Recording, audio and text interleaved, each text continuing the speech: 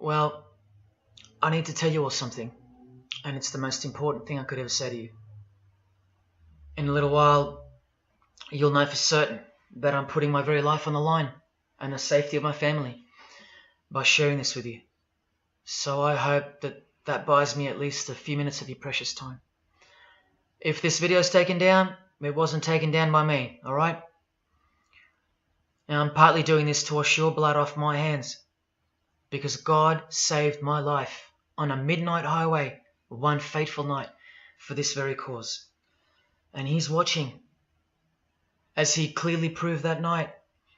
See, I should be dead. My sleeping driver was hurling us toward a concrete wall at 100 kilometers an hour when an angel of God was sent to wake me up from a deep sleep with just a whisper and just in time. And for what? Not so I could win X Factor or buy that dream Porsche or marry that dream girl, but for this, for these words, for this moment, so I can tell you something, so I can warn you about something. Nothing could be more important than this. So cancel that movie you wanted to watch, skip that gym session. Don't scroll down to the next post. Just stay with me. Stay with me. Now, don't worry about the quality of the video or the audio. Just focus on the content. Listen to my voice and trust your eyes. Most of you won't care for the shocking thing I'm about to expose to you, because no one cares. No one cares.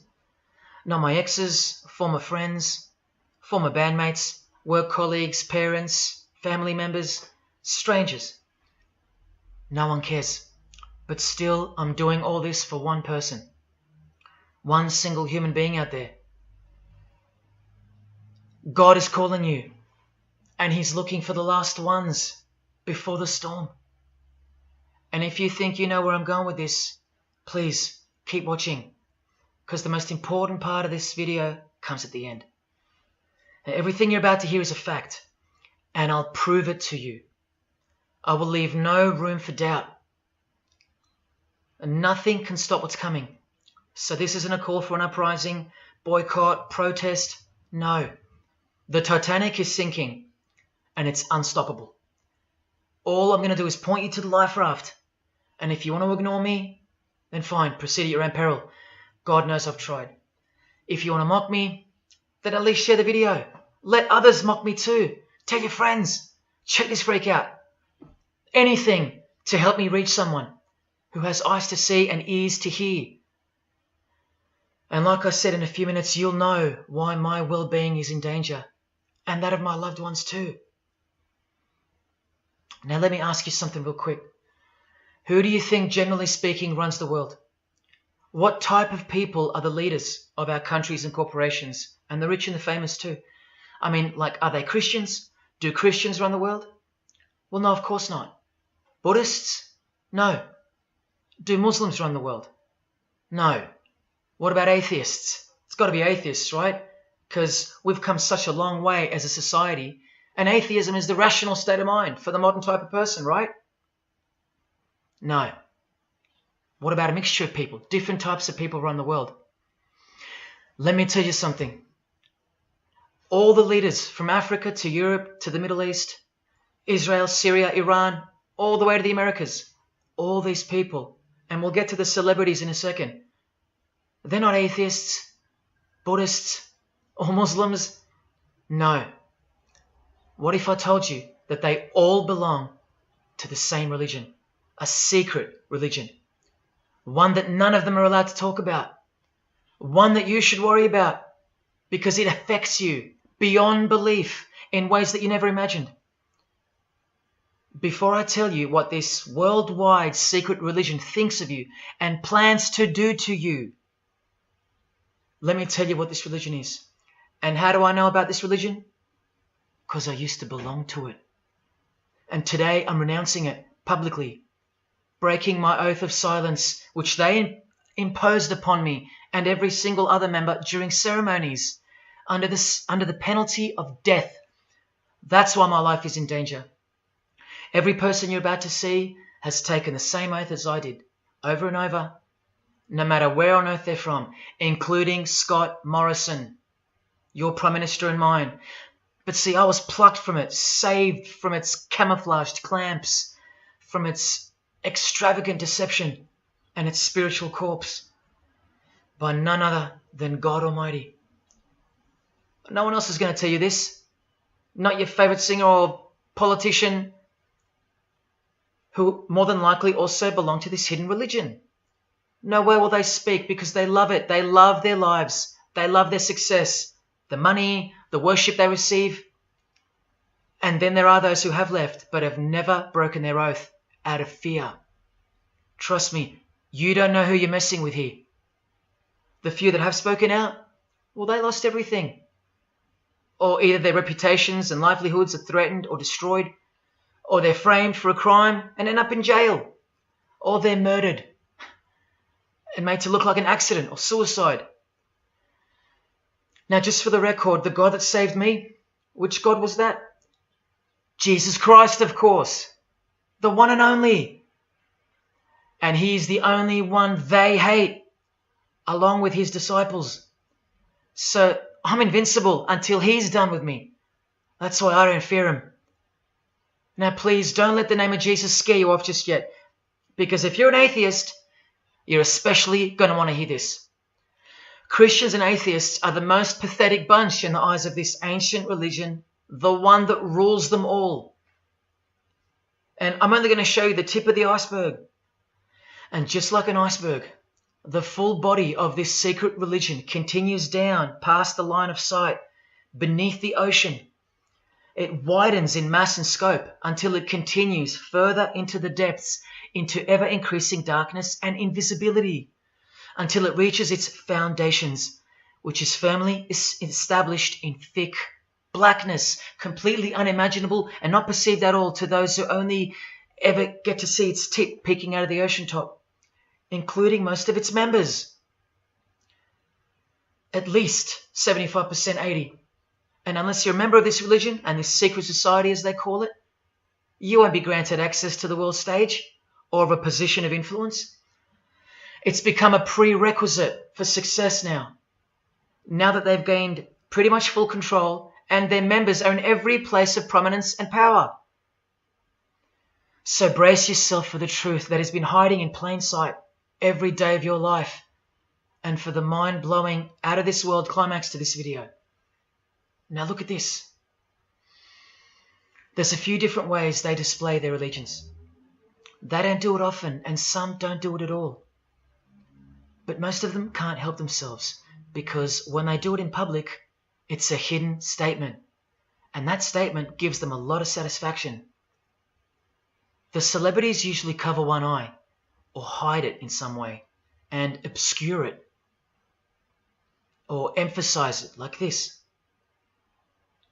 Or they close one eye, or peek through it, through this hand gesture, all to highlight one single eye. It's called the all-seeing eye.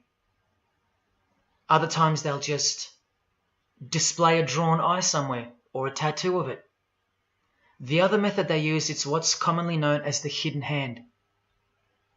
Here, for example, River Phoenix is doing both the hidden hand and the all-seeing eye, so you can see the direct connection between the two. But in the political world, usually it's done with the hidden hand, and of course, this. That's a secret handshake for the members of this secret one-eyed religion. We'll start with Scott Morrison here, hidden in plain sight as usual, for everyone to not see as usual. Look at the handshake. I was taught this very handshake, or grip as they call it, during my time in this great school of deception. Here's a picture of a normal handshake, and here's the secret handshake. Normal, secret. Now here's Scott Morrison with Daniel Andrews. Normal handshake, secret handshake. All of them are sworn to secrecy under the penalty of death. And remember, I'll prove it to you very soon.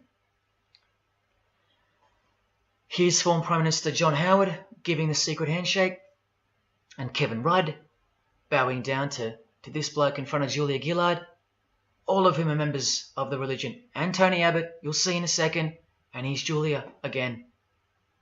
Now, I once heard Julia being asked in a brief interview on TV while she was the Prime Minister. The interviewer asked her, "What religion are you?" My ears pricked up as I was eating breakfast and I froze to hear the answer.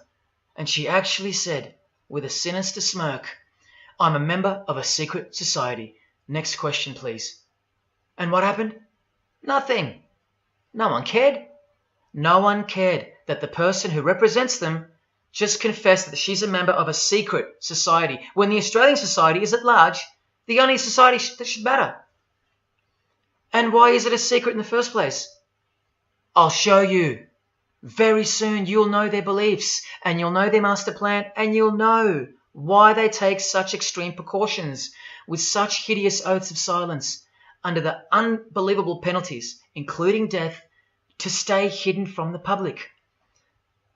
So what's the name of this religion? Well, I'll tell you right now.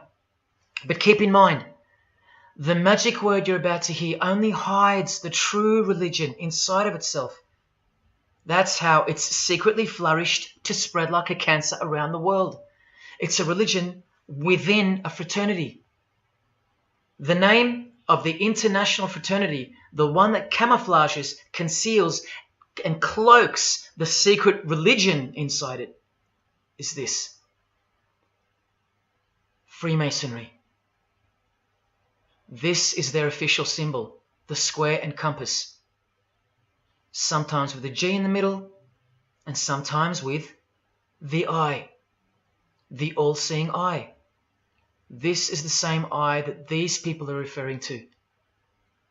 That's where it comes from.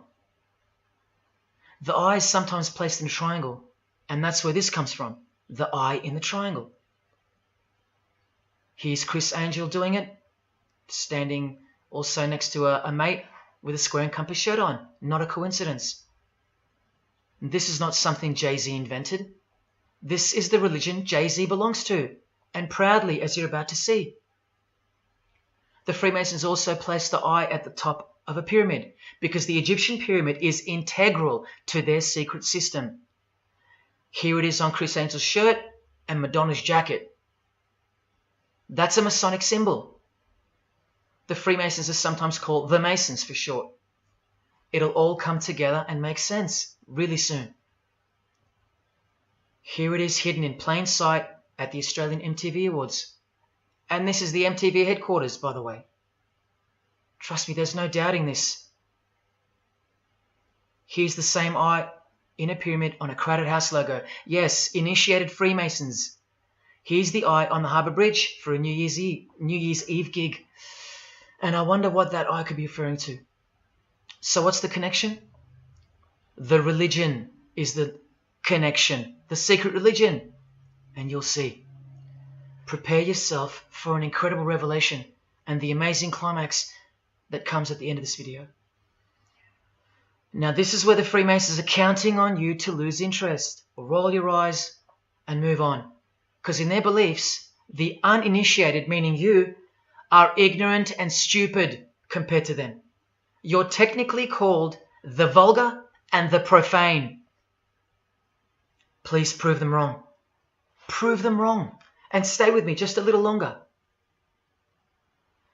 Now the secret identity of this one eye lies in the heart of this religion that lives, breathes, feeds and grows deep inside of Freemasonry. And Freemasonry camouflages it very successfully. So it goes undetected and undisturbed until it ultimately fulfills a thing called the Great Work. That's what they call it. And they will succeed very shortly. Nothing can stop it now. And I think some of you can sense that something's coming. And who do we trust more than anyone in the world right now? This bloke.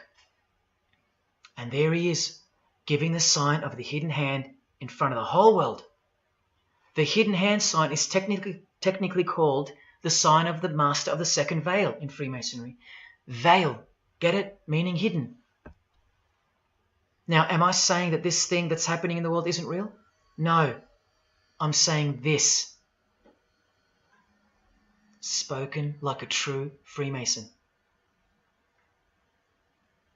And you remember this guy? A safe place and a dangerous place. We must treat this new world order, this new world of COVID, we must treat this new world of COVID even in our own homes. So what is this New World Order that he accidentally mentioned? It's common language in Freemasonry, and it has been for a long time. For at least this long. Since the US $1 bill. Hidden in plain sight, complete with the pyramid in the eye. It's the ultimate goal of this religion. And I'll show you what the great work is, at any cost. And Australia, like every other country, is now up to its neck in this pyramidal, one-eyed, occult religion. You think there's nothing hidden on our own money? What about this shadow of a bloke? Who's he hiding in the background? Well, these numbers right here will tell you. And I'll show you that too. Did you know there's a giant pyramid in Australia? You want to see it? Sitting right at the centre of Australian power?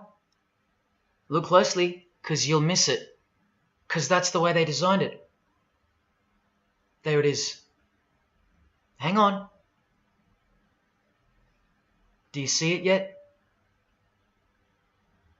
And what about now?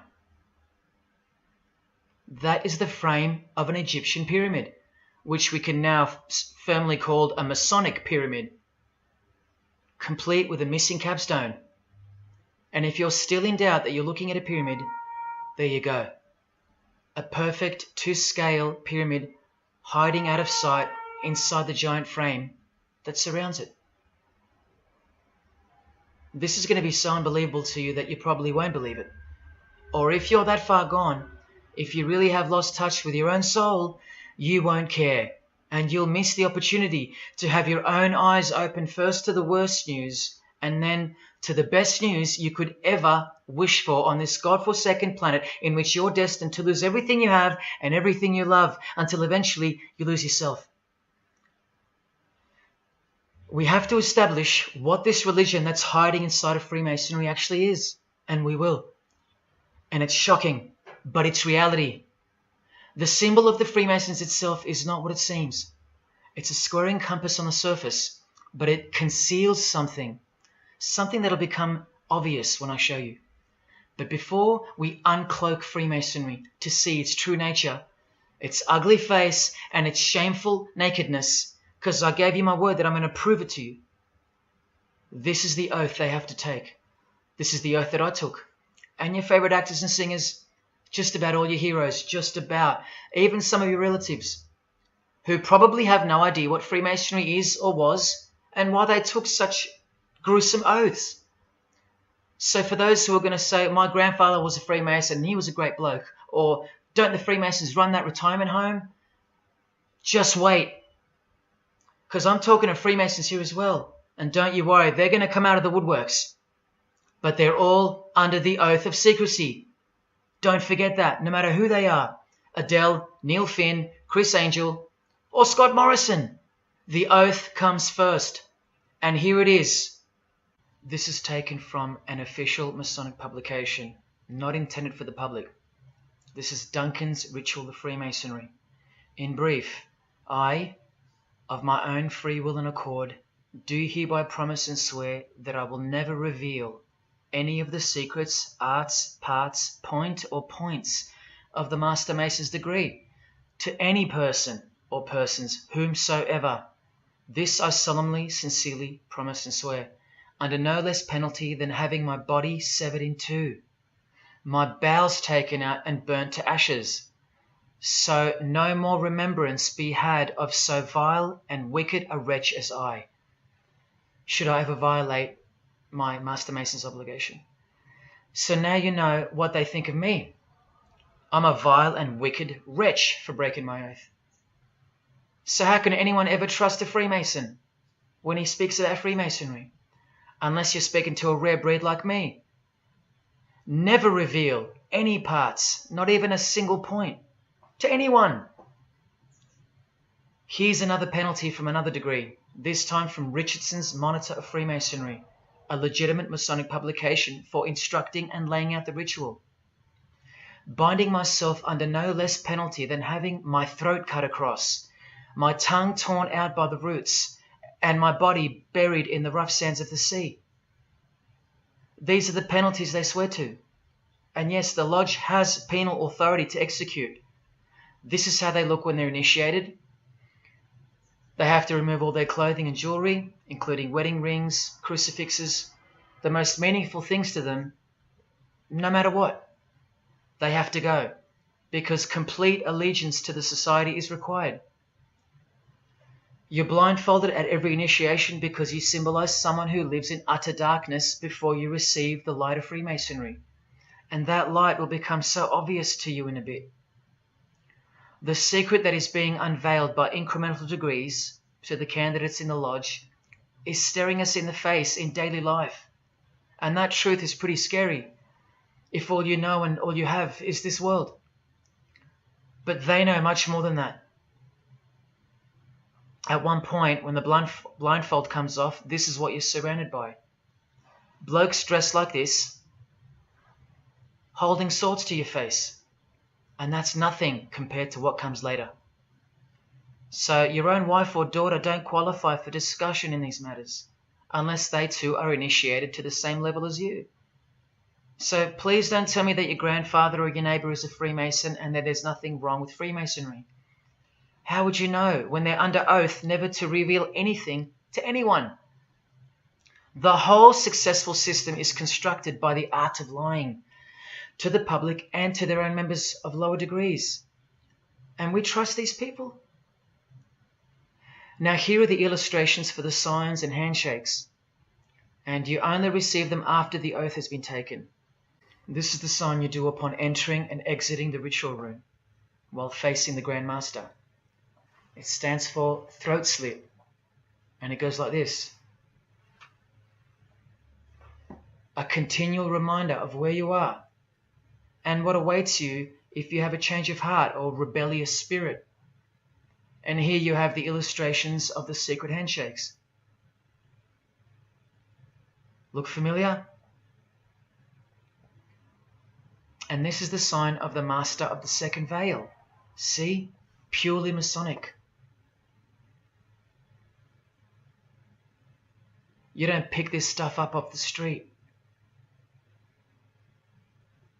Now this is how it's generally executed in the public arena.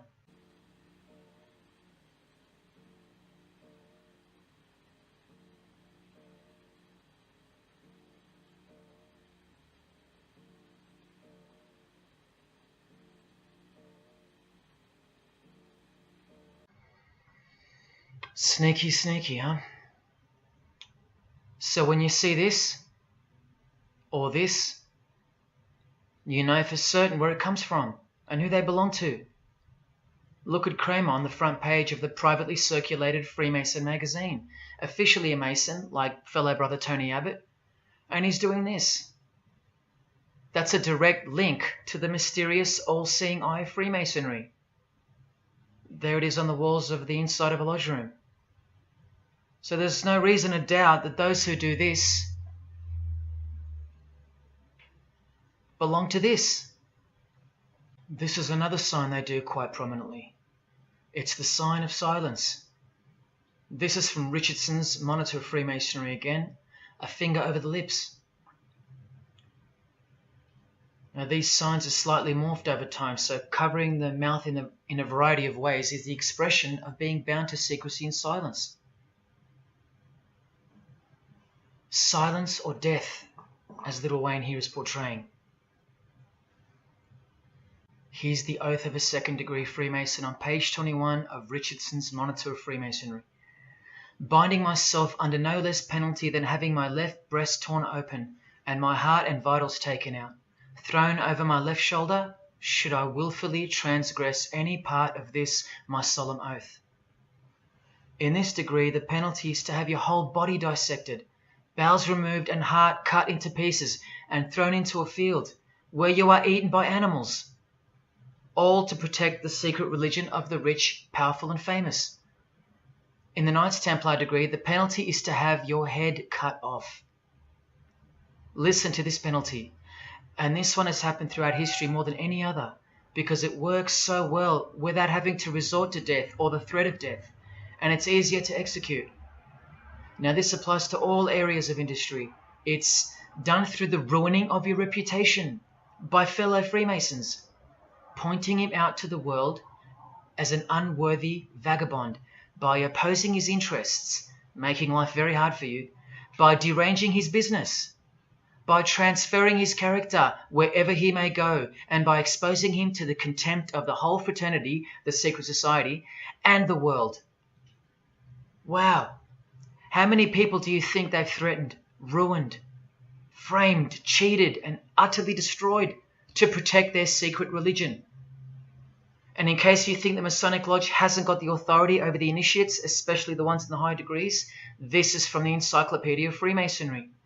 Under mandate, the orders and decrees of the Grand Master or of a Grand Lodge are called mandates, and implicit obedience to them is a Masonic obligation.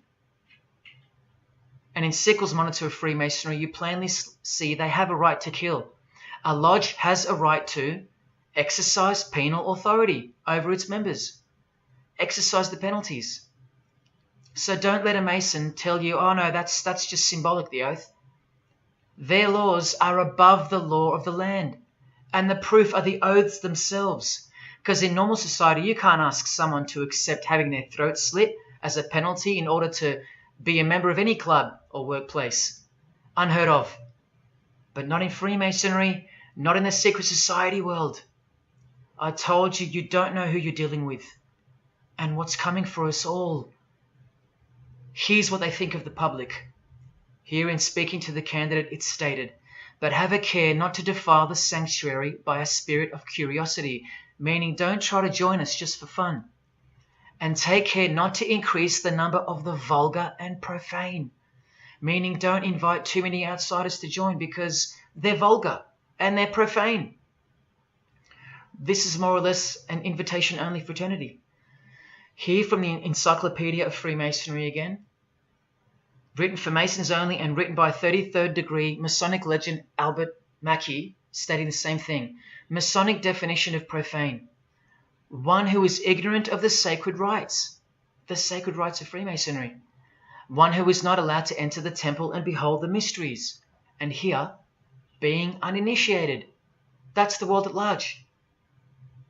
And here from this old ritual book written by the same legendary author, in the 33rd degree initiation, the Mason drinks wine from a human skull, which has been the cause for a few to leave Masonry, because they wonder, whose skull is this? In the 30th degree, part of the ritual involves stabbing skulls.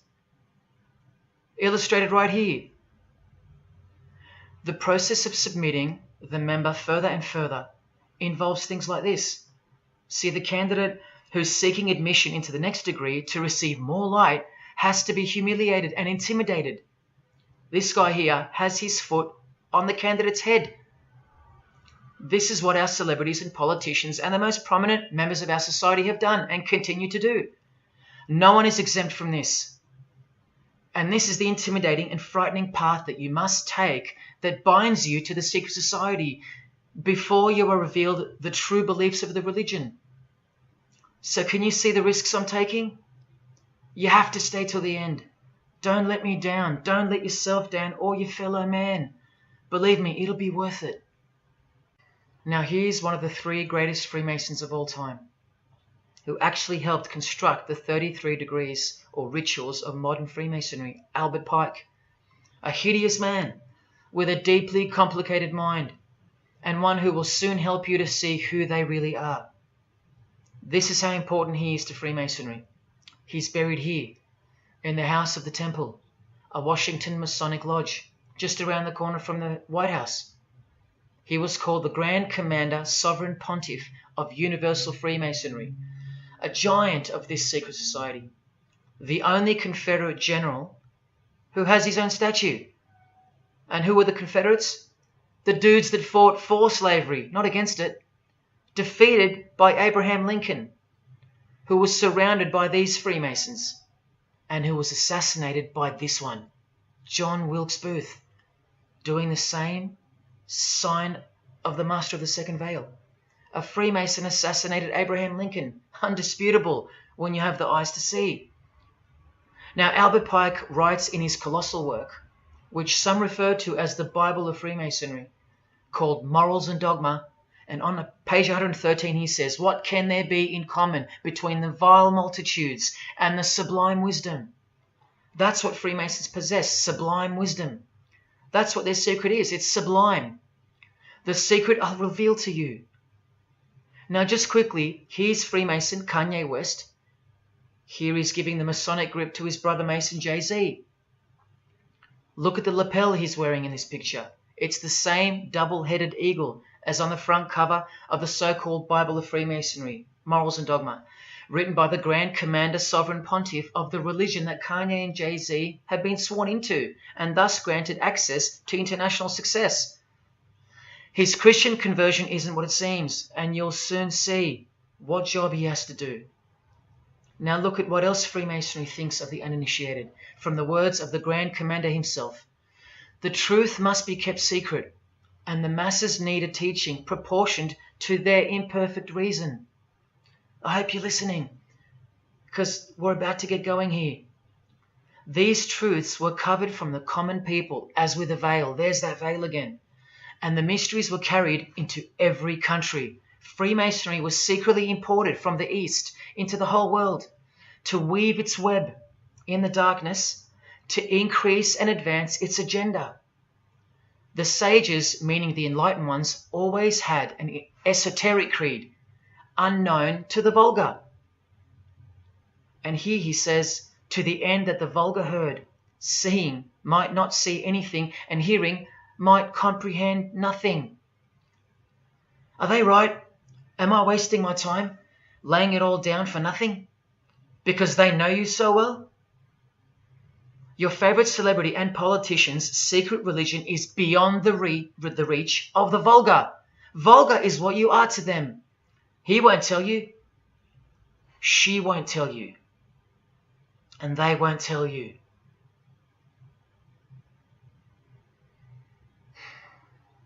Because the other obscene penalties from the rituals of Freemasonry include having your ear and hand chopped off, or both hands,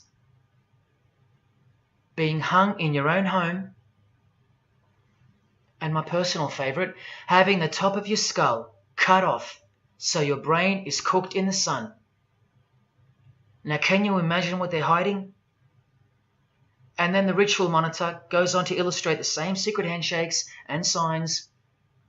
Hidden hand, sign of silence. These people mocking us, sometimes to our face with their symbolism, while we respect them, admire them, and sometimes even love them and idolize them. All of them partaking in the same initiation rituals, to belong to the secret society, a prerequisite for success, to belong to the religion that gives you everything you want, everything your heart desires. While the Gospels teach accurately that the heart is wicked. Now here is a practical example of how Freemasonry comes first, even above the title of president.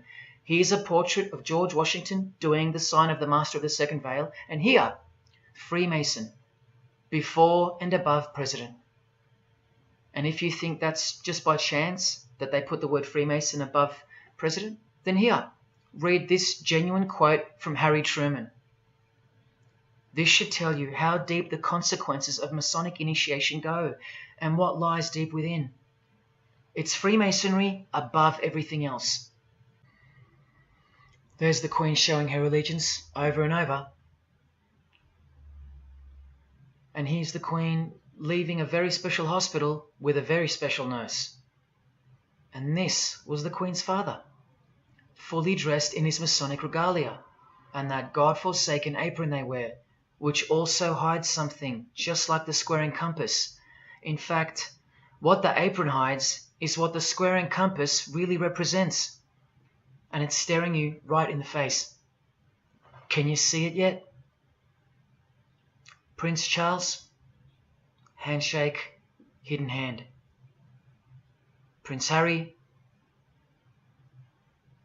Prince William. And here is the Grand Master of English Freemasonry, Prince Edward, also in full gear. What a lovely looking chap. And now he's giving the Masonic grip in front of this stone that was placed there to memorialize his visit to Cape Town Lodge. And what about this guy? Prince Philip, husband of the Queen. Do you remember him saying this? Yeah, and here's the article in case you think he didn't. Initiated member. Do you slowly see what the Masonic mindset is? We are beneath them. And the craziest thing is, if they can turn you into what they think of you, then you deserve what's coming. It's a natural law. It's the law of nature. And I'll soon show you their real Bible, for lack of a better term, which justifies it all, and the one which guides their morals. And it makes a lot of sense, because the power of the deceptive phenomenon of Freemasonry lies in the fact that it contains real truth, intertwined with untruth. Now, this actual book that guides their morals and plans, it isn't written by hand, and it's been around longer than the Bible. So they think it's purer, sublime as they call it. And it's the foundation on which the religion is built upon. And that Bible, so-called, that unwritten Bible, is the key to unlocking its secrets. I'm going to hand you that key. And it's all going to come together like a flood. So they're going to own it all by their own words and actions. And they're going to introduce us to a new system of life, but only after a number of shocking events take place, which I'm so close to telling you about. But first, I have to tell you the name of the secret religion and the identity of the I. Now, for the few of you that think of hospitals and charities and nursing homes when you hear the word Freemason, a word which I soon hope to never speak again after this video, well, it's a front, a cover story, and like everything else in this presentation, I'm going to show you. This too is for the poor Freemasons that are going to have the call to make an appearance in the comments section trying to defend their beloved fraternity. This is 33rd degree Freemason Manly Hall, who was named Freemason of the Century by the Scottish Rite Journal in 1990. And you'd be surprised how many Masons haven't heard of him, because they don't bother entering the Masonic library and searching out the mysteries themselves. These same Masons think they know something, and they parade themselves on websites and social media, calling people like me, oh, he's just an anti-Mason, anti-Mason. Blind fools at best, deceivers at worst. Well, the Freemason of the Century wrote in this book and in this chapter, Freemasonry is a fraternity within a fraternity, an outer organization, concealing an inner brotherhood of the elect, one visible and the other invisible. The visible society is a splendid camaraderie of free and accepted men and women, enjoined to devote themselves to ethical, educational, fraternal, patriotic, and humanitarian causes and concerns like hospitals and charities. But the invisible society is a secret and most august fraternity whose members are dedicated to the service of a mysterious arcanum arcanorum, meaning mystery of mysteries. Now I wonder what that could be. So once again, don't listen to the lost or deceptive Masons that'll come here trying to cheat you from the truth, telling you that I don't know what I'm talking about or calling me an anti-Mason. Because there you just heard it. There's a Masonry for the majority of Masons, and then there's the real thing, the secret religion, which should shock you when it's announced. These same lost or deceptive Masons also love to repeat, like parrots, that Freemasonry is not a religion. Well, what does the Freemason of the Century have to say about that? From this book, he writes, Masonry is essentially a religious order. Not just a little bit religious, but essential. And here, the iconic giant of Freemasonry says in Morals and Dogma, every Masonic lodge is a temple of religion, and its teachings are instructions in religion. So please, sit down, Masons, because Freemasonry is a religion. And soon, I'm going to tell you what it's really called. Now look at this from the same book, and speaking about fellow Freemasons being initiated in the lodge room. Part of the symbols are displayed there to the initiate, but he is intentionally misled by false interpretations. Their true explication is reserved for the princes of Freemasonry.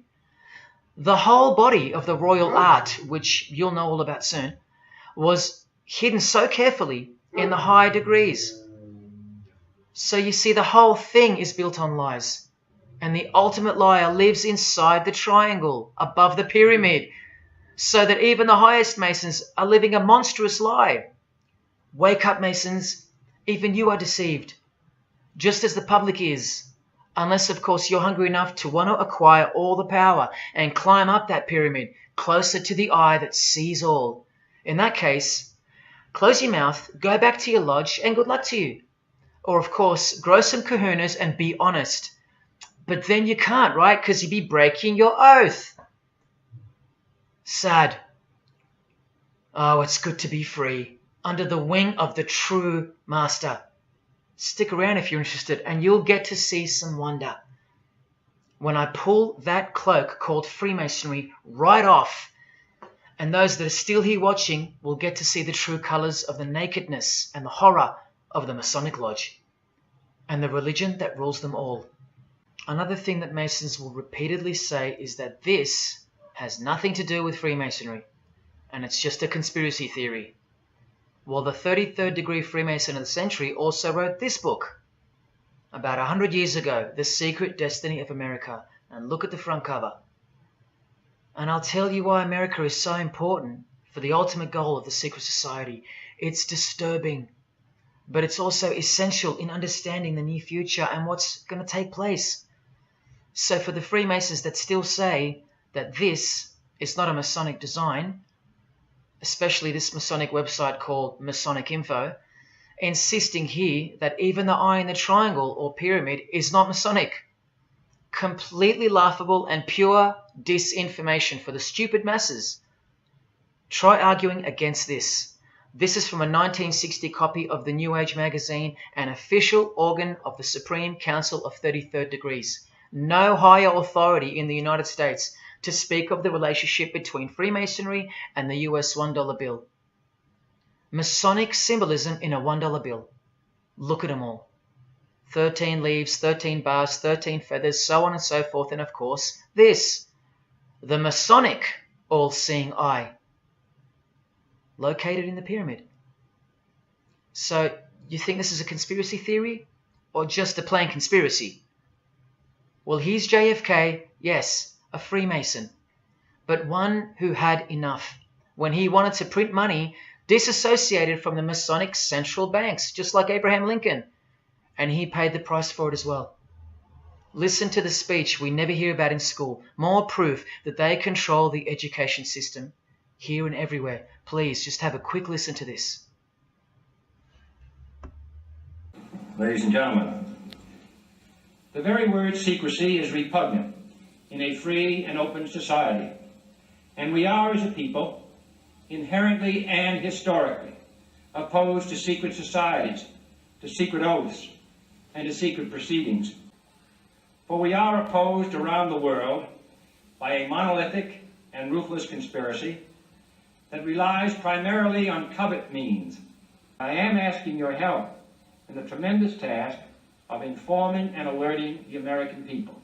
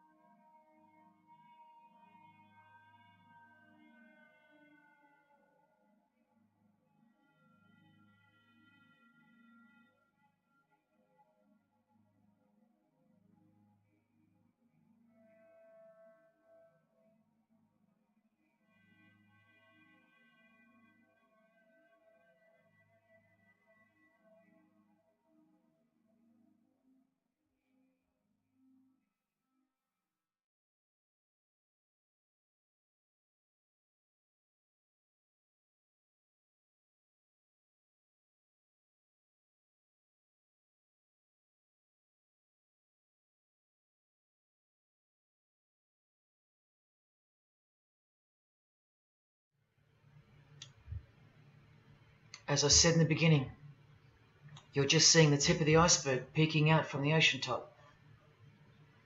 I told you, all personalities in the field of great influence are initiated members of Freemasonry.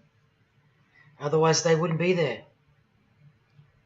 Within 60 seconds of me telling you what International Freemasonry really is, I'll prove it to you. Unequivocally, within 60 seconds. And then I'm going to drive it home, and then I'm going to show you what they're planning with this new age they're implementing, and then the conclusion, which is by far the most important part of this presentation. So when you hear me tell you the truth in just a moment, don't switch off in disbelief because you can't believe that your favorite idol or whoever could possibly be involved, like you know them or something. You don't know these people. You do know that they're under oath never to reveal their beliefs to you. The vile multitude. It's time to trust your eyes now, not your feelings, especially after all that I've shown you. This is why the secret religion is so hidden. This is why it's so ingeniously designed through layers of lies upon lies, cloak upon cloak, and oath upon oath, concealing the truth for its chosen few. What is Freemasonry? What is the most secret yet most powerful religion in the world? Well, that's easy. We live in an evil, evil world. So there's only one religion that befits it. Freemasonry is Satanism in disguise. Now start the clock. From Morals and Dogma, prepared for the Supreme Council for 33rd degree. That's the highest degree in Freemasonry, and written by the undisputed heavyweight champion of modern Freemasonry, Albert Pike. On page 321, he boldly states, Lucifer, the light bearer. Strange and mysterious name to give to the spirit of darkness. Lucifer, son of the morning. Is it he who bears the light? Doubt it not. Did you hear that? Lucifer is God, and do not doubt it. Come on now, stay with me. Here from the Encyclopedia of Freemasonry, written by 33rd degree Freemason, a beloved member of the craft, Albert Mackey. He tells us whose name represents the good principle in Freemasonry's secret worldview. Writing under the Masonic meaning of the word pentagram, he says that the pentagram, depending on its position, represents good or evil. See how he puts the positive aspect in the first position? Good first, evil second. Good or evil, light or darkness, victory or death, initiation or profanation, Lucifer or Vesper. Lucifer is good. Lucifer is light. Lucifer is victory. And Lucifer is true initiation. See, if you're not initiated, you're profane. If you haven't figured out that God is Lucifer, you're vulgar and profane. You're stupid, in their own words. That's the beginning of their big secret. God is the devil, and we're already in hell right now. Now from the Freemason of the Century, Manly Hall, and this will make it 3 out of 3 legends of Freemasonry stating the same thing.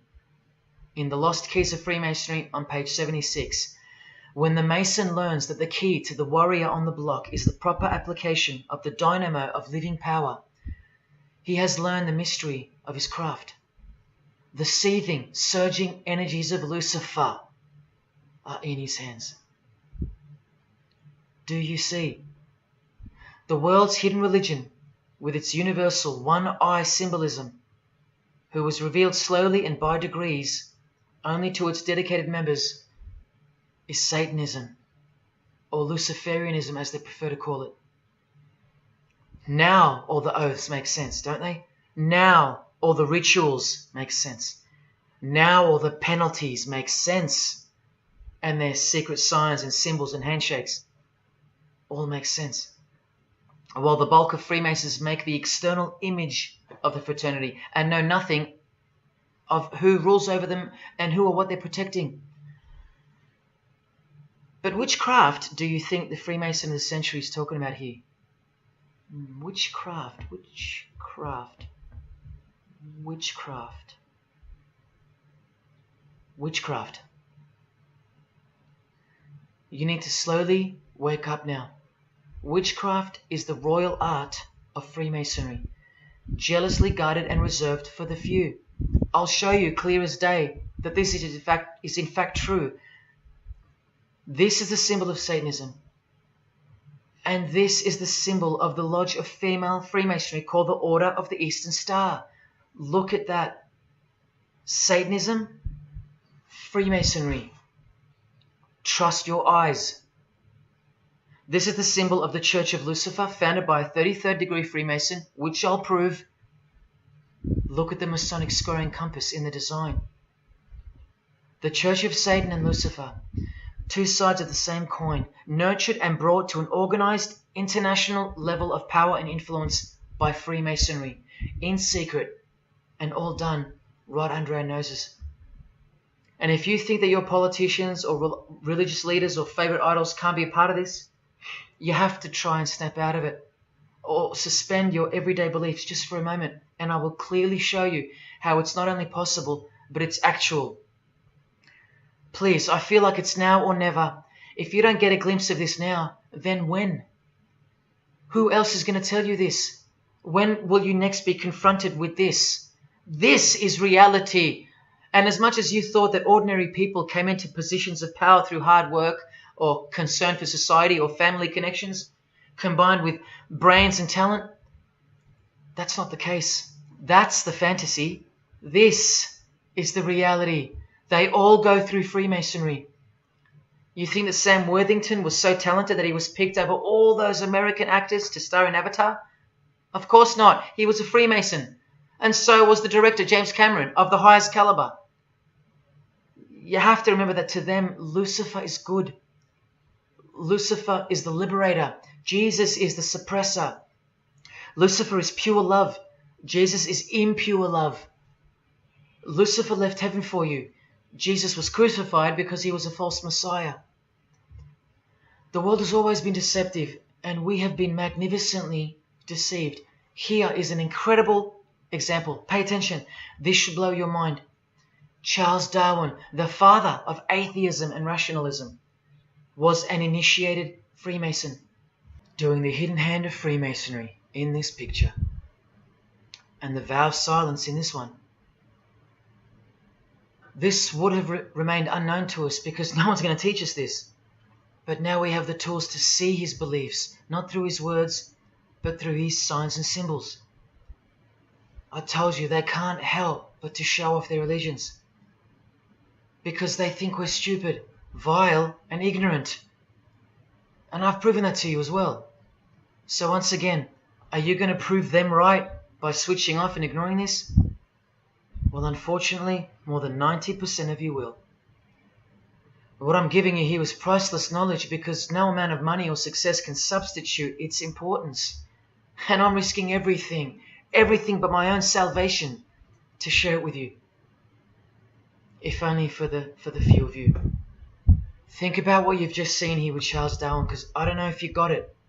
You cannot be accepted as a candidate of Freemasonry unless you believe in a supreme being, as exemplified here with Phil Collins, speculated by some to be an atheist, but this seems impossible because being a Freemason, he has to believe in a higher power, or more accurately, supreme being, and I can personally vouch for that. And look here in the Masonic Oath itself. The candidate says, I will not aid or be present at the initiation of an atheist, a madman, or a fool. Freemasonry believes that to be an atheist is to be the equivalent of a madman. And they're right. Yet while they propagate atheism around the world, in universities and schools, Charles Darwin himself was a believer in an intelligent designer, a supreme being. He had to be, because he's a Freemason. And that intelligent designer that gave birth to us is named Lucifer in the highest degrees of Freemasonry. See? Never tell. He lied to you, because that's what Freemasons do. The whole thing is a giant lie that was carefully constructed by mutilating the truth, because mutilated truths make the most successful lies. This is the secret to their success, a lying tongue and a lying spirit, from the 1st degree to the 33rd degree, to each other and to us. I've proven that as well. And what did Jesus, how did he describe their God? The father of lies. How accurate. The one who comes to cheat, kill and destroy. How accurate again when I tell you their plans. Look here, Charles Darwin is noted as an influential figure by the Satanic Temple. And proof for them, apart from the intelligent design that is all around us, that Lucifer is real and that he's the god of this realm, is the power of witchcraft or magic. Magic works because there's a hierarchy or a pyramidal power structure in the spirit realm, a realm devoid of any love for you. And these spirits can be conjured up and summoned by the practitioners of the royal art of Freemasonry. They ask for something in return, however. Listen to Bob Dylan, a Freemason. Hidden hand, one-eye symbolism. Out here doing these songs, you know, you're still on tour. I do, but I don't take it for granted. Why do you still do it? Why are you still out here? Well, it goes back to the destiny thing. You know, I made a bargain with it, you know, a long time ago, and I'm holding up my hand. What was your bargain? To get where I am now. Should I ask who you made the bargain with? with the chief commander. On this earth? And in this earth, and then in a world we can't see. How does one communicate with Bob Dylan's chief commander, Lucifer? By the jealously guarded royal art of Freemasonry, witchcraft. This is from the Encyclopedia of American Religions. Secrecy is bolstered by a system of initiations and degrees, the Freemasonic system. The material which is kept secret is the magical knowledge of the group. This knowledge may consist of rituals and powerful magical formulas. Do you think J.K. Rowling isn't a Luciferian? In this article, J.K. Rowling reveals the inspiration behind the Deathly Hallows symbol. And what is it? The Masonic squaring compass, with the one eye that all the celebrities mimic. That's the inspiration.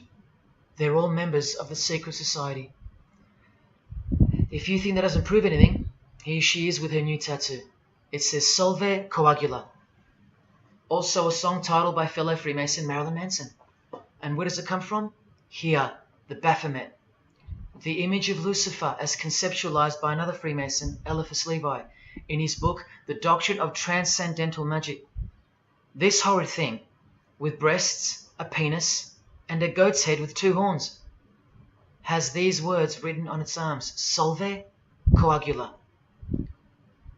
The impact of the meaning of these two words should disturb you to soberness when I tell you about them. Because apart from other things, they involve the process in which the new system will be implemented at unbelievable cost to you and I. Here's a statue of the Baphomet at the temple, Satanic Temple, complete with two little kids admiring it. That's J.K. Rowling's religion, Satanism. The secret religion for the highly evolved and the highly successful. Welcome to the real world. The same Masonic author writes in The Doctrine of Transcendental Magic, in the ceremonies practiced at reception by all secret societies, there are found indications of a doctrine which is everywhere carefully concealed, and that is witchcraft. And in his History of Magic, he tells us it is the royal art, and that's what Freemasonry calls it. And where did he get his inspiration for the Baphomet? From the Knights Templar, another secret society who were banned, and some of its members were executed in the 1300s for glorifying evil, as it's openly stated here in the Satanic Rituals. And where do modern day Knights Templars reside now? Within high degree of Freemasonry, right here. Again from the Encyclopedia, and listen to this. The continuing impact of speculative Freemasonry, which means modern day Freemasonry, provided fertile soil in which new magical orders could grow. Magical orders, meaning other branches of secret societies, of which Freemasonry is the umbrella. Because Freemasonry is the king of secret societies. Just like JFK tried to tell us, it's the prestigious channel that one must go through. And it is the reason that the oldest religion in the world has made a colossal comeback and is now on the brink of success. Which, as I said, nothing can stop now. And again from the encyclopedia, the groups wear ritual garb and meet in magical lodges. And where do Masons meet? In the Masonic Lodge. Like here with a magical pentagram on their checkered floorboard. Are you believing your eyes? Or are you making excuses? Here's another statue of the Baphomet at a satanic temple doing the sign of the horned god Lucifer. The hand sign mimicking the horns on his head. And of course the upside down cross. And here's Barack Obama doing the same sign. And the sign of silence with a twist. Who do you think he's mocking here? You and I. But mainly Christians. Because Christianity is the one force that has stood between you and the inconceivable horror that is awaiting us and is on its way. Here's an article on Barack Obama, and that's his hands adjusting his presidential seal. And there's his Masonic ring, and the sign of the devil's horns, over and over. Freemasonry and Satanism are intertwined. Look at these Masonic politicians throwing up the devil's horns. George W. Bush. Look how sneaky and sinister the look on his face is here. And the manner in which he's delivering the sign. In front of the whole world. Is he a fan of rock music? Is he saying I love you in sign language for the deaf, like some people like to say? This is his fraternal order called Skull and Bones, also known as the Order of Death, where you lie naked in a coffin with what's called a temple prostitute during initiation. Clearly a Masonic order, with this guy displaying the hidden hand of Freemasonry. In Stanley Kubrick's last movie before his death, he's telling you that all prominent members of industry, including politics, as the movie goes on to show, are members of a satanic secret society. In it, he shows the members engage in an orgy and feast after the ceremony of dedication to their horned god. To identify which secret society he's referring to, he leaves the clues in the artwork. Not once, not twice, but 3 times. The One-Eyed Religion. And who do you think the title of the movie is dedicated to? None other than the stupid, ignorant, and uninitiated masses watching the movie. And you know it now. He knew that when we'd leave the cinema, we'd be commenting on the performance of Tom Cruise, or giggling about the orgy scene, or just being disappointed because the movie went too long, or some other meaningless critique, with eyes wide shut. Look at the cover of his other movie, A Clockwork Orange. The eye on top of the pyramid. And on his shirt, the word devil in Italian. Let me take it up a notch, in case this isn't registering. Listen to the founder of the Satanic Church, Anton LaVey, tell us in his book, The Satanic Rituals, which is a companion to the Satanic Bible, Masonic orders have contained the most influential men in many governments, and virtually every occult order has many Masonic roots. This is back in 1972 he said this. Now 40 years later it should read all governments, not many. And why is the founder of the Church of Satan talking about Freemasonry, the most respectable and charitable fraternity in the world, that no one seems to talk about and that we never hear about in school? This is why. Because the Satanic Ritual is a blend of Gnostic, Kabbalistic, Hermetic, and Masonic elements. That's crazy, because Freemasonry is a blend of Gnostic, Kabbalistic, and Hermetic elements too. Any Masonic writer will confirm that. But how can that be? Because Freemasonry is Satanism in disguise. On page 106, every rite of the Black Order employed Masonic principles. Every rite of these Black Orders, one of which was called Freunden von Lucifer, which translates to Friends of Lucifer. And guess what? There are numerous manifestations of Satanism in Masonic ritual, including the goat, the coffin, and the death's head. Please awaken, O sleeper, and let the glorious light of the truth dawn upon your sleepy eyes. How did Freemasonry get away with this? Just like Jesus, the greatest enemy of theirs, said they would, by dressing the wolves as sheep. A satanic underground carefully cloaked in Christian trappings. That's how Freemasonry got away with it. We can't find out about it because they run the media and the education system clearly.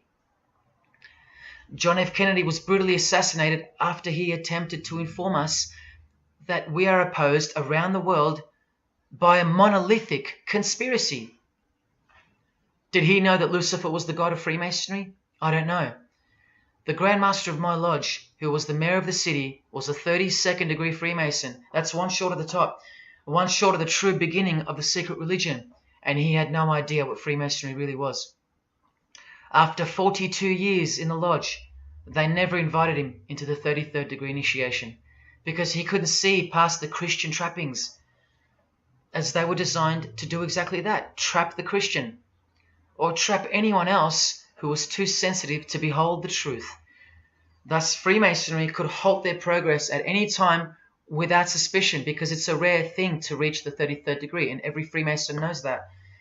So that there are no rude awakenings that take place with those that aren't ready to embrace Lucifer as the true god of Freemasonry and the world. This is an ingenious system, birthed by what must have been demonic inspiration. Anton LaVey says that this ingenious system I speak of serves as a rudimentary screening process for organized Satanism. Exactly right. It's a filtering process, as I've said earlier. An international filtering process from which men and women are picked and permitted to enter the world stage. And I'm saying all this for those who naively think that politics and magic ritual do not mix. That's the founder of the Satanic Church. He admits that. Admissions that were never heeded because no one cares. How else did the Freemasons pull the wool over our eyes? The companion to the Satanic Bible tells us that as well. By filling the world with fools. And who's the biggest fool in the eyes of Freemasonry? An atheist. From the Encyclopedia of Freemasonry. One who does not believe in the existence of God. Such a state of mind can only arise from the ignorance of stupidity.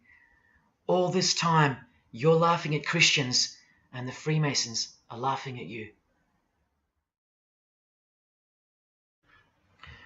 Here's Brad Pitt, wearing his Masonic ring and covering his eye. Now here's a genuine quote from Brad Pitt, the Freemason. In short, I could really try on something different for myself. That was Satanism. It's working out really well. I made a pact. That's why. You don't believe him? Bob Dylan does. And the hand sign they all do. Allow me to show you what it symbolizes. And now that you know what you know, it should make sense to you. It stands for 666. Yes, indeed.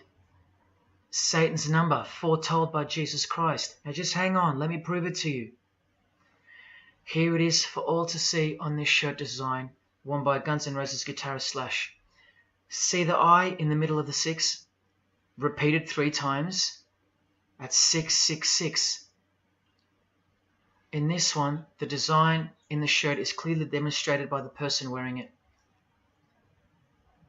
Another example, the hand sign with 3 6s on the shirt. Here's a movie poster, the hand sign and the 6 on his lapel. Connect the dots. Here's Don Cheadle, the hand sign, and here he covers one eye with the dice. What's the number on the dice that he holds toward the camera? 6. There's literally 3 6s that manifest in the hand sign itself, like this. That's why they do it. Here's Drake with the most obvious example, holding up the hand sign with the all-seeing eye of Lucifer on his bicep. And here, blatantly connecting the 6 to the hand sign on the artwork to one of his songs. The hand sign over one eye, obviously signifying a 6. This is proof.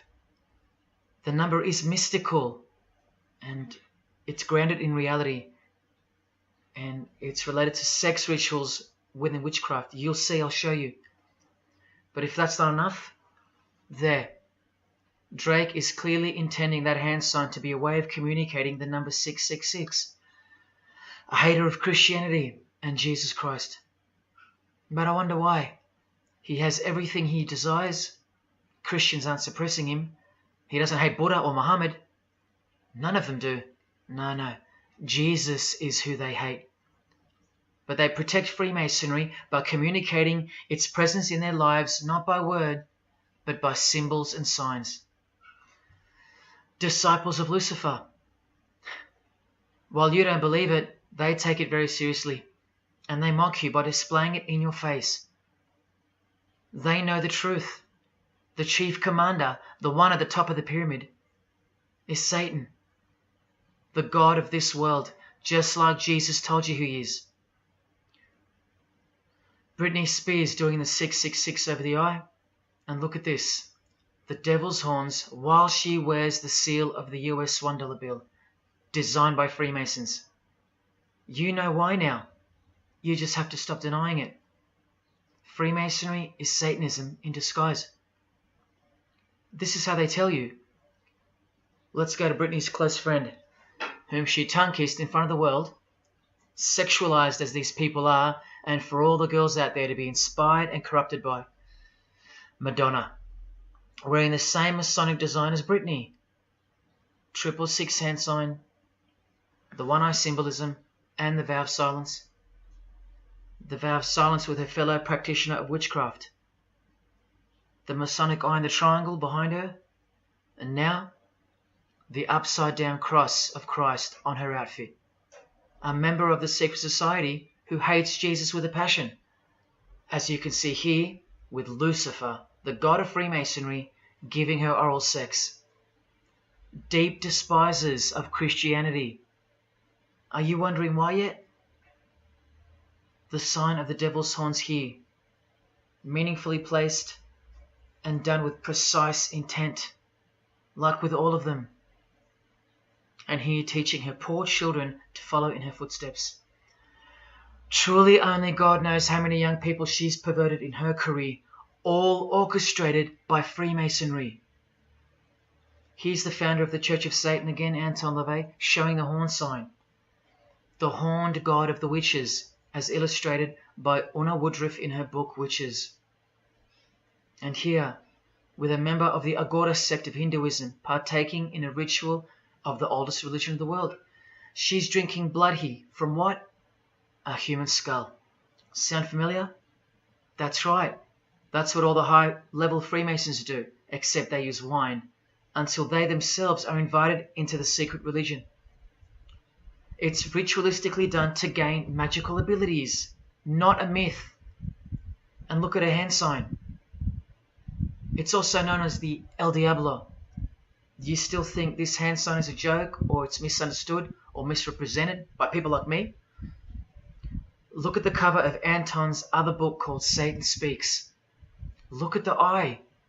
He has one eye emphasized. Can you see? What about the image of Lucifer in the Satanic Temple? Look at the right eye. It's darkened. You ready for this? From the Bible. And this passage is thousands of years old.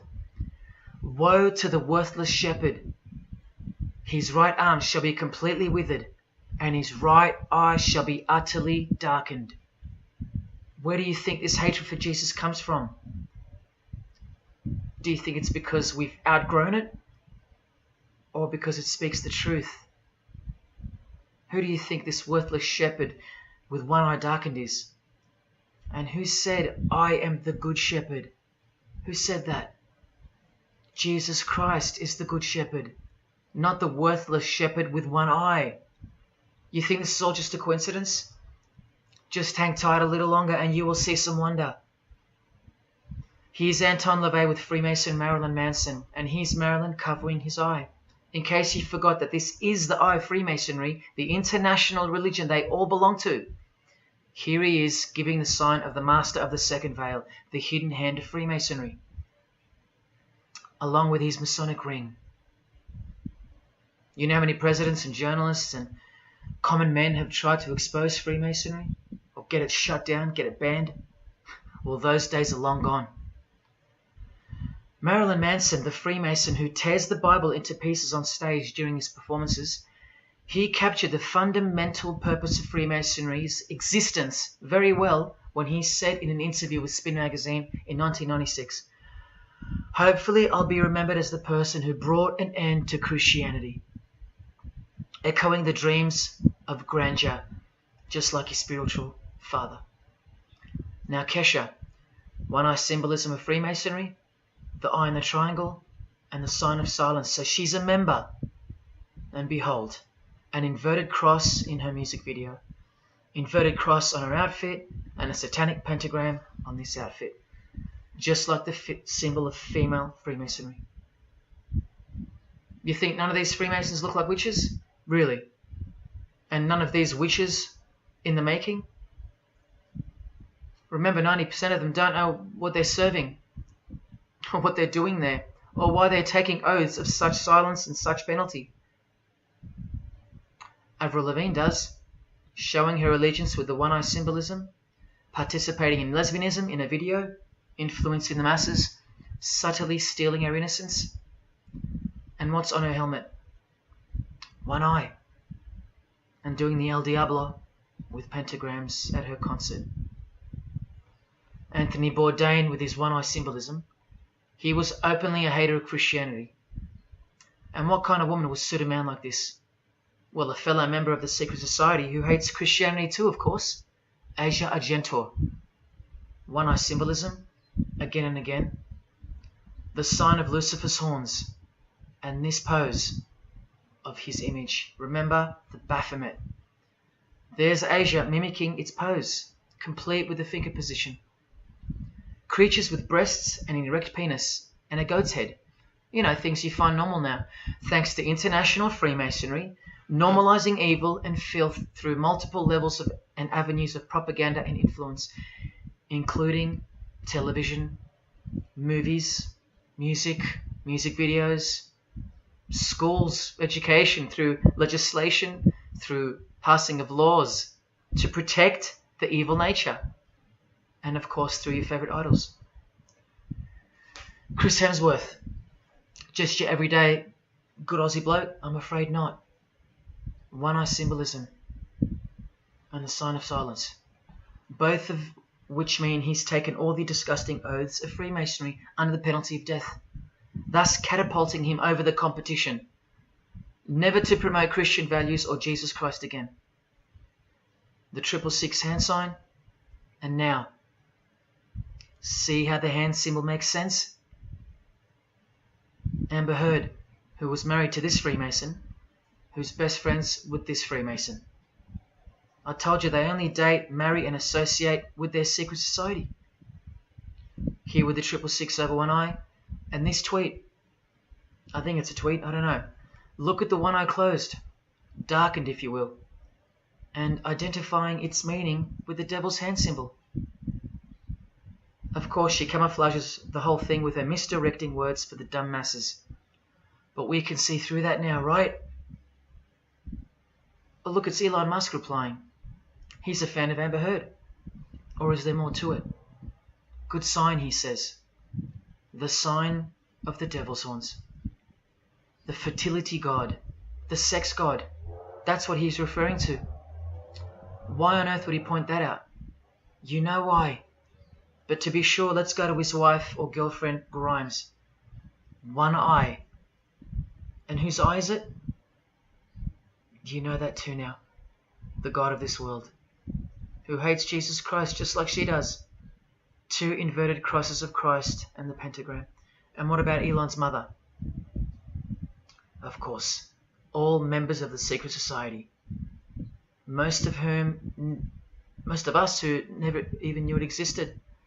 Blink-182 initiated member with some of his secret brothers from the lodge. Vow of silence. Sign of the devil. Cyndi Lauper, all-seeing eye. Vow of silence. the sign of the god of this world. Christian Bale, who thanked Satan at an award show, doing the sign of the master of the second veil, the hidden hand of Freemasonry. Ashley Tisdale, all-seeing eye, social media post, and hanging out with her boyfriend, who proudly wears the satanic cross. You think they belong to the same religion? Of course they do. Bonnie Wright, one eye and the satanic horns.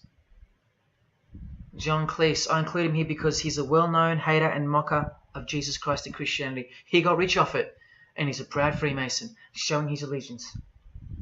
Motley Crue, Nikki Sixx, Tommy Lee, Vince Neil holding a cross upside down, and their album cover.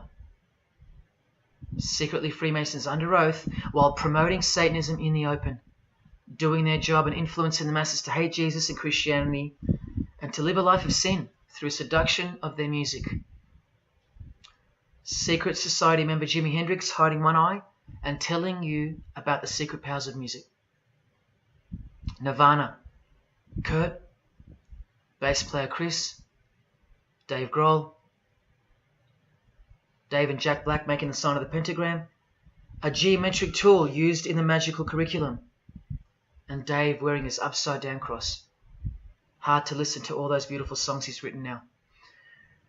Courtney Love and her daughter glorifying the symbol of Satan, and Nirvana discovering something on a road trip while covering some numbers up. Proud Satanists, all secret Freemasons. Here's Quentin Tarantino. Now that we know what we know, can you see through this picture to reach its true meaning? The all-seeing eye, whose identity is revealed by the hand gesture, which is 666, with the vow of silence and throwing up the devil's horns, which I hope you can finally see means something. Share. Can this get any more obvious now? The sign of the vow of silence being made with the sign of the devil, telling you that the secret which isn't to be spoken of is Lucifer, right there in front of you. Speaking through signs and symbols, like Confucius said, signs and symbols rule the world, not words nor laws. Cardi B, I just want you to see a few connections between the one-eye symbolism, the 666 hand sign, and the horned God symbol. Eddie Izzard, all-seeing eye, hidden hand, and mimicking the horns of the Masonic God. Oh, but men love the darkness rather than light, as the scriptures put it so solemnly. Look at how precise that statement is. With high-ranking Freemasons loving the darkness so much that they define the darkness itself as light. Watch. In MasonicWorld.com, an article by Worshipful Master John Alexander, who has journeyed from the lower degrees to the high and sublime degrees. This is the religion of our leaders and celebrities, so listen. He writes, every ritual from the high and sublime degrees that I've ever read contains the statement, I beg you to observe that the light of a Master Mason is darkness visible. I put it to you, brethren, that this is the most accurate description of Masonic light that you will ever find. Think about what you just heard, because this is what they learn. Masonic light is darkness. And this is before they enter the real religion of Freemasonry, Satanism.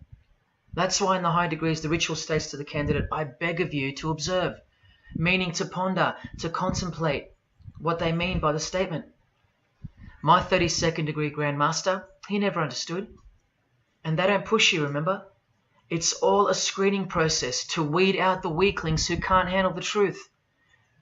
The truth that this is how the all-seeing eye sees things. Evil is good and good is evil.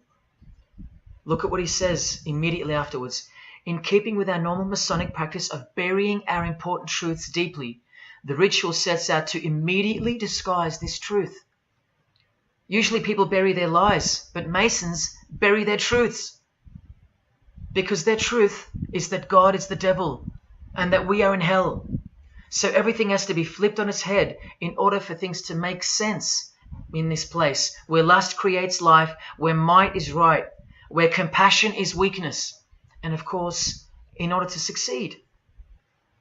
Look here, with another Freemason of the highest degree, Helena Blavatsky. She writes in her book, The Secret Doctrine.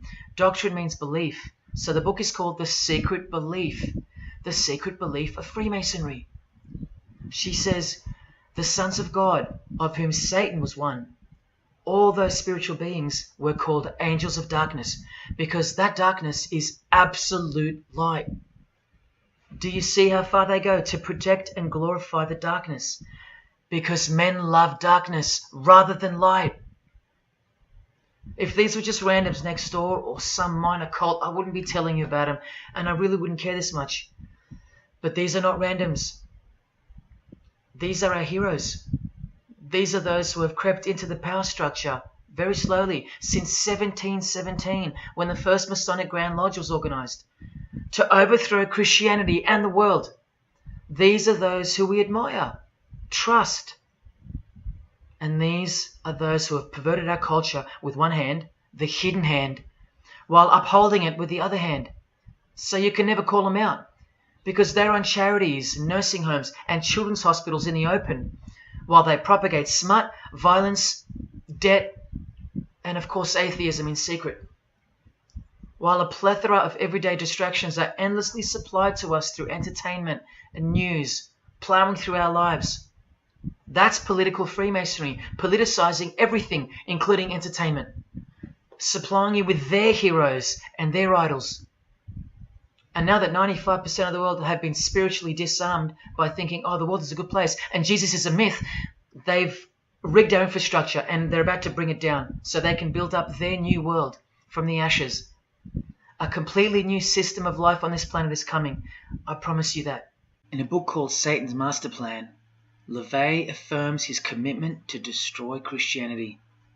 Now check out Anton LaVey, once again in perfect parallel with Freemasonry, stating in the Satanic Bible, waiting at the darkness visible for that bright and morning star.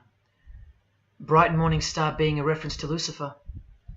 The exact same expression as the Freemason and worshipful master John Alexander that we just heard describing Masonic light. Darkness visible. Identical language, because Freemasonry is Satanism in disguise.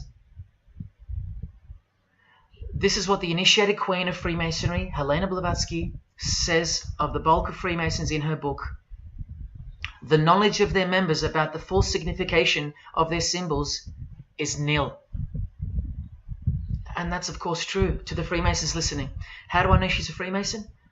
Because her diploma was reproduced on page 66 in Freemasonry Universal, Volume 5, Part 2, in the Autumn Equinox, 1929. And also because she's displaying the Masonic penalty sign, like all these Freemasons. Drew Barrymore, all-seeing eye, vow of silence.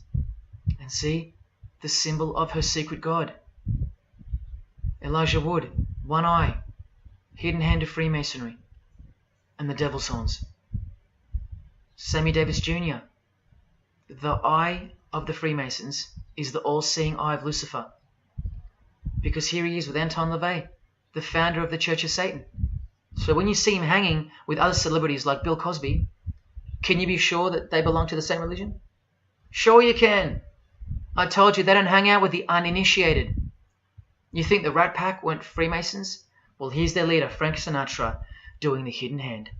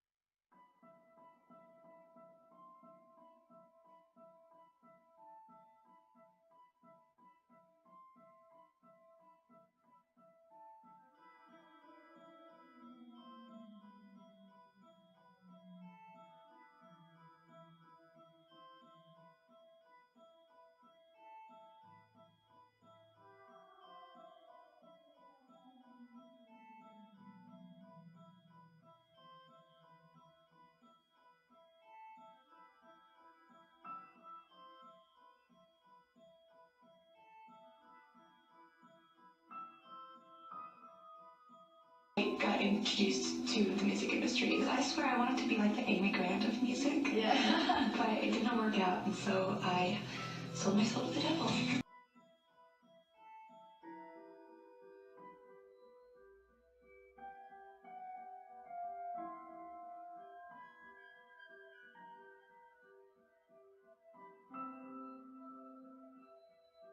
On that, have you considered maybe doing more acting? I only had a few lines.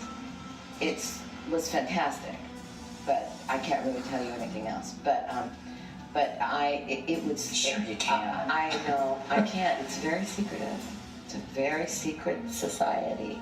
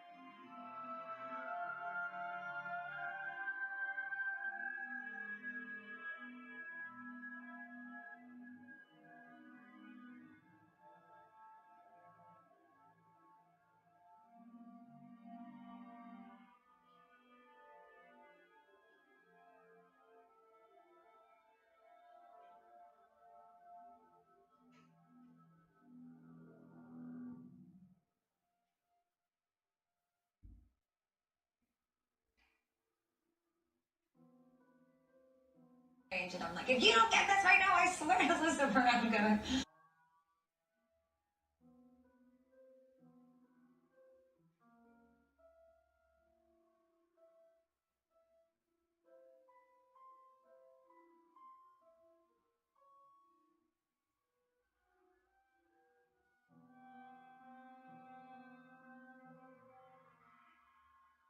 poker facing with your sexuality. When I was making love to my old boyfriend, I used to think about women sometimes. Oh, good Lord. I'm sure he was delighted when you told him. Oh, good Lord. I'm sure he was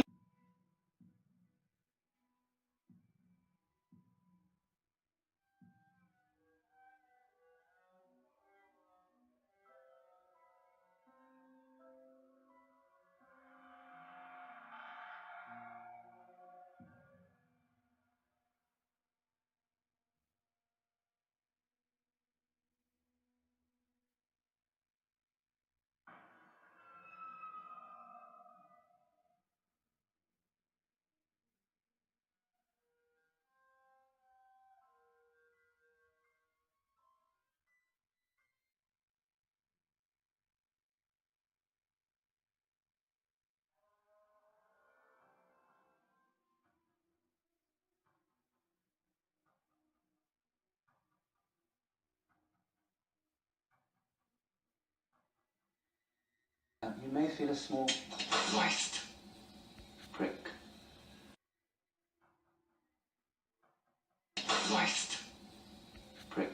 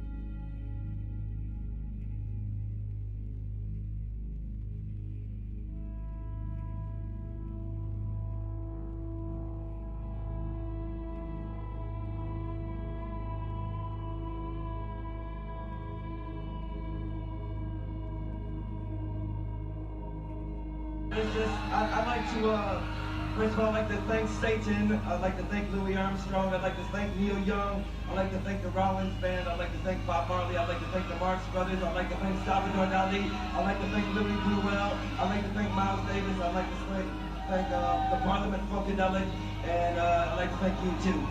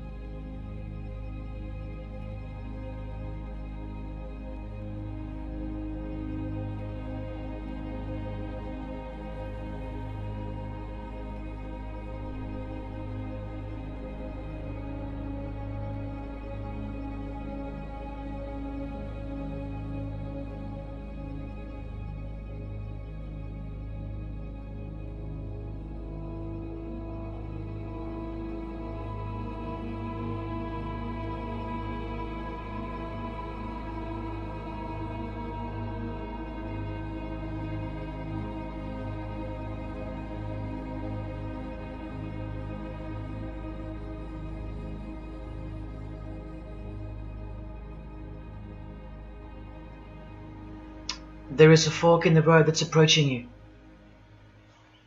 And you can stay on the path which curves to the left by denying the existence of Satanism in the fullness that you've been shown.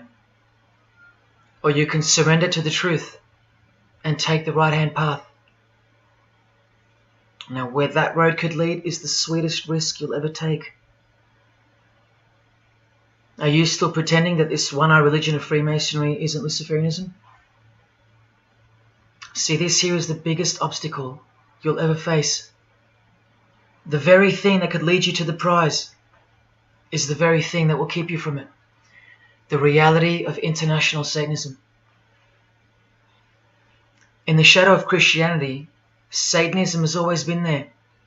With every church that sprung up, so did its invisible enemy, the Satanic Church, growing out of sight and out of mind from this to this. And Christianity has long been deprived of its power, as clearly demonstrable by the absolute lack of preaching against the institution of Freemasonry. Satanism's magic cloak, Satanism's magic trick, that's Freemasonry. And how they are laughing for now. So Freemasons are at the helm of the power structure of society, which means Satanism rules. And they're making their move for the new order of the ages. Are you that besotted by this evil world that you'll even deny the existence of secret societies? And what about the American president, John Kennedy? Was he just a nutjob like me? Warning us about an international secret society with an international secret plot. A Freemason trying to tell you and the world about Freemasonry. Shot through the head. I've shown you who they are. I've shown you how they successfully operate with degrees of initiations and horrific and illegal oaths of secrecy. And I've shown you why they are a secret society. I've proven it to you. And only now that I've done that, I can show you in this many minutes what the shocking new order that Freemasonry has so cautiously been guiding us toward actually looks like. And of course you won't believe that either. By now there's a 98.5% chance that you belong to the world. And in that case, the world can do, will do, and is doing whatever the hell it wants to with you. And when all you have is the world, you'll do anything to hold on to it. Christian or not, most of you will follow this world straight to the slaughterhouse in the name of peace, safety, and progress. Clinging to it, because all you love is inside it. Blissfully ignoring people like me warning you of who's really in charge of it. Men, women, actors, singers, businessmen, and politicians, all interlocked, whose God is named Lucifer. You've seen it with your own eyes, but now you can hear it with your own ears from this 33-degree Freemason in person, just in case the Masonic literature wasn't enough for you. Okay, define Lucifer for me. Pure, virtuous, wholesome, innocent individual that's out to help people. Lucifer is? Yeah. Say that again. Lucifer is a pure, holy... Virtuous. Virtuous. Now, see the Lucifer that God created?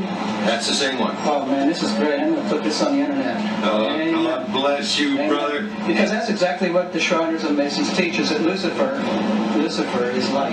No. And what about those hospitals? You know what, sir? Jesus said, many will say to me on that day, Lord, Lord, did we not do these good deeds in your name? And you'll say, away from me, you workers of iniquity, I never knew you. Jesus said it? In Matthew chapter 5.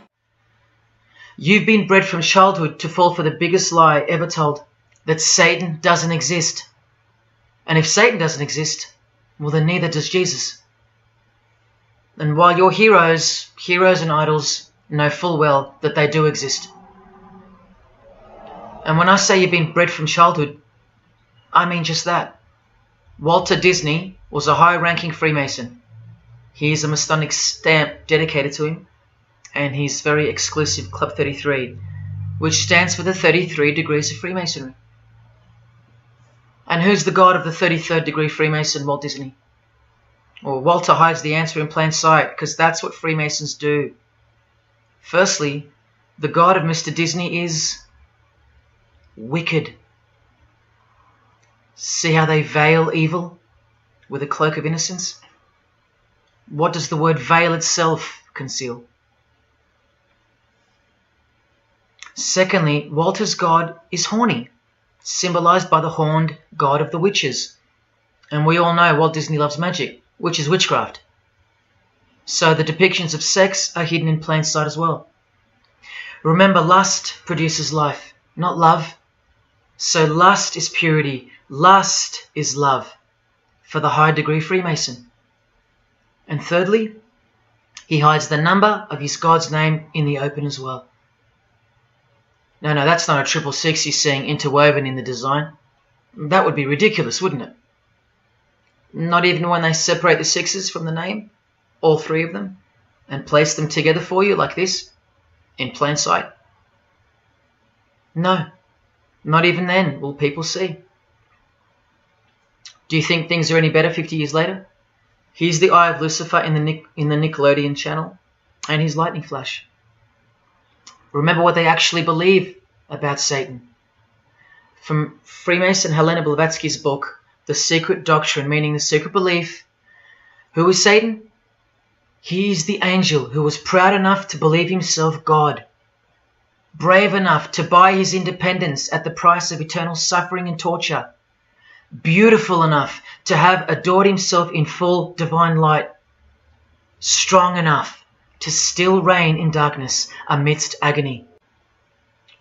Helena Blavatsky is suggested as recommended reading by the Encyclopedia of Freemasonry right here.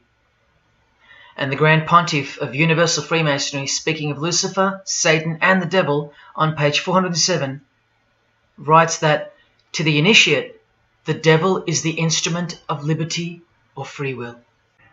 That's who Lucifer is to them, okay? To show you how little you know of who you're dealing with and the extent of this religion's influence and power, not to mention their plans, let me jump ahead for a minute. Watch this. This is Lucius Trust. The Lucius Trust is a non-for-profit service organization incorporated in the United States in 1922, and their objective from Lucius Trust website, dedicated to the establishment of a new and better way of life for everyone in the world based on the fulfillment of the divine plan for humanity. The divine plan. A new way of life. Like a new world system. Like a new order. Now you want to see who they work for? The Lucius Trust has consultative status with the Economic and Social Council of the United Nations. The United Nations, the UN. They consult the United Nations of the world. They advise the United Nations of the world. Now look at this. The Lucius Trust's publishing company was founded in the early 1920s as Lucifer Publishing Company. The Lucius Trust says that the name was probably chosen to honor Lucifer. What on earth does a modern day consultant to the most powerful and progressive force engaged in uniting all nations under one banner, the UN, have to do with the fallen angel of the Holy Bible? The one that Jesus Christ told us would manifest on earth as a world ruler, to deceive the whole world into a new world system. Yes, that angel. Why on earth would they honor that angel? Well, that's easy. They were founded by Freemasons. Incorporated into the United States by Alice Bailey and her husband Foster. Well, here's a book written by Foster the Freemason, The Spirit of Freemasonry, published by Lucius Press, also known as Lucifer Publishing. And one last thing, if you dig a little, you'll find an article on their website, The Esoteric Meaning of Lucifer, on a modern company website with consultative powers to the United Nations of all things. Wow, I really hope you're seeing this. In the article it states that the Baileys had enormous respect for H.P. Blavatsky, who stated in her renowned occult book, The Secret Doctrine, on page 245 in the chapter called Holy Satan. It is Satan who is the God of our planet and the only God. Then the article goes on to say that the Baileys sought to elicit a deeper understanding of the sacrifice made by Lucifer. Everything has been reversed. Evil is good, Jesus is the enemy, and Lucifer sacrificed himself for you, not Jesus Christ, the one who washed the feet of his disciples and the only one they fear. Modern progressive atheists do not influence world events, people. Satanists do. Remember the goal of the Lucis Trust? The fulfillment of the divine plan for humanity. Yeah, the divine plan exposed by Jesus Christ in the Gospels. Hence their war on the Bible and the abolition of it from the school system and even from modern Christian churches who dare not preach from the book of Revelation. Your most highly evolved and contemporary leaders of society secretly believe that in the theosophical perspective, the descent of these solar angels was not a fall into sin or disgrace, but rather an act of great sacrifice. They believe in the fallen angels and their revolt against God as revealed in the Bible, led by the devil, the chief commander of Freemason Bob Dylan, remember? These people make contact with these fallen angels, with the royal art of Freemasonry called witchcraft. Please stick around, let me show you that. How many solar angels does the Bible say followed Lucifer out of this heavenly realm?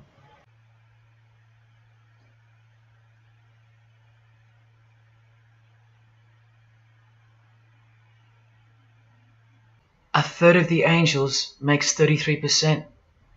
Does that number sound familiar yet? 33 degrees of Freemasonry. Just a coincidence? From the Gospels again, which expose these people every time. Do not let anyone who delights in false humility and the worship of angels, and who has access to some visionary world, beguile you, trick you of your reward. You still don't believe that the false humility of the charitable fraternity of the Freemasons is behind it all? Well, Blavatsky also published a magazine called Lucifer with a woman named Annie Besant. And here's a letter written by Annie herself with the official Masonic letterhead. And here Annie signs off as a 33rd degree Freemason. Printed also in the left-hand corner, Annie Besant, 33rd degree, and a member of the Supreme Council. Undeniable and undisputable. Please don't make me prove it to you over and over. Have you caught a glimpse of who you're dealing with yet? They're all Freemasons, high-ranking. And they're all buffeted by a plethora of Masonic dupes who don't know any of this because they can't decipher the symbols and they don't care to try.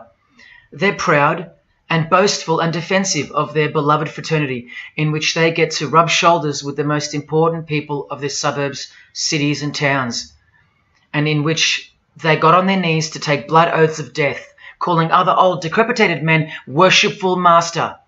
Yet still they think it's innocent and has nothing to hide. Delusional and lost, almost beyond hope. Some of them still think it's a Christian organization, just like the founder of the Satanic Church described. What do you get when you carefully conceal Satanism with Christianity? You get Freemasonry. People, Satanism is at the core of our world, and it is behind the new order that will be implemented soon enough. It will be all done through deception. You'll be tricked. Remember how I told you that the all-seeing eye sees that we're in hell? Well, the massive witch and Freemason Helena says so right here. Satan is the minister of God, Lord of the seven mansions of Hades, the angel of the manifest worlds. Hades means hell, manifest worlds means earth. This is who you're dealing with. This is the religion and the beliefs of the rich, powerful and famous. And yes, politicians. Do you want to go back to sleep? You can sleep after this. Or wait till I show you what they're going to do to you, coming up in this many minutes. For those who simply refuse to believe that Bono or Scott Morrison or Prince can be Luciferians because they all go to church, let me show you another Masonic ritual they do. And this is before Satanism or Luciferianism is revealed to the candidate.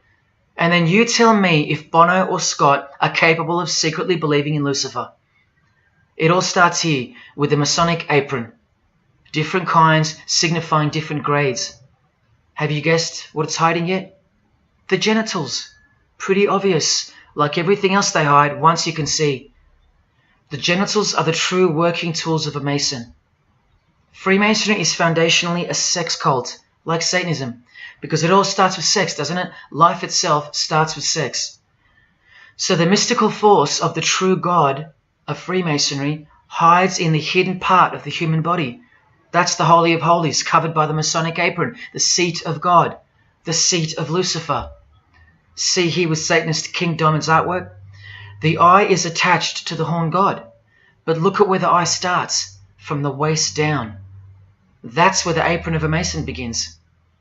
And the one eye of Freemasonry is also the one eye of the penis, where life generates and springs forth. See the openly hidden secret of the Masonic square and compass now? You're looking at the sex act. That's the female in missionary position, and that's the male mounting her. The sex act. And the eye in the middle, with these emanating rays, is the orgasm and the ejaculation of the penis. See life shooting forth. That's how they see the sun and the earth too. The sun is the visible penis of their true God, shooting forth life continually. The light itself is the mystical sperm of the God of this world. The sun and penis generate life, while the earth and female womb produce life. The letter G, when replacing the I in the middle of the square and compass, stands for generation, sexual generation. The practical aspect of Freemasonry and Satanism's religion is that of a sex cult. You see Rod Stewart telling you he's a Freemason? By displaying the hidden hand of Freemasonry, also known as the Master of the Second Veil, and look at his other hand, taking the Masonic apron's place for covering his penis, which is the Holy of Holies, the seat of God for the Mason. And from the Grand Pontiff of Freemasonry, Albert Pike, hence the significancy of the phallus, the penis, or of its inoffensive substitute, the obelisk. Straight from the horse's mouth, the erect penis graces us, or should I say disgraces us, with its presence in every country in the world, marking its territory. The Masonic obelisk in our face, everywhere, making its bold statement, yelling, screaming in silence. This is another reason why we're considered the ignorant and stupid masses. Another example of hidden in plain sight. And here's an erect penis on the front page of the female Freemasonry magazine, The Eastern Star. I once stood in front of this obelisk in Sydney, and I must have asked 30 people what they thought it was. Not a single one of them knew. To the Freemasons of the higher degrees, the whole universe is in fact one giant and continuous sex act. This is the structure of Freemasonry. You can take this path to the top or this path. And way up here, you have the Order of the Mystic Shrine. The Mystic Shrine is what's found behind the Masonic apron, because that's where life comes from. That's the Mystic Shrine. You have to be a 32nd degree Freemason to be asked to join the Order of the Mystic Shrine. And then, once you're inside, you can be invited to join this order, the Royal Order of Jesters. See, Freemasonry is like Russian dolls, and Satanism is at its center. Look at some of the pins and lapel designs for the Order of the Jesters. You can only join them unless you're at least a 32nd degree Freemason. Sex and debauchery. Erections. The adoration of the phallus. Masturbation. Devils. Demons. Fallen angels. This one here, mocking holiness, reference to the anus, and sodomy, anything to mock the Bible. This disgusting one has King Momus sitting on a female's face, and hidden in plain sight is the square and the compass, for those who have eyes to see. Bestiality, yes indeed. this bagpipe player has an erection and the sheep is running away scared. Self-explanatory. This character has an emphasized eye, if you can see that, and the skull has an emphasized eye also.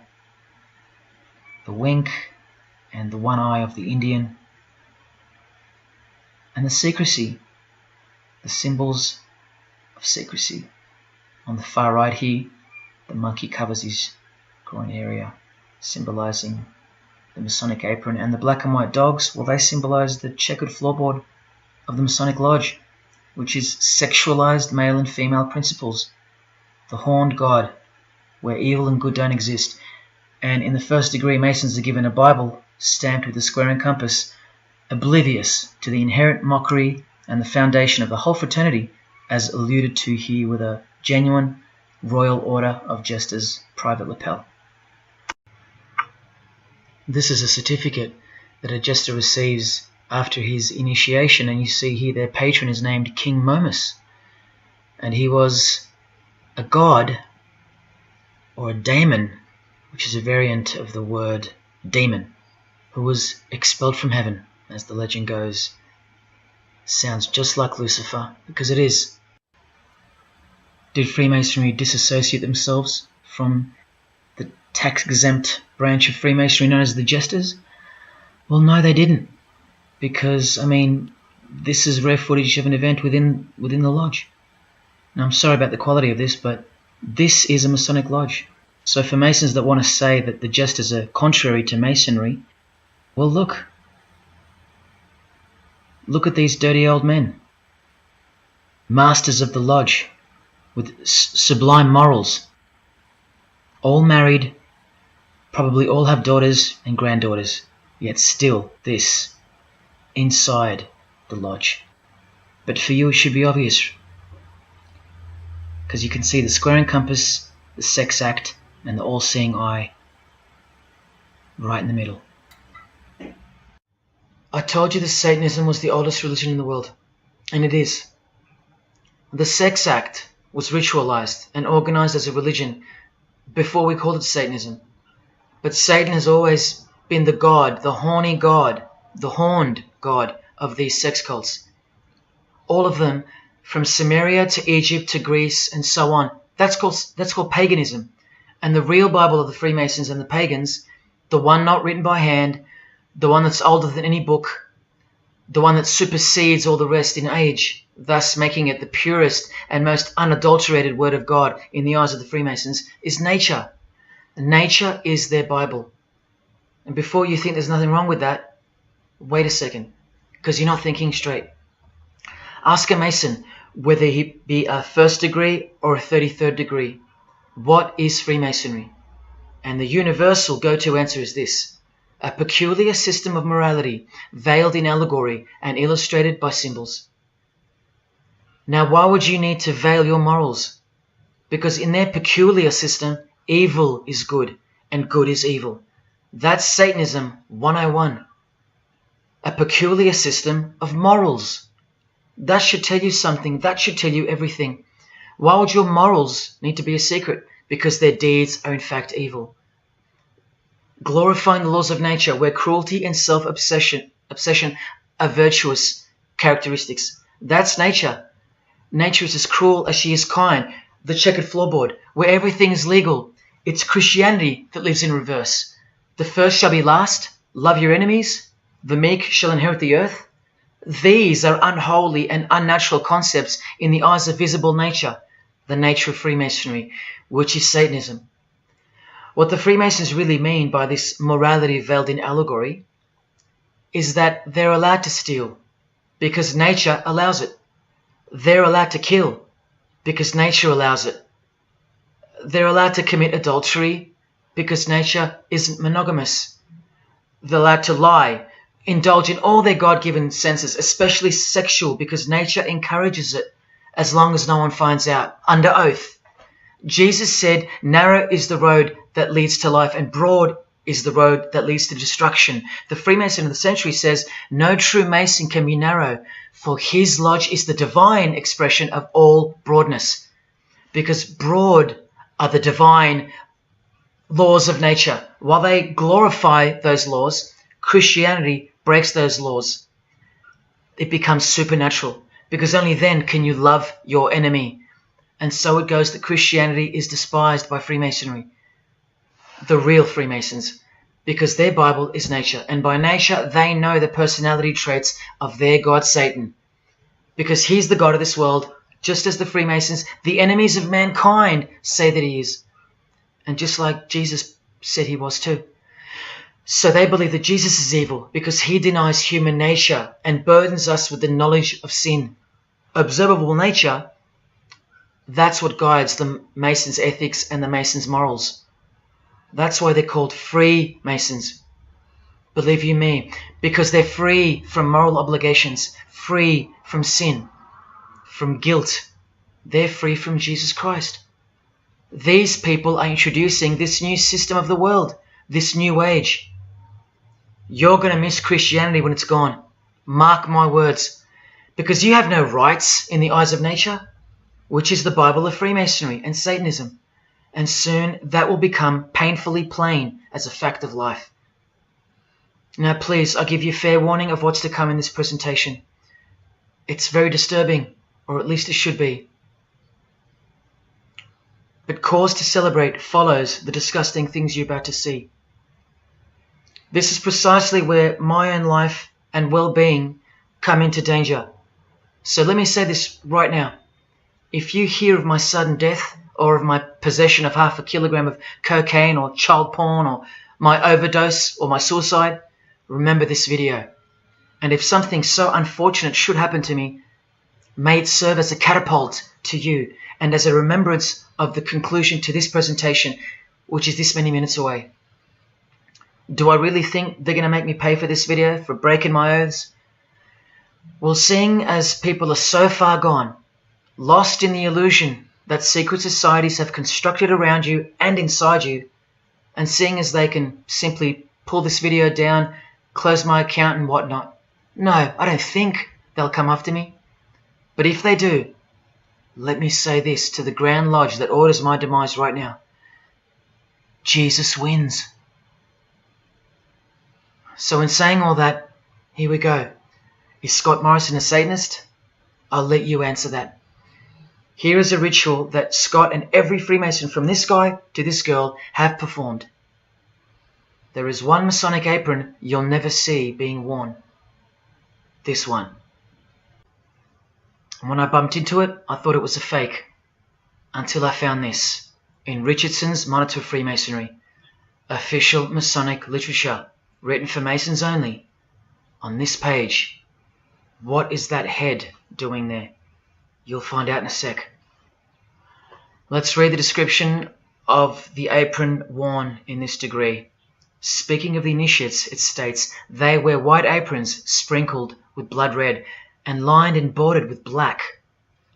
On the flap of the apron, a bloody arm holding a dagger, and on the apron, a bloody arm holding a bloody head by the hair.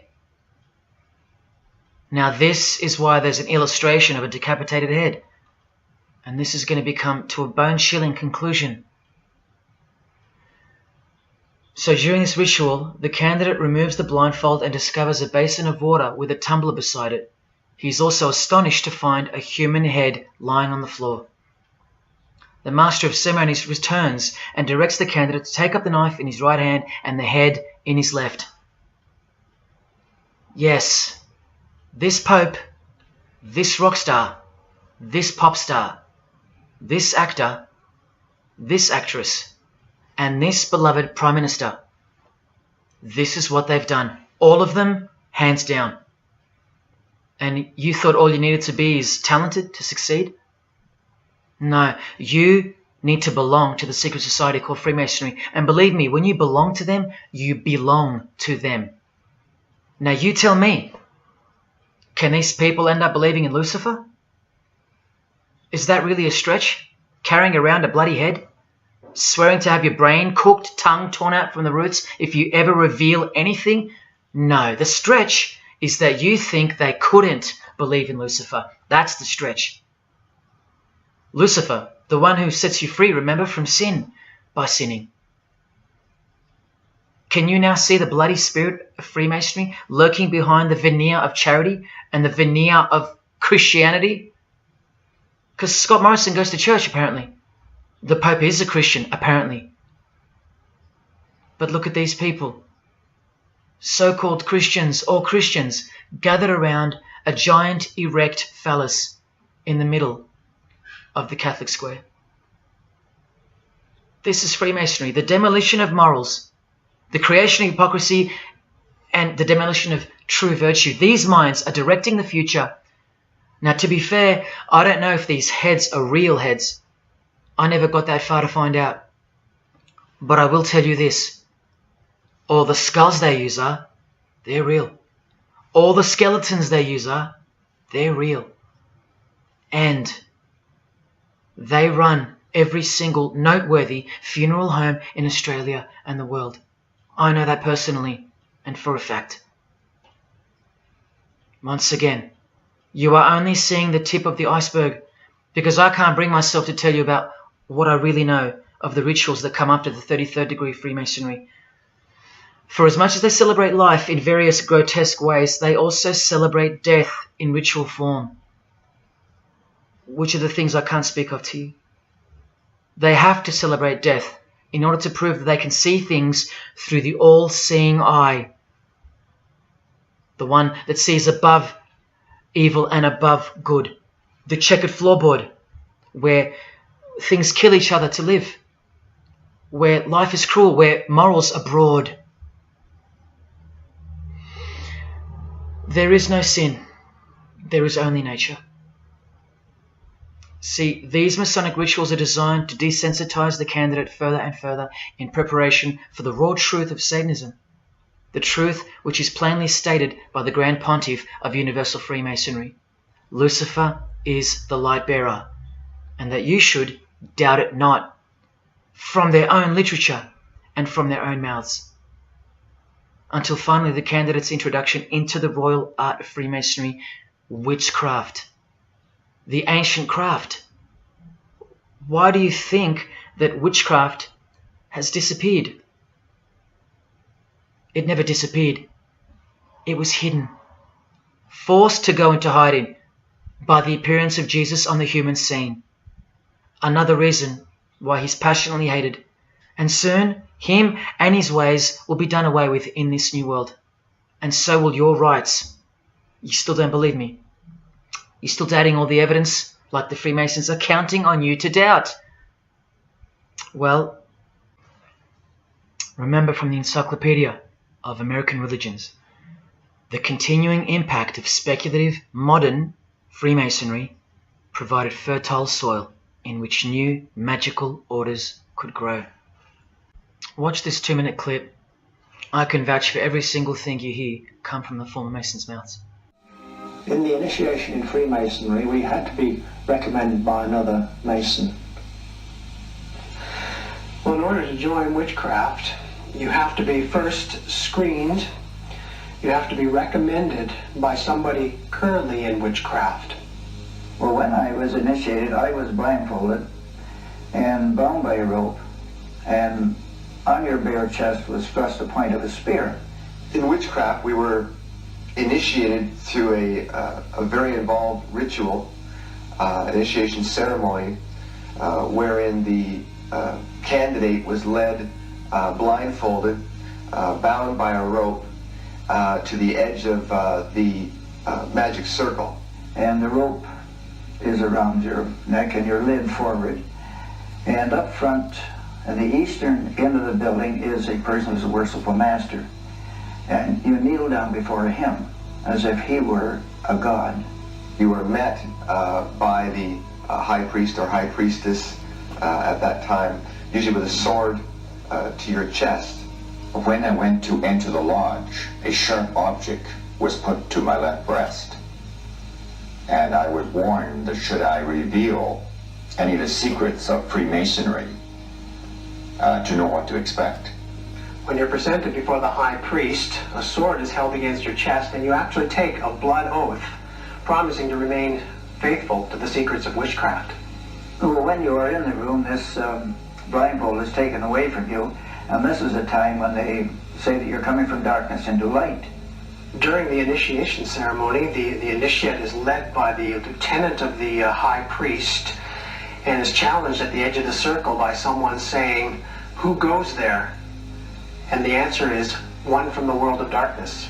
In Masonry, the prayers are ended with "So mote it be."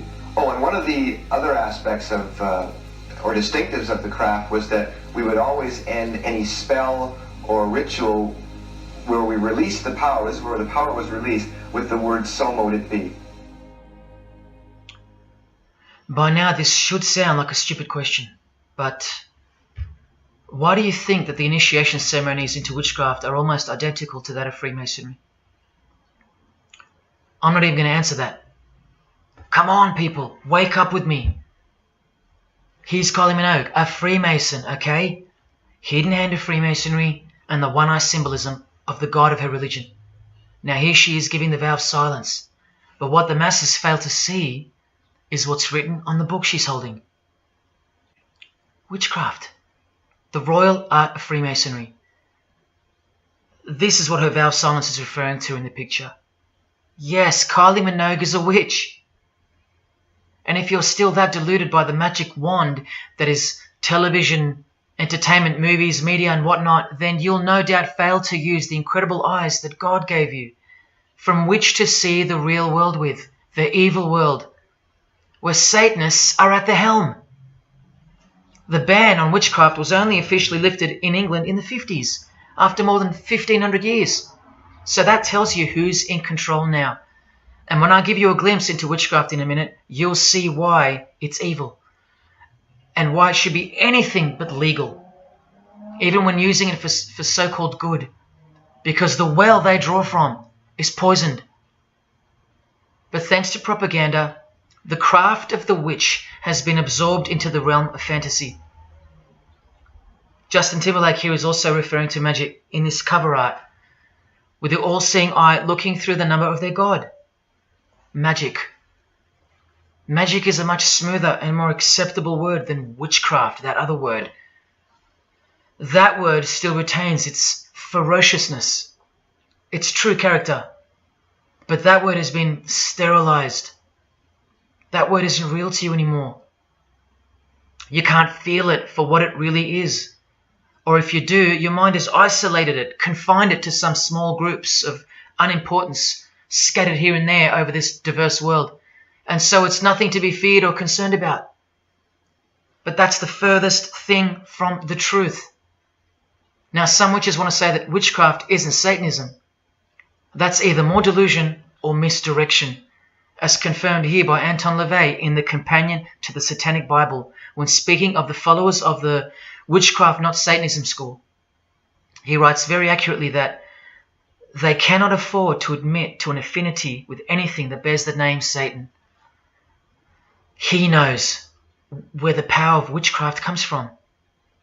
Now, does that mean that Justin Timberlake is a Satanist because of his symbolism and the use of his word alluding to witchcraft in his artwork? Well, yes, actually, that's correct. He is. Here's a quote from one of his songs. You want to see who else is in good company with these famous idols? Suzanne Atkins. Same sign, same religion, Satanism. Do they all have to admit it in the English language for you to believe me? Or can the symbols they use finally be enough for you? Look at what another legendary Freemason, Arthur E. Waite, states. Out of evil comes good. And the confusion of tongues gave rise to the ancient practice of Masons conversing without the use of speech. Out of evil comes good, so it's good to do evil. That's what he's saying. See, I'm trying to include you into the conversation that the Freemasons are having with each other in public via symbolism, unbeknownst to you. Listen to what famous US footballer Tom Brady said regarding his wife. So, man, I listened to her. And right after the game, she said, "See, I did a lot of work. You do your work, I do mine." She said, "You're lucky you married a witch. I'm just a good witch." Well, this is Tom Brady. And this is his wife. Both initiated into the secret society. Of course they are. Wait, she's not displaying the one-eye symbol of the Freemasons, is she? That's just art, isn't it? Well, no, it's not. She's a witch, and her husband just told you she was. Here's Steve Miller's front cover to the famous song Abracadabra, and he covers his eye because he's a member of the one-eyed religion, and abracadabra is a legitimate word used in witchcraft. Here it is in the 100-year-old Encyclopedia of Freemasonry. Why would the word abracadabra be in the Encyclopedia of Freemasonry, the fraternity that runs charities, hospitals, nursing homes, and that secretly supply us with popes, presidents, prime ministers, kings and queens, and the bulk of our entertainers? Why? You know, I really think it's time to show you what the Satanists dressed as Freemasons are going to do to you and the world to finally establish their new world, their utopia. And this is going to be the segue into that. This is my last practical example of Freemasonry's satanic roots. And then I'll close this presentation with the most shocking thing you'll see or hear. You probably won't care, but to the precious few who remain, I will send you off with the greatest and most beautiful shock of all.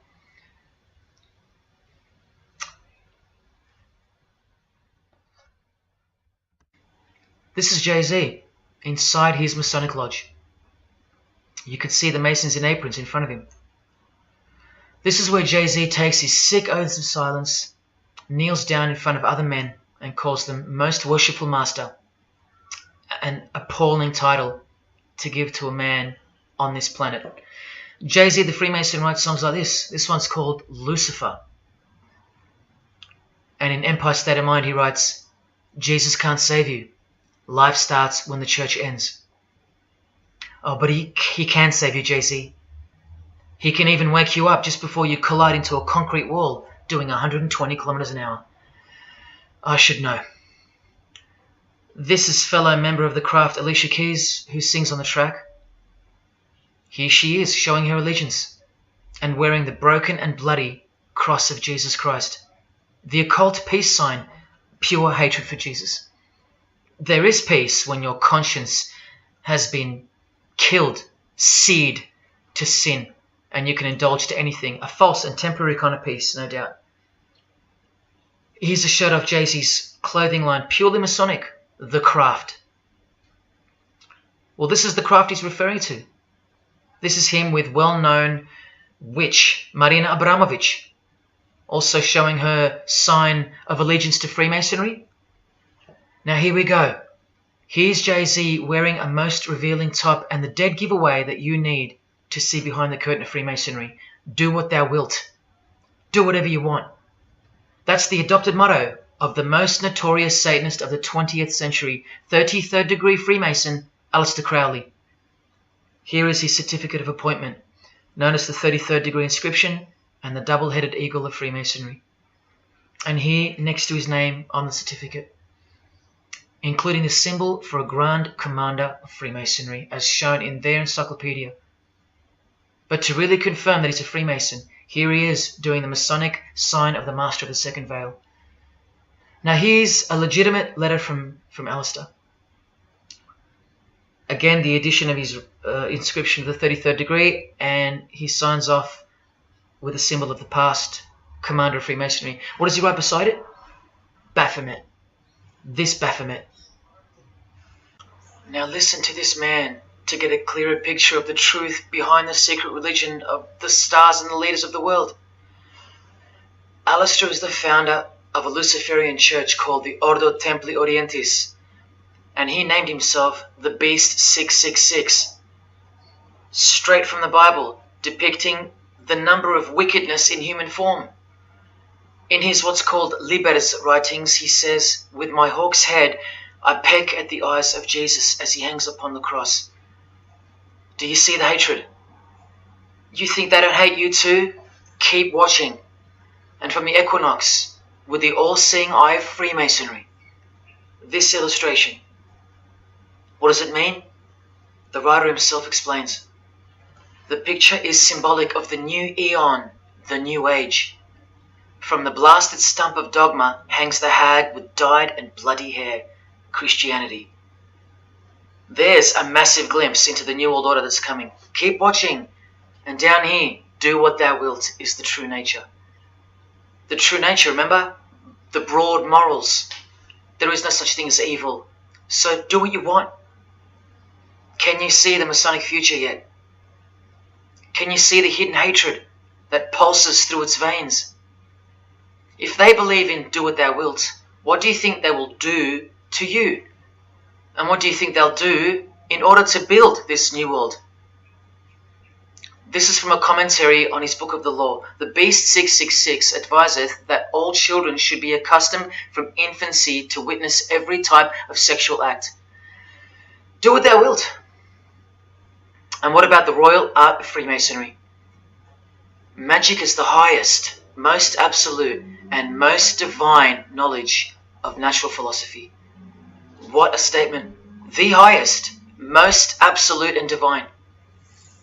Well, let's have a closer look into some of the more hidden secrets of the most divine natural philosophy known as magic. Any living being is a storehouse of energy, varying in quantity according to the size and health of the animal. At the death of the animal, this energy is liberated suddenly.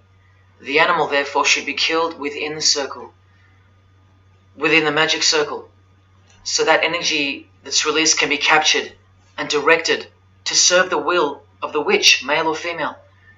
This is a science, a hidden science. But now hear this, coming from a 33rd degree Freemason, and don't you forget that.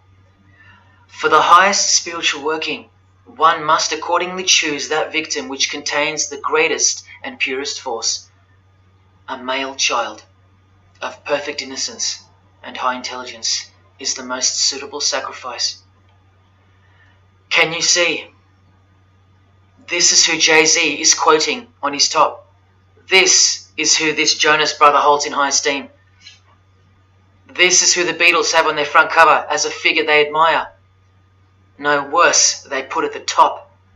This is the same picture of the front cover in a mirrored form, and after some kaleidoscoping, you'll find this.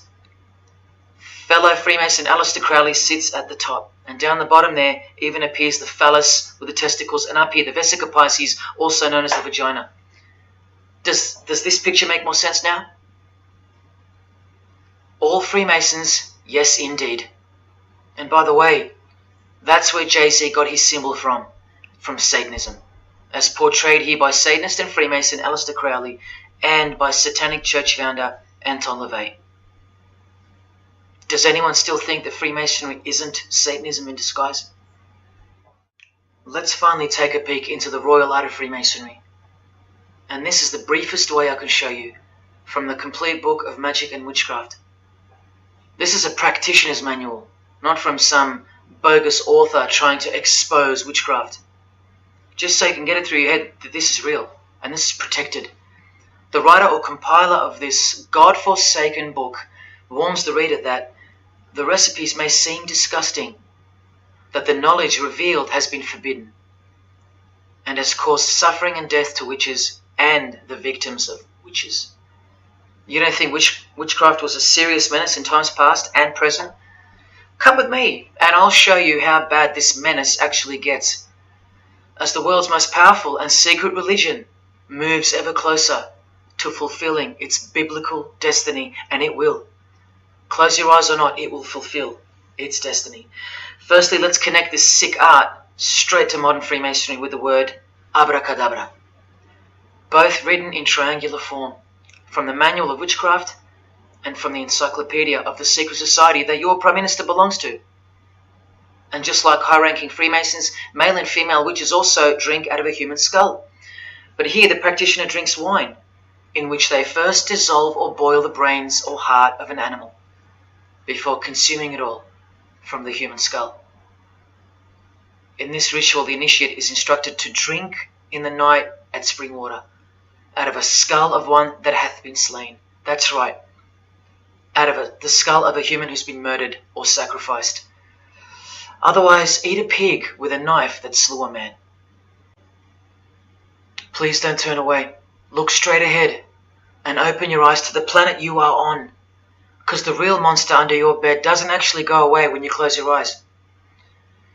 In other rituals of the craft, you burn a rooster while he's alive, with the use of a poisonous plant used in ointments and potions of witches. You can assure death and destruction on a victim. You want to make a female enemy sterile, or a male enemy impotent for the rest of his life? Otherwise, you can just kill them. The hand of glory is the severed hand that is dried and preserved to be used in black magic. Yes, a dead human hand. A black circle is most effective for operations of evil. The use of blood and sex in ritual was considered helpful for obtaining the necessary energy to successfully work magic or achieve mystical insight. But here's where the darkness thickens even further. Animals such as black cats or children may be sacrificed, and participants may drink the blood of the sacrifice. And just so you know that Stanley Kubrick wasn't joking, an orgy of participants sometimes follows the mass. No remorse, just science, the science of witchcraft, the royal art. And here, what's necessary for the working is the fat of young children, dead children. How many children do you think go missing in Australia every year? That's how many. And what about the world? Is it 1 million? Well, according to the International Centre for Missing and Exploited Children, it's 8 million children per year. Do you think that the highest, most absolute, and most divine knowledge of natural philosophy has anything to do with that? Any chance of an international secret system that is bolstered by initiations and degrees, and bound under the most brutal penalties that the human mind can ever devise? Do you think that has any involvement? Any chance of that? Am I saying that this Freemason has sacrificed children? No, I never said that. But did he ever even remotely mention the secret societies? Did he ever try to warn you? Educate you? No, he was under oath. Am I saying that these Freemasons have sacrificed children? No, I never said that either. But have they ever warned you about the secret society that believes that Lucifer is the savior? The society functioning right under your nose, that secret society? No, not a chance. Julia Gillard admitted she belonged to one, but that's about it because they're all under oath. So where does this ancient craft originate from? It originates from the spirit realm, from spirit beings. That's who taught mankind the royal art before civilization began. In this chapter, The Rites of Satanism and Witchcraft, the manual explains that a typical satanic Sabbath was, number one, a homage to the devil, usually performed as the osculum infami, also known as the kiss of shame, which is so shameful that we'll just put it this way. The ritual involves kissing the hindquarters of the devil, the rear. Surely this is far removed from anything to do with Freemasonry. People, the original order of the Knights Templar were found guilty of this very same obscene ritual. And where do you find the modern variant of the Knights Templars of today? I told you, in the highest degree of Freemasonry, right here. Here's a couple of them now. And what's on this Templar's head? From the Masonic Encyclopedia, remember? A symbol of the Baphomet, according to 33rd degree Aleister Crowley. And we could confirm that in the Satanic Bible. That's exactly what's hiding deep inside of Freemasonry. I'm only showing you this to show you the reality of Satanism and the demonic realm, the world you can't see. On this earth? And in this earth and then in a world we can't see. Look here. The hierarchy of demons occupies a more important place in both black and white magic rituals. Both black and white. This is where the power of witchcraft comes from. And this is the reason these bizarre rituals actually function and actually work. Because after the ritual is performed on earth, its effects are carried out to their conclusion in the spirit realm by spiritual beings or demons, actual demons. The reality that is hidden from you. Because if you found out that Satan was real, then that would have to make Jesus Christ real too. And he is the one they hate. And if Jesus Christ is real, that changes everything. And this is how much they hate him. The prayer that Jesus taught his disciples is performed backwards. The high priest is sometimes naked. A prostitute assists him, and a naked virgin, who may later be deflowered, is the altar. Everything that is sacred is defiled, and everything that is filthy is honored as pure, because of their burning hatred of Jesus Christ, just as he's hated by the fallen angels that they worship.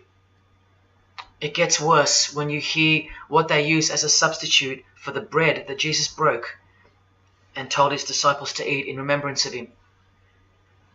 A wafer which initiates me with this, this, and this, or the name of Satan may be written upon it. And this isn't even witchcraft. This is just a ceremony announcing who they love and who they hate. So is Satan real? It continues to state in the hierarchy of demons at the very top, Satanakia, whose title is the Commander-in-Chief. What did Bob Dylan, the Freemason, call the one he made a bargain with? Should I ask who you made the bargain with? with the chief commander. Same title, Commander-in-Chief, Chief Commander. Are you following? But watch this. In case the darkness is getting a little too thick and encompassing for you, let's shine a little light. The true light that only the Gospels can supply. Speaking to us humans and revealing something about Satan, the Gospels state, you follow the spirit of the age in this world system as dominated by the commander of the spiritual powers of the air. Satan, the god of this world, the commander. You still think the Gospels are wrong or fake? See, Satanists know that the spirits also live in the air, just as the Gospels reveal. You can summon any of these demonic spirits by name if you possess the royal art. Who do you think this figure on the front cover represents? A magician who is inadequately prepared and cannot attain his desires may seek the aid of Satan. That's who this is. Now that you know, hopefully for a fact, that these are people at the top of the human food chain, do you think they'd be fooling around with stupid fairy tales? No, witchcraft and Satanism is absolutely real, hence their earthly power. This demon here, fifth in the pyramid structure, holds the title of Inspector General. And what's the title of the highest degree in Freemasonry, who exists in every local lodge in every suburb, a suburb near you? Inspector General. Same title as the living demon. Do you believe me now? You can even conjure Lucifer himself, or be Beelzebub, who the Gospels call the Prince of the Devils. Both of whom are listed as superior spirits in this book of witchcraft and magic. I can show you so much more from this disgusting book, but I'll cut it off here with the seal of Saturn, a demonic sigil from the complete book of magic and witchcraft. And this is his seal. Can you see? Do you see? This is the society that lives amongst you, above you. The one-eyed religion of Freemasonry, hidden right in front of those who have their eyes wide shut. I'm going to now show you what that world that they are building, from the ashes of the one you're currently living in, looks like. But lastly, to drive this business of blood sacrifice home, here's American rapper Azealia Banks with the 666 hand sign, and now over the all-seeing eye in her video, the eye in the triangle of the Freemasons on her shirt, and the devil's horns, her liberator, her master, her commander. And now displaying the secret society vow of silence. Along with that, the last brief glimpse into the highly concealed royal art of Freemasonry. The amount of crap that's about to come off my floor right now, guys. Oh my god. 3 years worth of brujeria. Yes, you know I gotta scrape all this shit up. And what does brujeria mean? You know what it means. Witchcraft. Azealia Banks, the witch, with her eye in the triangle shirt, and the logo of, for example, the Grand Lodge of Freemasonry in Spain. one and the same symbol. The logo of the Fraternity of the Freemasons and the logo of this Church of Lucifer. The one eye. One and the same symbol. Freemasonry has deceived you. Yes, people, now you know how Satanism has functioned out of sight and out of mind. You still think there's no such thing as witchcraft?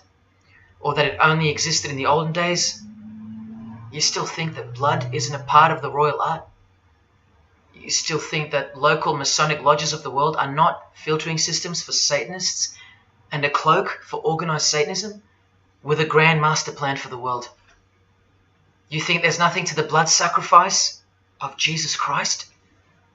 After seeing all this and the Azealia Banks clip, and after realizing that there exists a hidden and guarded science of the art of blood sacrifice, you think there was no science behind Jesus' crucifixion, a deeper reality that we can't see or understand? You think Jesus didn't know what he was doing? Or are you one of those who still think he didn't exist? Tell me, how can they hate something that doesn't exist?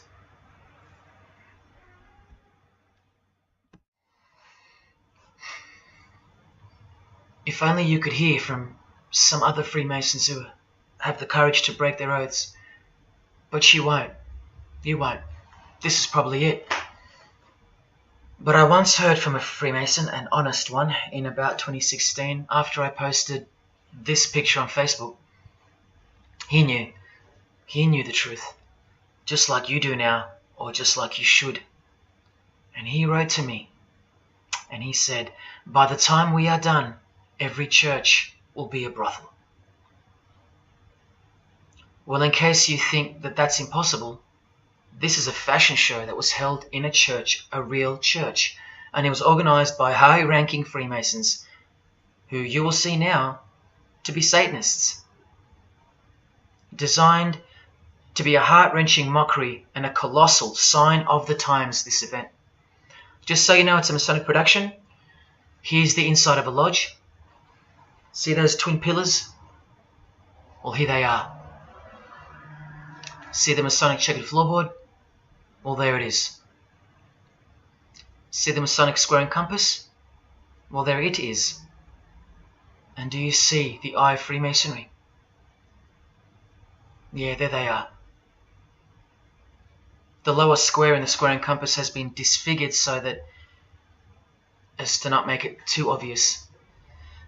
But now that we've established that, here is the spirit of Freemasonry, as displayed through just a few of the models. This one wears the horns of the Baphomet, the horns of Satan, with his all-seeing eye in the background. More horns. This model wears the all-seeing eye, as does this one. And this disgusting thing with another huge all-seeing eye of Lucifer in the background. Then there's this, with a satanic pentagram on her face. And finally, this male model in a skirt with two satanic inverted crosses of Jesus Christ on his top in a church. Oh, the morbid victory of the Freemasons. Unstoppable. For now.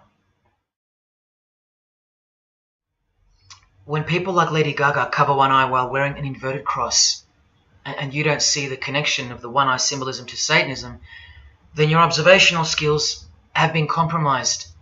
In the span of 2 days, I saw these ads in my local shopping centre. And that alone tells me that the satanic age is here, manifesting all around us, seemingly invisible, while you look straight ahead through the symbols.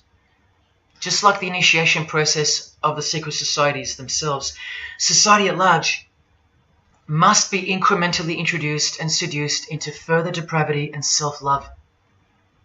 And haven't we been slowly but surely perverted over time, degree by degree, until we think that men dressing as women is beautiful and healthy, anal sex is a form of expressing love, the sick world of pornography is considered as liberating for women and men, and protected by free speech. In California, babies are allowed to be aborted after birth because it's a woman's choice.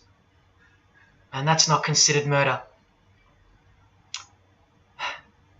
A world where we should applaud young children like Desmond is amazing, cross-dressing while he dances for gay men at a gay bar on a podium because he's paving the way for the kids of the future. And we should get shamed, fined, and even jailed if we point out that this is sick, sinful, and dare call it evil, which is what it is. What spirit is behind Desmond is amazing? Oh yeah, an evil spirit, no doubt about it. You think Freemasonry and their peculiar morals aren't behind the decline of Christian morality and morality worldwide? It's all by design. The Masonic war on Jesus and the Christian social structure, generally undetected by human perceptions, and still people will write to me and comment on how absurd what I've said is. A cloud over the eyes of their heart. Well, I tell you this. There is no bigger axe that has ever been grinded than the one Freemasonry grinds. Because the appearance of Jesus Christ pretty much destroyed their religion, drove it underground, and they will have their revenge. Soon you're going to see it. We've all been initiated into the lowest levels of materialistic Satanism under the banner of secular humanism. I know blokes who think that life's great, mate. Life's terrific. Life's what you make it. Evil, Lucifer, Satan, these are just words that Christians invented to help them sleep better at night. There are no cults. There are no conspiracies. John F. Kennedy's speech about secret societies plotting against the world, that's not relevant anymore. That's history. There's no such thing as Satanism amongst civilized people. Oh, children, when darkness comes to your door, takes your wife, takes your health, your job, your home, your freedom, your children, then you call out, oh my God, this is evil. Why is this happening to me? Well, here comes the darkness. Here comes the evil. You want to know what the New World Order looks like? You want to know what the future holds? You want to know what horror is coming to our planet? As Jesus told us, for then there will be great distress, unequaled from the beginning of the world until now, and never to be equaled again. Ladies and gentlemen, welcome to the Masonic New World Order. These are the mysterious Georgia Guidestones, also known as the American Stonehenge. They are a set of granite monoliths which were constructed in 1980 and funded by an unknown and anonymous group and commissioned by a man using the pseudonym R.C. Christian. On a ledger beside the monument is written, "Let these be guidestones to an age of reason." Here we have a reference to a new age. With this, we get a clue as to the spirit behind the structure. The Age of Reason happens to be the title of a book by Thomas Paine. Now, you can colour him any which way you want to, but whichever way, one glaring colour shines through. Thomas was a hater of Christianity. That's the second clue to the spirit behind the Georgia Guidestones. The third is the fact that the Guidestones feature as what could be seen as a replacement to the Ten Commandments of the Christian God with the new Ten Commandments of the New Age. Because I will not steal, cheat, lie, kill, and so on. They're just, well, too narrow for the New Age, for the Age of Reason. Clearly designed to be a take on the biblical commandments, being 10 in number. They are all very vague indeed. But anyone can ascertain the horror that must first take place before this New Age can begin by looking at the first guideline. Because this one's not vague at all. Maintain humanity at under 500 million. That's right, a reduction of at least 7 billion human beings would be necessary for that. This thing cost the equivalent of $500,000 US to build, and the street it's located on is named after it, so that tells you how much reach its creators had. Its presence alone is a disgrace and a declaration of execution to most living people alive today. But let's go on to the fourth clue, as to the spirit behind these monuments. the monuments outlining the Age of Reason. The name R.C. Christian, the so-called person who commissioned the building of these giant slabs, anyone who's versed in secret societies or is a high-ranking member themselves would instantly recognize the pseudonym as a reference to the secret society known as the Rosicrucians, which is just another secret society branch that exists under the umbrella of Freemasonry, which is an extension of all secret societies of the past and is now the mother of all of them. In this Masonic website, Worshipful Master Wynne Westcott urges the Freemasons to consider their status as Rosicrucians. The RC stands for Rosenkreuz. Christian Rosenkreuz is the mythical founder of the Rosicrucian order. And as impossible as it is for me to prove that Thomas Paine himself, the writer of Age of Reason, was a Freemason, he did also write this book, The Origin of Freemasonry. That is the spirit behind the Georgia Guidestones, the satanic spirit, and a straight off the bat view of this approaching new age. I told you, the whole system is about to change, and it's not going into the future, it's actually going back into the past. The old religion, that's what's taking everything over. And you'll walk straight into it, blind as a bat, thinking these people want to help you. They will appear as your saviors, forgetting or never being told in the first place that all this time there have been two societies in the world. The visible one, which is the one we're in, and the invisible one. Remember that the invisible one considers you profane, vile, and vulgar. Why on earth would they want to keep you around? In a book I can't mention written by them, people are referred to as useless eaters. We've become excess inventory, redundant, and past our use-by date in their eyes. Think about this. According to a prediction by information technology and research advisory firm Gartner, 1/3 of jobs will be replaced by software, robots, and smart machines by 2025. That's 4 years away. Google engineering director Ray Kurzweil anticipates that robots will have reached human-level intelligence by 2029. And by 2050, 80% of all jobs will be eliminated by automation. What on earth are you and your family good for then? What do you think the secret society will do to the vile multitude then? The utopia is coming, but it ain't your utopia. You still think that by the measure of the minds of international Satanism, you should be kept around? This excess baggage that the bulk of society has become? No, no, no. The new age is dawning. And generally speaking, you're not invited. It'll just look like you are. Remember that Charles Darwin, the Freemason, is listed as an influential figure in the Satanic Church. So mass murder and mass death are natural and necessary themes in the name of evolution, an artificially induced evolution into this. Here's the same image in real life in Eilat, Israel, seemingly unrelated to the seal on the US dollar bill, right? But standing in glory with a Masonic square and compass, telling you exactly who owns this pyramidal symbol, complete with the one eye on top. Same symbol, same designers, worshipping the same God. You should be getting goosebumps by now. Is this a conspiracy led by international Freemasonry? Oh, you don't have to bet your life on it, because your life has already been placed as a bet on your behalf and without your knowledge, but with your permission, because all of the information is hidden in plain sight. In your face is where it's hidden. You're going to lose this battle unless you've been hidden in Jesus Christ, the only one who warned you that the new age is a trap and that it is the climax to this epic drama being played out on planet Earth. Now hang on, brace yourself, because I ain't going to let you down. This is a magazine called The New Age, but if you press rewind, you can find its source. Supreme Council of 33 Degree, Freemasonry.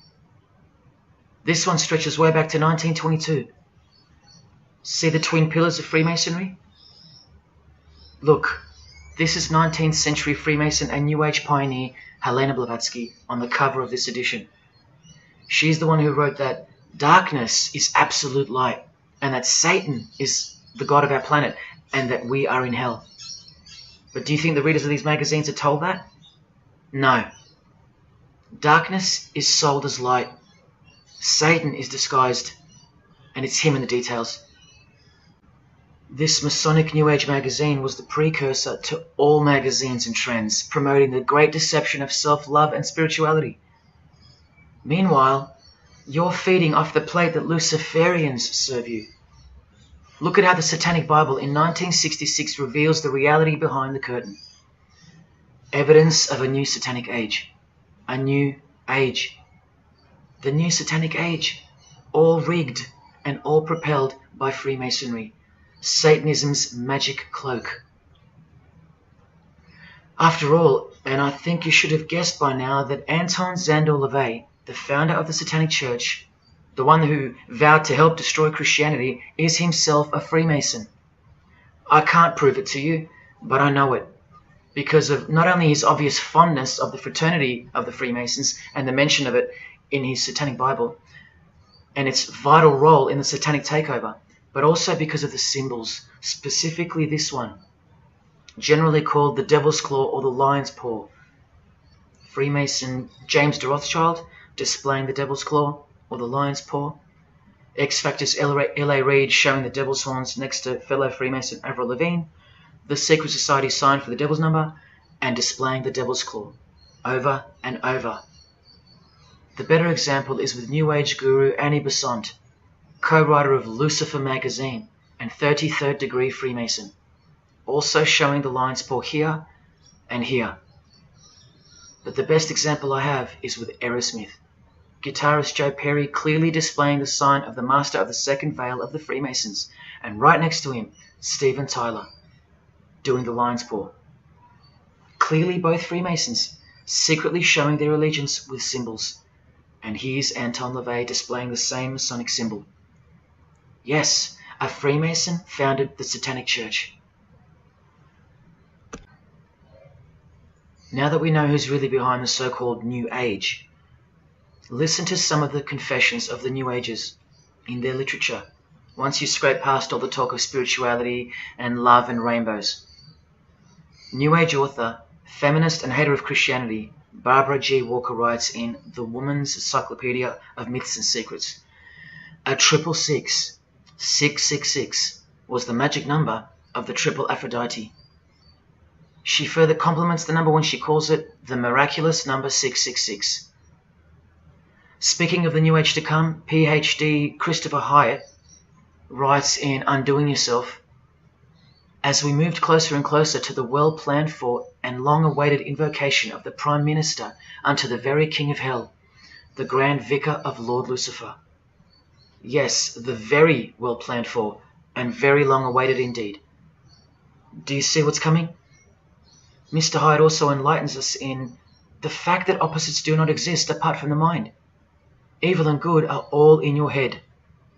That's why you should brace yourself, because these are the minds creating the New World System. He confirms this. The New Age will require new men, men of high consciousness and fortitude. All of our present dogma models will crumble. He means the Christian and the Christian social structure will crumble. In the introduction to the book, another PhD, Robert Anton Wilson, tells you what the New Age really thinks of the Christian social structure, which you have more or less enjoyed your whole life, Christian or not. Christianity and democracy have been among the worst disasters to ever befall the human race. I told you, atheists, you're going to miss Christianity when it's gone. Here's a picture of Robert with the Masonic eye in the triangle on the wall behind him. Remember where the term New Age came from.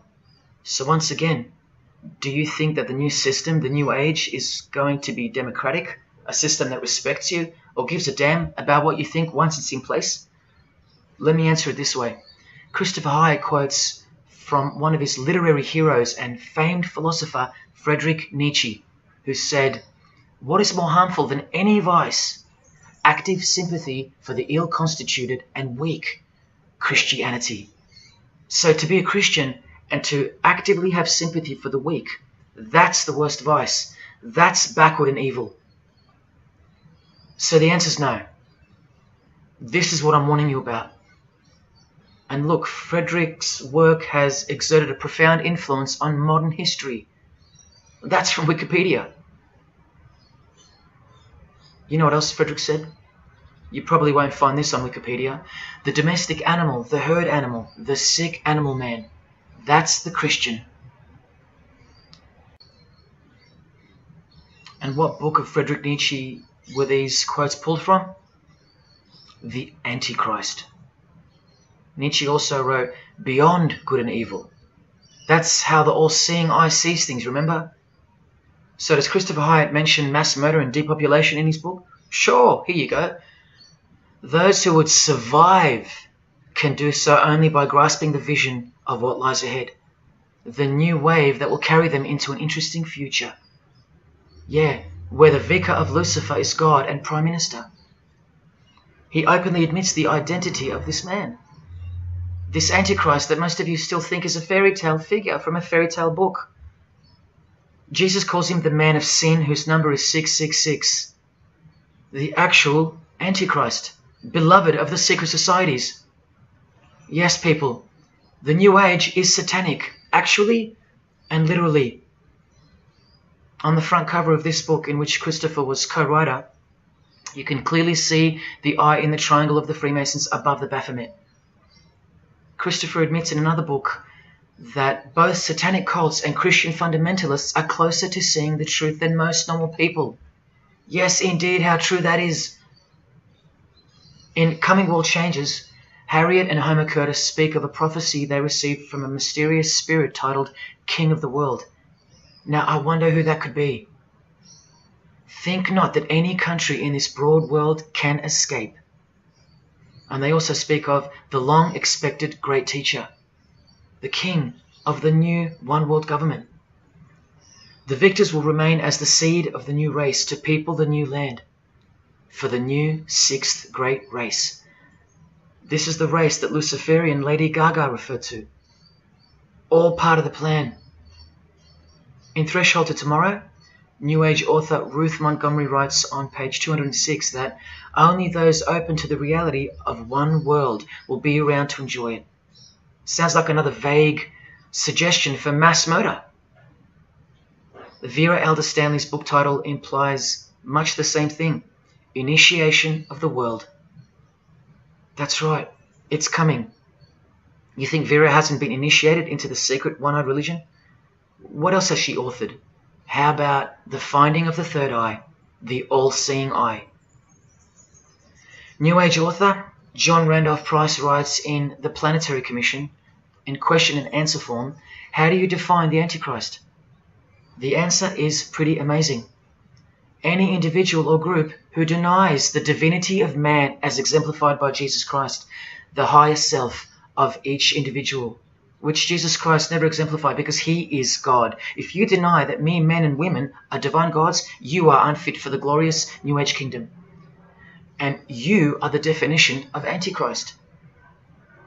In Practical Spirituality, he prepares his readers for a population drop of 2.5 billion people before the New Age era can begin. On page 32 of New Age author Barbara Marx Hubbard's book, Happy Birthday Planet Earth, she states that people will either change or die. That's the choice, she says. Notice the New Age has a new gospel, yet all the while, the world will be neglected of the information in the real Gospels, where it warns and predicts. For if someone comes and preaches another Jesus, not the Jesus whom we preached, or another gospel, you are most beautifully tolerant of them. In the Book of Knowledge, The Keys of Enoch, the writer has a quote-unquote direct experience with two spirits, Enoch and Metatron, and they share with the writer spiritually scientific teachings regarding the new system of things soon to be fully manifest. The reason this work is considered extra special amongst its readers is because it was the first book to point out the alignment between the Great Pyramid and the constellation of Orion. The first book ever. that's basically proof that these spirits, Enoch and Metatron, are the real deal.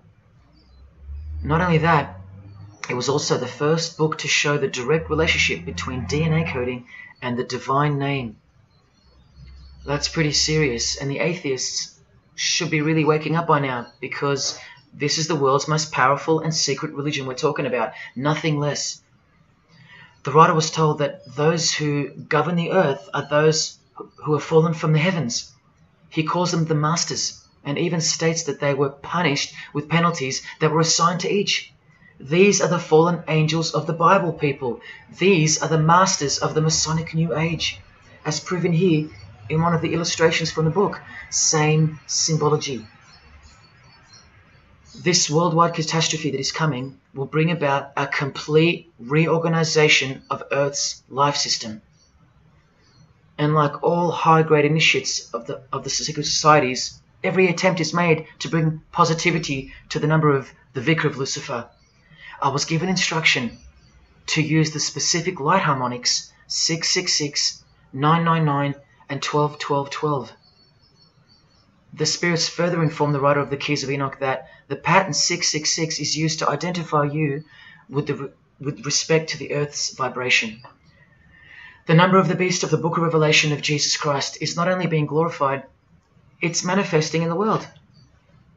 And from another illustration from the book, once again, the same image we see being used over and over with the eye on top of the pyramid. This is the secret religion that encompasses us and has been influencing us for decades upon decades. 2 to 3 centuries, in fact. Just like the Gospels explain, this is an absolute counterfeit of the truth. Christ is mentioned everywhere, but not Jesus Christ. No, this is the Antichrist spirit, who will eventually manifest and appear to the world as one man. Doesn't sound so mythical anymore when you see that the enemies of Jesus Christ and those behind the New World System, they use biblical terms. And Christ, to depict the antithesis, the anti of the real Christ, their Savior. And these spirits from the world we can't see are the ones who taught mankind the sick art of witchcraft. Look at who supplies this book online, sacredmagic.com. You know what magic really is and what it really entails now. So once again, you can see the connection, the relationship. If you still think that this phrase, New World Order, is a conspiracy theory, you're suffering from a medical condition. On the Lucis Trust website, the consultants to the European Union, you find the statement that the New World servers are occupied with the task of inaugurating the New World Order. In the same article, this shocking admission is made. 2/3 of humanity will stand upon the path at the close of this age, and with that, 1/3 will die, or to put it surreptitiously, will be held over for later unfoldment. That's the Lucis Trust, the word Lucis being the replacement for the word Lucifer, who works hand in hand with the EU, the European Union, stating that 2.5 billion human beings are planned to be killed off. All predicted by Jesus, and only Jesus. And if you still think I'm joking or misleading you about what these people are and what they plan to do, here's a book written by the founder of the Lucis Trust, the Freemason Alice Bailey, Education in the New Age, where she, well, educates you about mass population reduction. When a form proves inadequate or too diseased or too crippled for the expression of that purpose, it is, from the point of view of the hierarchy, no disaster when that form has to go. Death is not a disaster to be feared. The work of the destroyer is not really cruel or undesirable. Do you see? Did you hear that? Through the all-seeing eye of Lucifer, the destroyer, for the purpose of the new world, death and mass murder isn't evil, it's good. And Alice Bailey in The Labours of Hercules also tries to re-educate us and protect that God-forsaken number, predicted in the Gospels to be associated with evil. The number of the physical plane activity is called the number of the beast. This idea seems to have a horrible fascination with many, but what it really means is that Virgo is the symbol of triplicity, 6 on the physical plane, 6 on the emotional plane, and 6 on the mental plane. not 666 at all. And one more time, from the consultants to the European Union, from their website Lucis Trust, to prove to you that these people are all working toward and waiting for the world leader. The coming of the Avatar and the advent of the coming one are the keynotes of the prevalent expectancy. After everything I've shown you, are you going to ignore this? Or worse, are you going to trust these people, of whom were predicted to this very condemnation 2,000 years ago? Right down to a one-world system, depopulation, and to the man who will carry the number 666, and with it, implement a new system in which you won't be able to buy or sell unless you receive a mark in your hand or forehead. And what's just been announced by Business Insider? Cashless society. Due to this, by 2024. This is the manufactured trend for the world. And you better believe it's fulfilling biblical prophecy. You know that book that's been ripped out of schools and hysterically discredited? Why do you think there's a single eye displayed on all the covers of George Orwell's dystopian novel 1984? It's because the one-eye religion is the one in permanent control, where democracy and Christianity have been utterly extinguished, and the remaining population live in a whole new level of permanent communism. It is well known that George Orwell himself had ties with the Fabian Society, which is a secret society complete with degrees of initiation. Tucked away neatly somewhere under the wing of Freemasonry, the Fabian Society's logo used to be this: a wolf in sheep's clothing, which is exactly what Freemasonry is. And it was a metaphor for gradually advancing socialism. And socialism is communism for slow learners. This level of denial on our part has been brought on by mass propaganda, because everything has been weaponized to work against you and God's truth. Education, entertainment, and economics. You're a slave to each one. And Freemasonry is the slave master.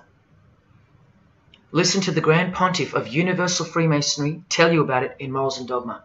The blind force of the people is a force that must be economized and also managed as the blind force of steam. You are just blind energy to them, made to be enslaved. This force must have a brain. Who do you think the brain is? Freemasonry is the brain, obviously. And he's saying that we're just the body parts that move to its will. Look, these are some pictures I took of the local obelisk in my town. An erect phallus hidden in plain sight. See how the cube at the bottom is rough? In Freemasonry it's called the rough ashlar stone. Well, watch this from Morals and Dogma. The rough ashlar is the people, rude and unorganized. Once again, you can see what this secret society secretly thinks of you. Now see how the stone built on top is smooth? That's called the perfect ashlar. The perfect ashlar is the state, the rulers. Yeah, the one-eye sex cult of Freemasonry, which hides its master, Satanism. Now, where is this brain taking us? Remember, this guy is the general who fought against the United States forces to uphold the institution of slavery. And the Grand Pontiff of Universal Freemasonry, who calls you the vulgar herd and the ignorant multitude, and admits that, yes, unbelievably so, Lucifer is the light bearer. This is the highest authority in Freemasonry, the secret religion of all our leaders and idols. Believe it. Now listen to this. The papacy and rival monarchies, all that will become the heritage of the temple, meaning the temple of Freemasonry. The world will soon come to us for its sovereigns and pontiffs. We shall constitute the equilibrium of the universe and be rulers over the masters of the world. They're gonna own it all. And it's true, the papacy and the monarchy have fallen into their hands. All Freemasons now. This is a 150-year-old book, so you can see how far ahead they plan, while we stay ignorant. How do you suppose that they won't achieve the New World Order? The New World Order of death. Of combined and systematic movement and effort, the great revolution prepared for by the ages will begin to march. The future is all planned for by them, And the revolution prepared for by the ages is coming. And it'll look like a natural occurring event, just as current events seem natural.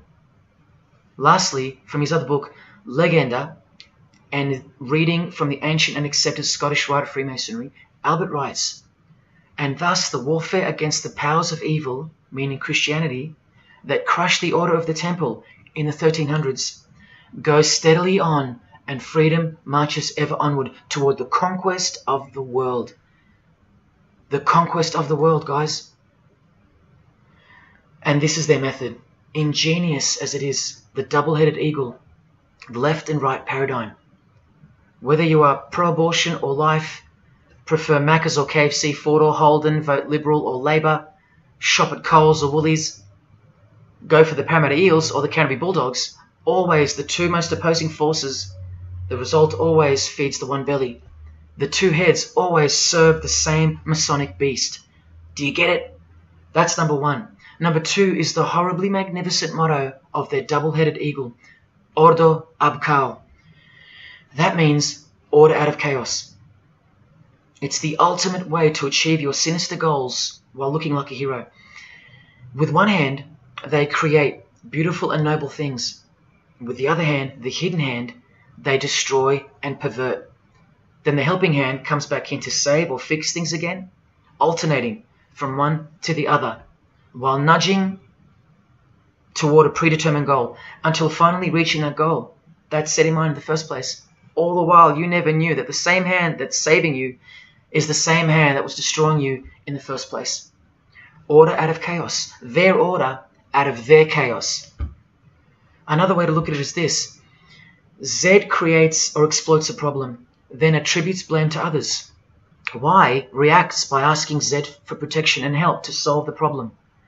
Z offers the solution that was planned for by them long before the crisis occurred. Ordo ab Chaos, order out of chaos.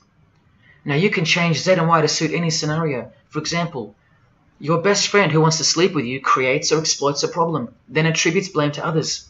You react by asking your best friend who wants to sleep with you for protection and help to solve the problem. Your best friend who wants to sleep with you offers the solution that was planned by them long before the crisis occurred. Each time your best friend gets closer and closer to you until eventually they're in your bed. How about your employee creates or exploits a problem, then attributes blame to others? The employer reacts by asking the employee for help to solve the problem. The employee offers the solution that was planned by them long before the crisis occurred. The employee eventually gets the promotion. But this is the way I really want to put it. The government creates or exploits a problem, then attributes blame to others. The population reacts by asking the government for protection and help to solve the problem. The government offers the solution that was planned by them long before the crisis even occurred. This is how the Great Revolution, prepared for by the ages by the Freemasons, will begin. So who's going to warn you? Even modern Christianity is steered by Freemasonry. Hillsong won't warn the sheep about Freemasonry and the One World Government. What, the Hillsong senior pastor who wrote these books and lives here? No chance. Did modern day Christian heroes like Billy Graham warn you about Freemasonry? Well, no, because here he is giving the Master Mason grip to other Christian giants like Paul and Jan Crouch, all Freemasons. Here he gives the same third-degree handshake to former President Harry Truman, and here to a Muslim Freemason. Billy is listed as a Freemason in the 33rd degree Albert Mackey's History of Freemasonry by the publisher on the inside flap. Billy's son, Franklin Graham, also won't ever expose Freemasonry because he's too busy eating at Voodoo Donuts, where they sell these donuts and these pentagram donuts. More Christian heavyweights like John Hagee or Hagee throwing up the devil's horns. He'll never preach against Freemasonry. Neither will all these world-famous pastors throwing up the devil's horns. The very popular Ray Comfort even stated that he wasn't a Freemason. Well, here he is, giving a perfect Masonic handshake with pastoral giant Joyce Meyer. Do either of them expose Freemasonry, or the fact that it's the driving force behind the One World Government, all predicted by Jesus? Of course not. What about Christian radio or the Christian music scene? No, not a single word of warning whatsoever regarding the satanic church that lives and breathes all around us. Freemasons like Bono, wearing the Christian name tag, his whole band of Freemasons. Bono too should know better than anyone that a one world government is a trap as foretold in the Bible. But Bono supports it. Oh yeah, he works for it. Just like the Masonic Pope does.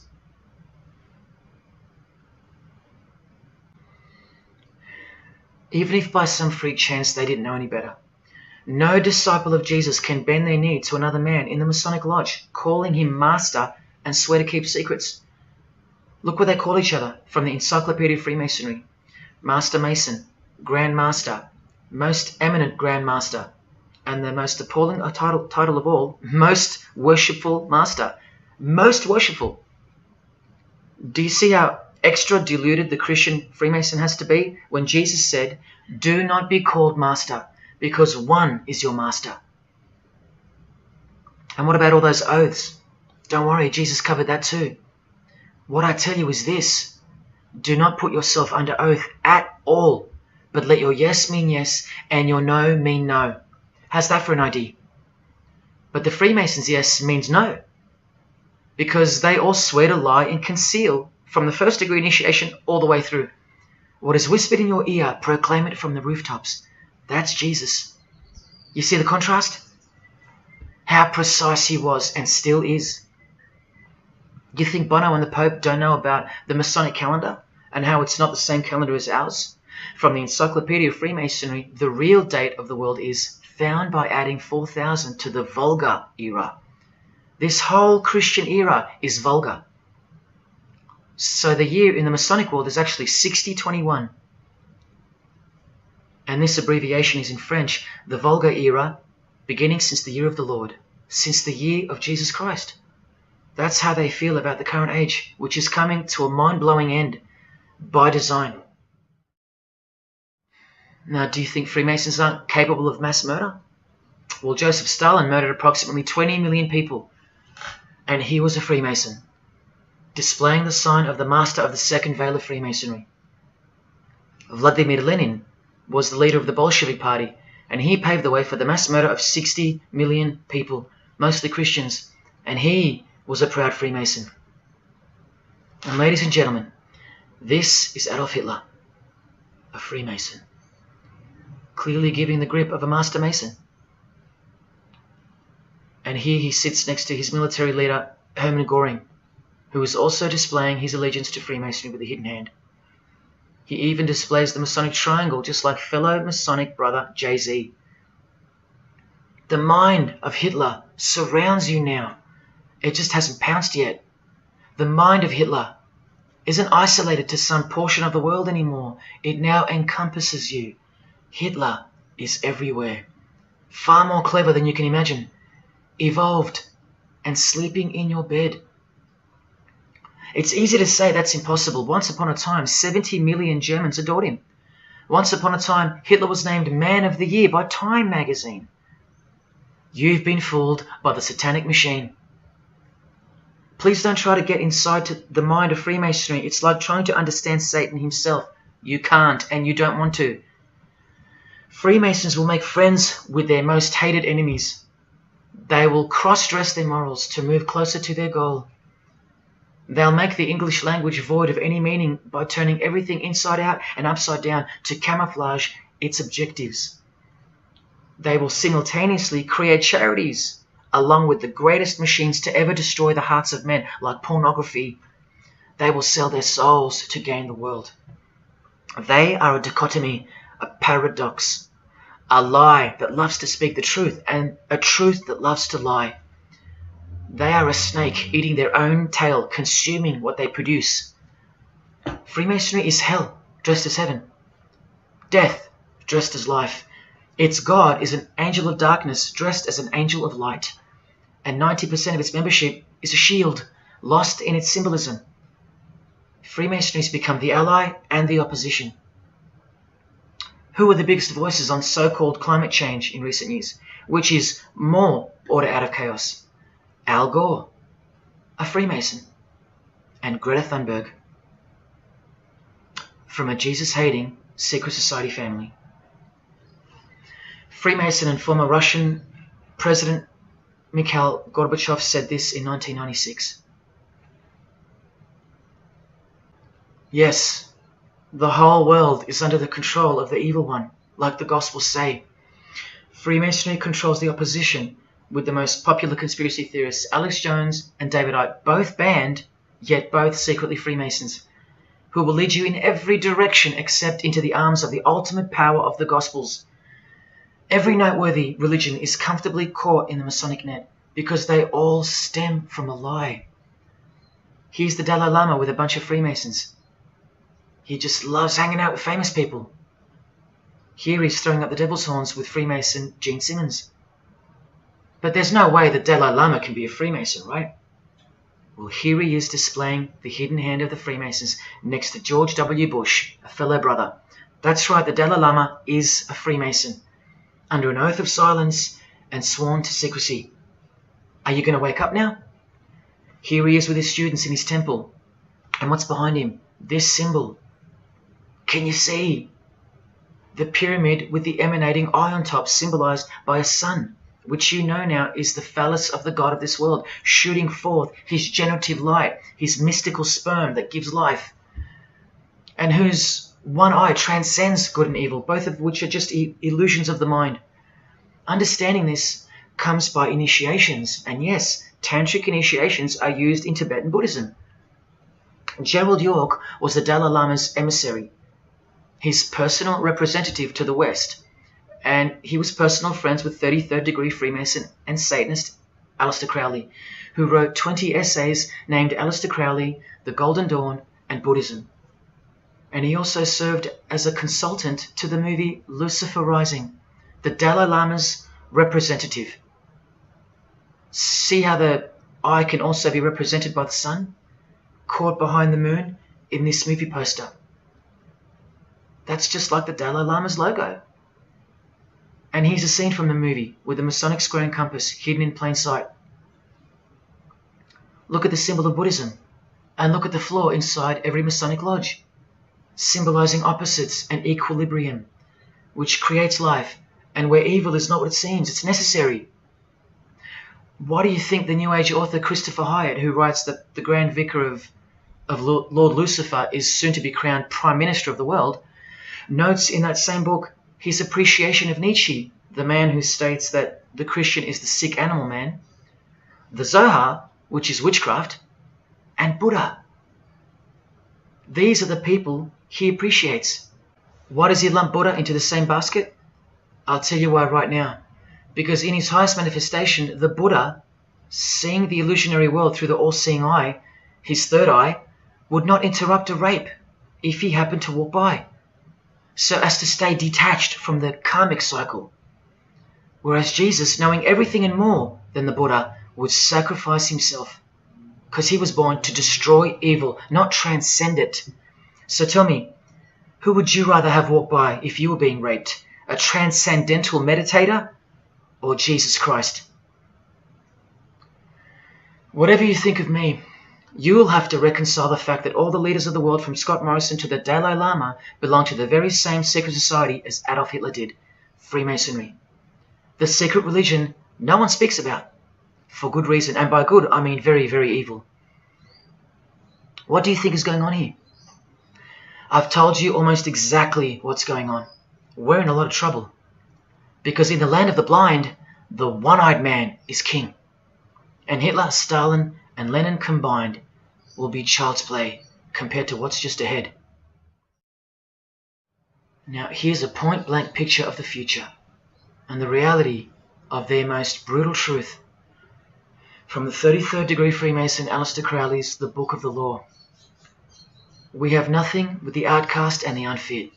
Let them die in their misery. Compassion is the vice of kings. Stamp down the wretched and the weak. This is the law of the strong. Do you see? Can you see the future yet? Now please pay attention from his other book, Magic in Theory and Practice. This is what all the degrees of initiation are for. And this is what it takes for them to create the New World Order. he speaks of the initiation in the true order of the Rosy Cross. Rosy Cross being another name for the Order of the Rosicrucians. Remember the guys that built this? Now this is a 33rd degree Freemason speaking. It is extremely desirable that he should have attained an absolute degree of moral emancipation. That is purity of spirit and perfect understanding. I've shown you this over and over. Because the world is full of evil, they mimic the morals of nature, because they are the true morals of the true God of this world. That's purity to them. That's true honesty and perfect understanding. Evil is good. That's the moral emancipation he's speaking of. Now watch this and brace yourself, because this is the future. There is a magical operation of maximum importance, the initiation of a new eon. When it becomes necessary to utter a word, the whole planet must be bathed in blood. This bloody sacrifice is the critical point of the world ceremony of the proclamation of Horus, the crowned and conquering child, as Lord of the Eon. I've shown you that secret societies participate in the science of blood rituals. Well, this is what it climaxes into. A massive blood ritual in the name of the new Eon, the new age, which revolves around a divine plan not of this world, as confessed by all of them. You are not who you think you are. You are not where you think you are. Do you see it? Can you fathom? And what blood means in this world? So much more than what you may have known before now. Blood sacrifice is of the utmost importance. It's what the beings in the other realm require, desire. We can't fully understand it. But do you see how the blood sacrifice of Jesus Christ takes on a whole new meaning now? A very real meaning. And guess what? Because of it, the good guy really does win in the end. You either fall under the blood of the world or under the blood of him. There is no middle ground. Blood is like the monetary currency of the spirits, and that's how God bought us back from the legal ownership of the ruler of this world with blood, his own blood. Now you can begin to understand why they hate him so much. Because that's why he was born into the world of flesh, to produce blood of his very own. Not by means of perishable things were you set free once and for all, by the payment of ransom money, but by costly blood, by the one who was visibly manifested at the closing years of the times, for your sake. That is the truth. Do you think it's just a coincidence that this is the last age before the long planned for new order of the ages? That's ages, plural. That means forever. That's the plan. That's why the Gospels say that he was visibly manifested at the closing years of the times, at the end of this last age. In the book 1984, George Orwell told us, if you want a vision of the future, imagine a boot stamping on a human face forever. I've shown you that this so-called New Age is in actuality a new satanic age. And it's not really new at all. It's very old indeed, it's ancient. But like I said, its progress was derailed by the appearance of Jesus on the human scene. Now I'll prove to you that the New Age is an old religion. Novus Ordo Seclorum is part of a quotation taken from the Roman pagan philosopher Virgil's fourth eclogue, which was borrowed by him from the Sibylline records, which were ancient prophecies delivered by an oracle through witchcraft or divination. That's where the phrase Novus Ordo Seclorum comes from. Now look at what the full phrase actually says. A mighty order of ages is born anew. Both the prophetic virgin and Saturnian kingdoms now return. Now a new progeny is led down from the lofty heavens. Favor, chaste Lucina, the boy soon to be born, in whom the Iron Age shall come to an end, and the Golden One shall arise in the whole earth. We've just been told that the New Age is a Saturnian kingdom, which returns, so it's been here before. Next we see that a new progeny, meaning a new seed, a new race, there's that race again, is coming to earth. And that a boy will be born, who will bring the Iron Age, which is the age we're currently in, to an end. And that the Golden Age, the New Age about to begin, will again arise over the whole world. Now, what is the Saturnian kingdom? Well, for starters, this is a band called Saturnian Mist. And here on their front cover, we have a reference to magic. Then we see by the singer's shirt, they're Satanists. Then with his other shirt, we see the connection once again between the inverted pentagram of Satanism and the one eye of Freemasonry, the secret religion of the who's who of planet Earth. Freemason and Satanist Marilyn Manson has a song called Saturnalia, and on a satanic website on ritual offerings for demonic bindings, we find that Satan is Saturnian in nature. Here on the front page, we see the inverted pentagram under the head of the Baphomet, and right next to it, a version of the square and compass of the Freemasons, of which a lodge is located near a suburb near you, no matter where on earth you live. The Satanic Church hidden in plain sight. Now let's go straight to the source so you can see for yourself the nature of the New Age Saturnian kingdom found in the full quote of the Freemasons' New World Order seal. From this book, which is a factual study of the single most influential occult organization in modern Germany, the Fraternitas Saturni, or the Brotherhood of Saturn. We learn of the path of the Saturnian initiate, which is outlined in detail with the meaning of all 33 grades, 33 degrees of Freemasonry. This is the very same thing, the same objectives. All secret societies work for the same goal because they all have the same spirit. The only difference between Freemasonry and this Saturnian fraternity is that your local Masonic lodges are veiled and camouflaged filtering systems for future Satanists, from which all influential figures of society are chosen, where the real religion begins at the 33rd degree. Whereas with orders like the Saturnian Brotherhood, there is no filtering system. As such, you're a student of Satanism from the first degree. That's why Satanism's takeover would have been impossible without international Freemasonry. The Saturnian teachings include sexual mysticism, sex magic, and Nietzschean Thelemism. Nietzsche, remember the guy who says that Christians and the mindset to help the weak makes up the sick animal man? The guy who wrote this book and doesn't believe in good and evil. And Thelemism from 33rd degree Freemason, who says that in this book that to initiate the New Age, the whole world must be bathed in blood in a bloody sacrifice before man can accept the law of Thelema. Nietzschean Thelemism. That's what the New Age Saturnian kingdom, from which the Freemasons took this phrase from, actually looks like. This factual study on the Saturnian Brotherhood is filled with references to Lucifer, Satan, magic, sex magic, blood, sacrifice, the number 666 as mentioned by Jesus Christ himself, and of course, Freemasonry.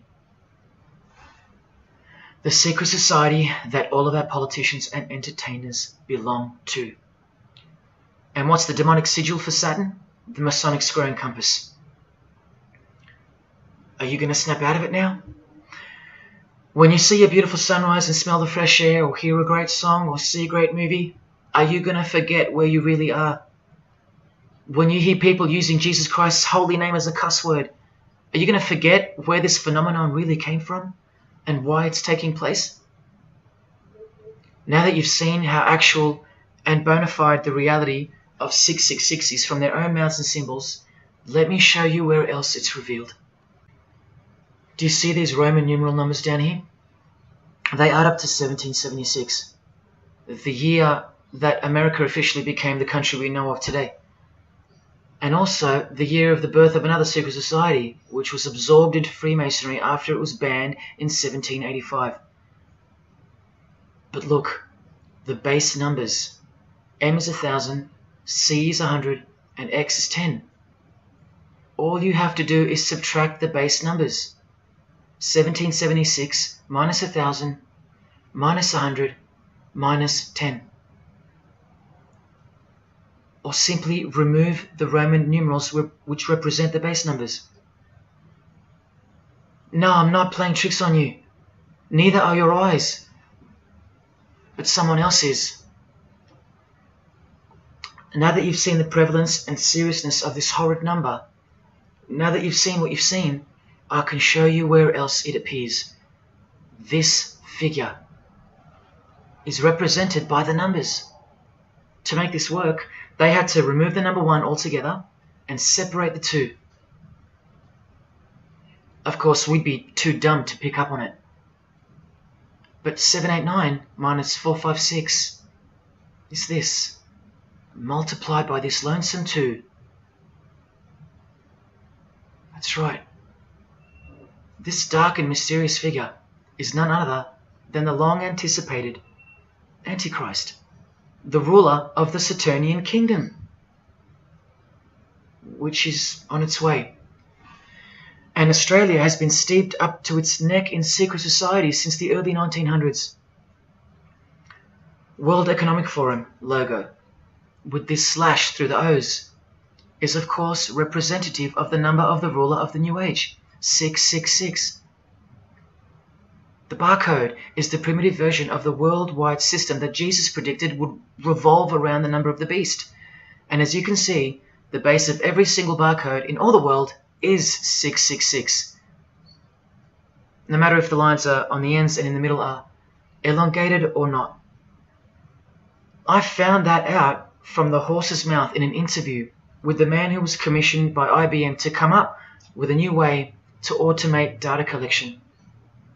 There are in fact 3 6s in the Google logo, which comes from this occult symbol. Coincidence? And he found in a Masonic lodge the square and compass symbol appears in the middle of a hexagram, which is a symbol used in the royal art of Freemasonry, witchcraft, as shown in this book. Well, among other things, the hexagram itself can be broken down to quite clearly represent 666.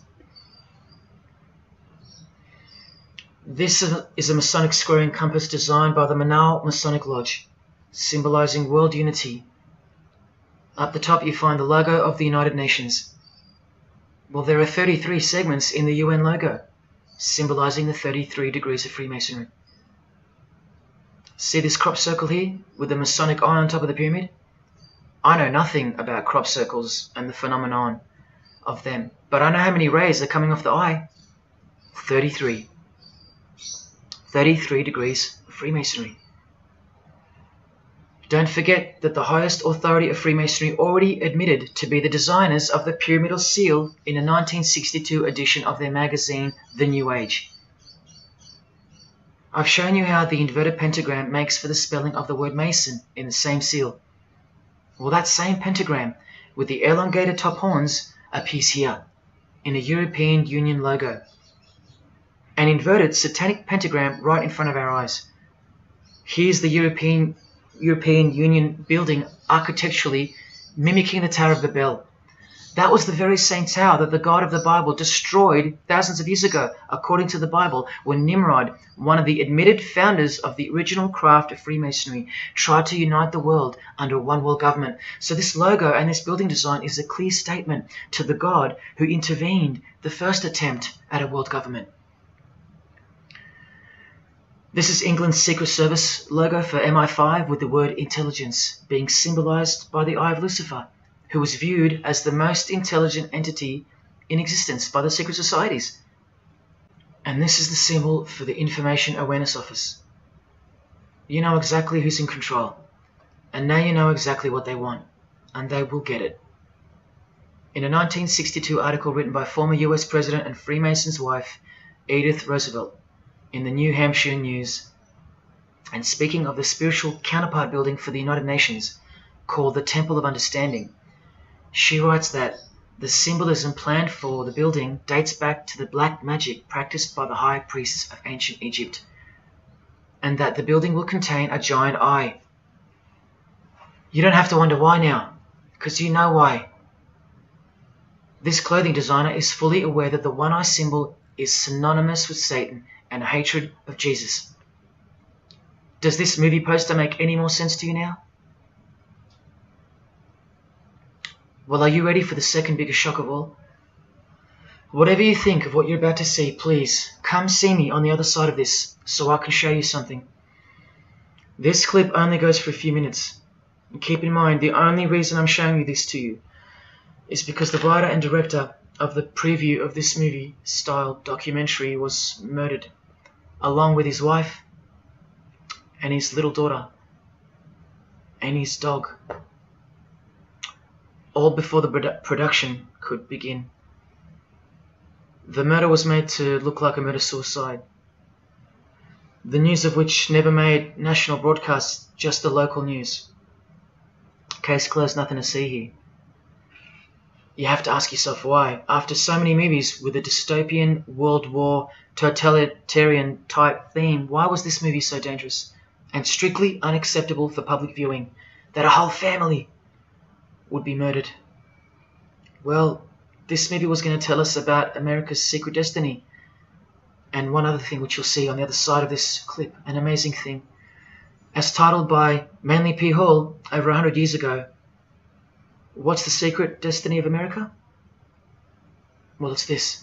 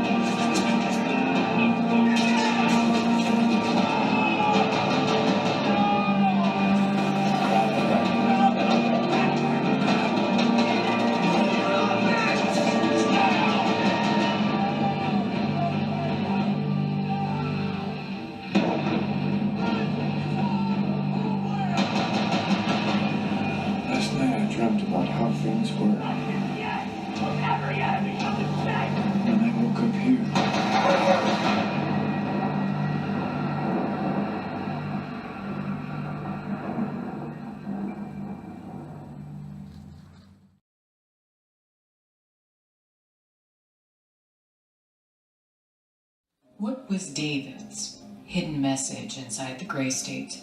And could it be the reason for his death? Perhaps the scariest part of Grey State's conceptual trailer is this character here, who appears to be operating a guillotine. David Crowley was very intentional in this frame of the movie. He added something that I believe he wanted the people to know about. Who is the identity of this executioner? If you look closely, you will see that this terrifying character is wearing something around his waist. It appears to look like an apron. The executioner wears a Freemason apron, complete with the all-seeing eye, the compass, and the 2 pillars. I do believe David Crowley is trying to tell us something. He is telling us that the organization behind the French and American revolutions, the organization behind the Italian Revolution of 1830, the organization that outlined a plan to overtake the Vatican in a document called the Alta Vendita, the organization behind the Trail of Tears and the deaths of thousands of Native Americans under Freemason Grandmaster Andrew Jackson, the organization behind the Ku Klux Klan in the United States post-Civil War and its rebirth in 1915, the organization behind Hiroshima and Nagasaki during 33rd degree Freemason Harry Truman's presidency. These are men with a radical revolutionary agenda throughout the entire world because they worship and follow a radical revolutionary deity, the first to have led a revolt against the Most High Lord.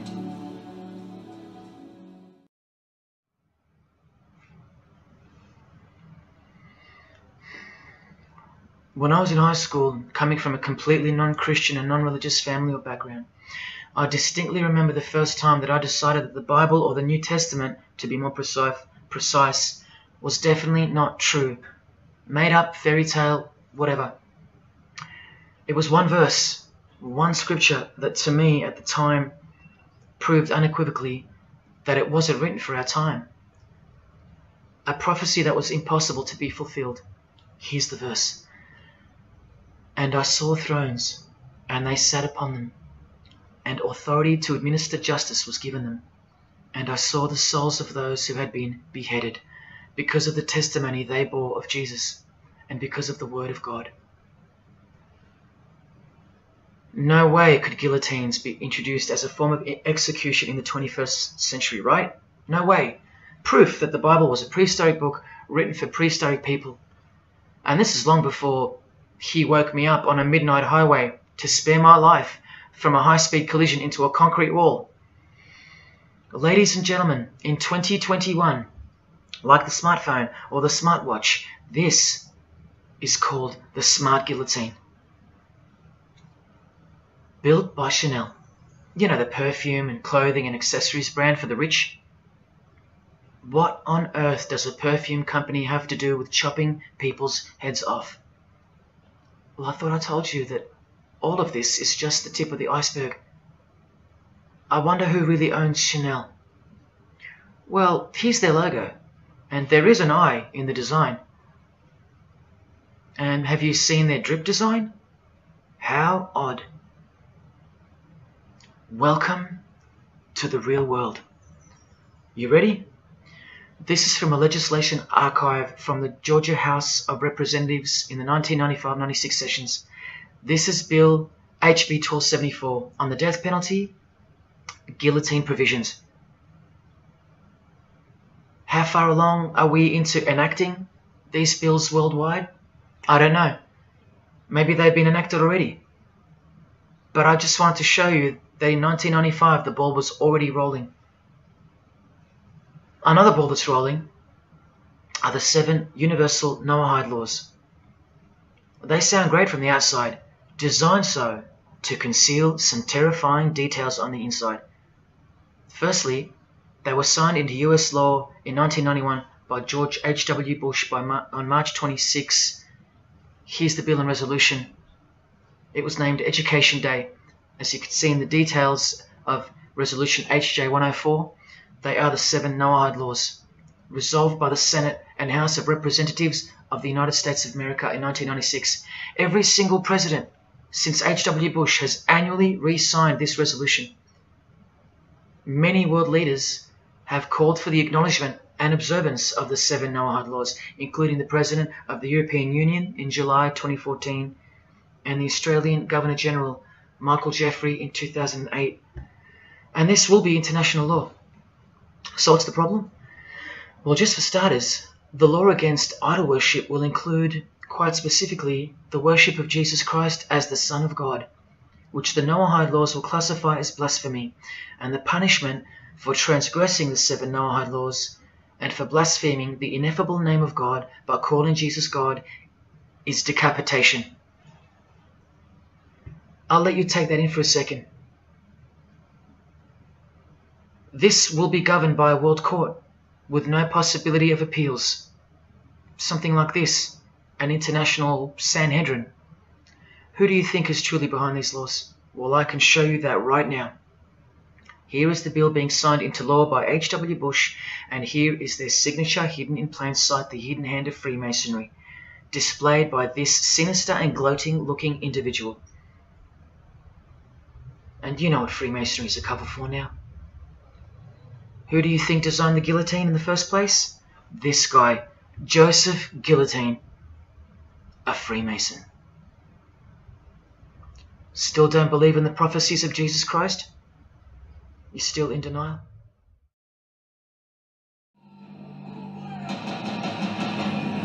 Last night I dreamt about how things were. When I woke up here.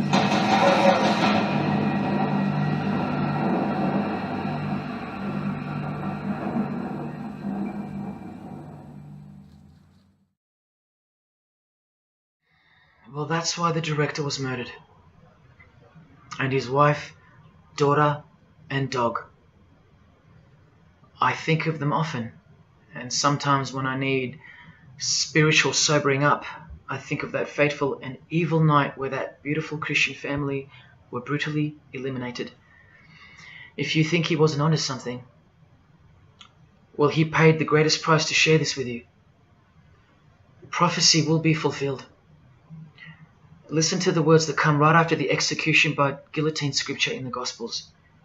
And I saw those who were such that they did not worship the beast, nor his image, and did not receive his mark of identification upon their forehead and hand. Remember this mark in the video? I'm not saying that the director knew what the mark would be, but based on the symbology, he knew who would be behind it. Look at the triangular symbol of the Freemasons. The Masonic triangle around the eye, and the Brotherhood of Saturn. Now look at the front cover of the book written by New Age author Maurice Nicoll. The mark. Same symbol. Identical to the symbol used by J.K. Rowling, who said its design was inspired by the Freemasons. Who has this tattoo, which represents the Baphomet. Well, Solve Coagula is the process in which they will bring this New World system to life. It's identical to the Masonic motto of order out of chaos. Solve means dissolve or destroy, and coagula means to bring the elements back together into a new and higher form, a new and higher system. Jesus described it as the beast system, and one way or another, we will be marked as a form of identification in order to participate. But first, chaos must ensue. A deep Masonic truth, which is mostly true anyway, is that destruction precedes construction. It's like having to destroy a tree in order to create a table. The same principle applies to creating the New Age. That's why I know that the process which involves the creation of a new system must involve the destruction of this one. Now, this is the last referenced work I'm going to use to show you who will be the head of that system, that one world government. A book by David Spangler, considered as one of the founding fathers of the modern New Age.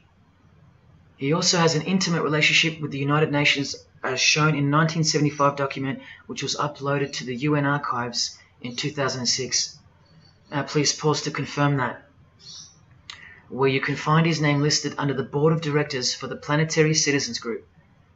In his book, Reflections on the Christ, David Spangler, remember, one of the founding fathers of the New Age and a member of the Board of Directors in a United Nations sanctioned program, repeatedly upholds and honors the entity known as Lucifer.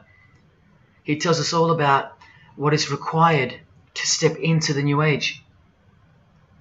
Well, mainly, what's required is a new understanding of the angel Lucifer. He writes that when this great project of evolution began, man went forth as consciousness to learn his divinity, and Lucifer went with him. It is important to see that Lucifer, described as an angel, a being, a great and mighty planetary consciousness. He says that, just like in Halloween and trick or treat, if the person offers a treat to Lucifer who knocks on his door And the person says to Lucifer, "Come in, and I will give to you the treat of my love and understanding, and I will uplift you in the light and presence of the Christ." Christ meaning my outflow. Then Lucifer becomes that being who carries the ultimate treat, the light of wisdom. Lucifer represents experience. Lucifer is literally the angel of experience. The Luciferic element becomes the true revealer of light, the angel of light. The light that reveals to us the path to the Christ comes from Lucifer. The Christ that he refers to obviously is the Antichrist spirit, who will eventually manifest on earth as one man. But for some odd reason on page 60 he feels compelled to clarify that he was only joking once when he said maybe to enter the New Age we all need to take a Luciferic initiation. Well, that's definitely no joke. That's right, Lucifer is the savior of the secret societies. The solar system was the manifestation of the consciousness of a very great being known as the Solar Logos. And if we go back to the secret society of the Brotherhood of Saturn, we read that mankind will be able to take a measure of egocentric power from the Solar Logos. In this way, Lucifer is the savior of humankind.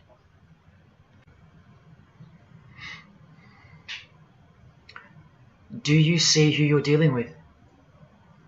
These are the people above you, the rich, powerful, influential, overflowing in all areas of those who are steering society, and they're about to reach their destination. Who showed you? Who told you? Who warned you? Jesus Christ did. Oh, those pesky Christians. In the animation Flushed Away, the villain Toad conspires to genocide all the rats in the Silver World and replace them with a superior species, a new species. No one is aware except for this one rat who's briefly seen in the beginning. He's a Christian rat, a nut job, carrying around a plaque, as some real-life Christians used to, warning everyone of the impending doom that is upon them. What's the twist that's hidden in plain sight for no one to see? Well, the villain Toad, planning the New Age, wears the ring of a Freemason. This ring. And he wears it exactly on the finger that a Master Mason should. It is worn on the third finger of the right hand. There is one who predicted it all, and they know that. That's why he's been so thoroughly discredited, or so it seems. Yes, the nutjob Christian was right all along. Remember one last thing before I close. From Masonic New Age author Christopher Hyatt, who spoke of the well-planned-for and long-awaited invocation of the Prime Minister of the world, when he wrote in his book, "A massive truth that I wish with all my being that you would grasp. Both satanic cults and Christian fundamentalists are closer to seeing the truth than most normal people. The world has always been at war, a spiritual war from the beginning. And if you don't know it, then you're losing the battle. The Gospel tells us so accurately that the enemy we wrestle against is not made of flesh and blood, but it is made of spiritual forces of evil in heavenly realms. That's where the real war is being waged, in the spirit. And now that we know what secret societies are and what they've tapped into, we can rest assured that that statement from the Gospels is true. That's why the common denominator between all of the secret societies is the anti-Christian sentiment. You need to ask yourself why. Why the negative obsession with Christianity? It's not as if Christians run the game. Freemasons have banned Bibles from schools. They teach evolution as a fact. Pornography is thriving. There are no Christian protesters left. Homosexuality is rampant and protected, and Christianity is buckled. Which church preaches against Freemasonry? Which church is telling you about Satan and his hidden church, which has permeated every vein of society? So why do they hate Jesus if they're at the top of their game? Because Jesus Christ is real, that's why. And he left us prophecy that they can't escape. See, the more they win, the more they fall into the hands of the prophecies of Jesus and his Gospels. What a blessing for you, those who would grasp this as truth. What good news for you, and what a terrifying conundrum for them. If you've come this far, and you still don't care, or still unwilling to trust, then you deserve what's coming, as a law of nature. because you've been warned of all of it. The one world government clearly on its way. Cashless society, inevitable. The mark that each person will receive, without which you won't be able to buy or sell or participate in this world. And the manifestation of the name, the number of the name of the one who will implement this system. 666. All of it is coming to pass. Inescapable we are from him. Everything and everyone will fall back into his hands, where he will finally separate the goats from the sheep.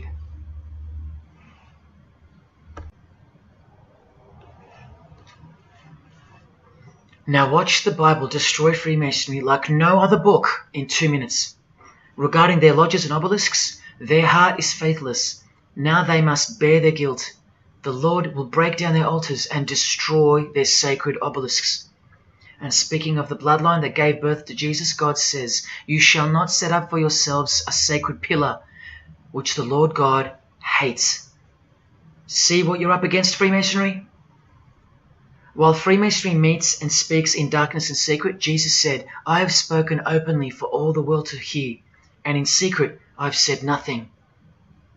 Freemasons are known as builders. Well, the stone which the builders rejected has become the cornerstone. Everyone who falls on that stone will be dashed to pieces. Anyone on whom it falls will be crushed. Every Masonic lodge is built so that all the members face the east. Who are these men with their backs toward the temple, facing the east and worshipping the sun? It is detestable. Freemasonry does evil in secret with their hidden hand, but they blow a trumpet over the hand that does good.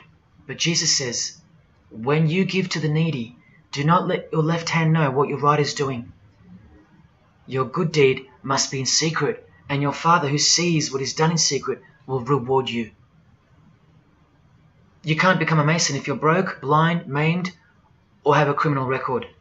Jesus said, but when you give a banquet, invite the poor, the crippled, the lame, the blind.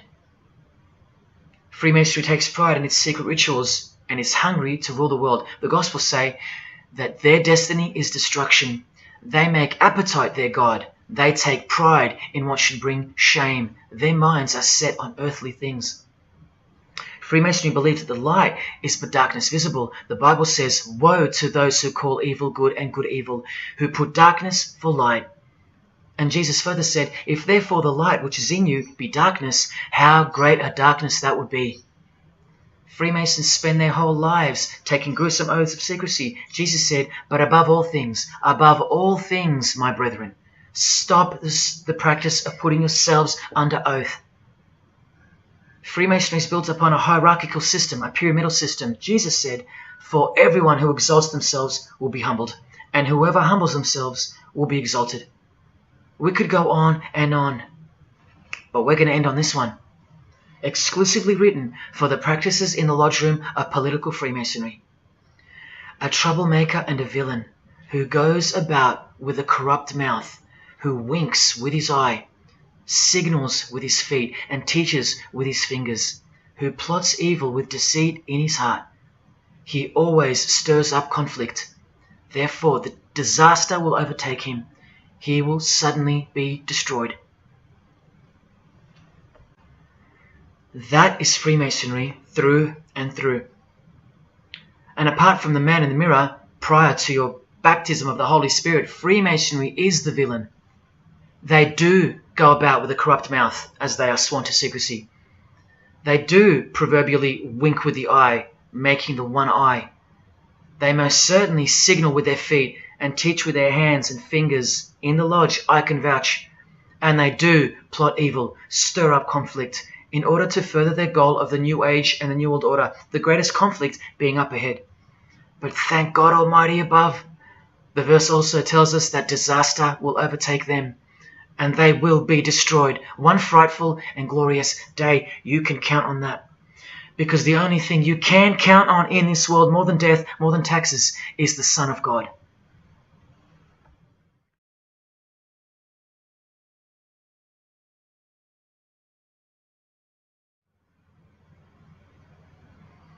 This is it. This is the last shock, and by far the biggest. If you ever needed intellectual proof that Jesus Christ is real and living right now, this is it. If Jesus and the Gospels weren't true, then Luciferians wouldn't be running the world. Atheists would, or some other version of modern man. Anyone, but not Satanists, not the passionate enemies of Jesus.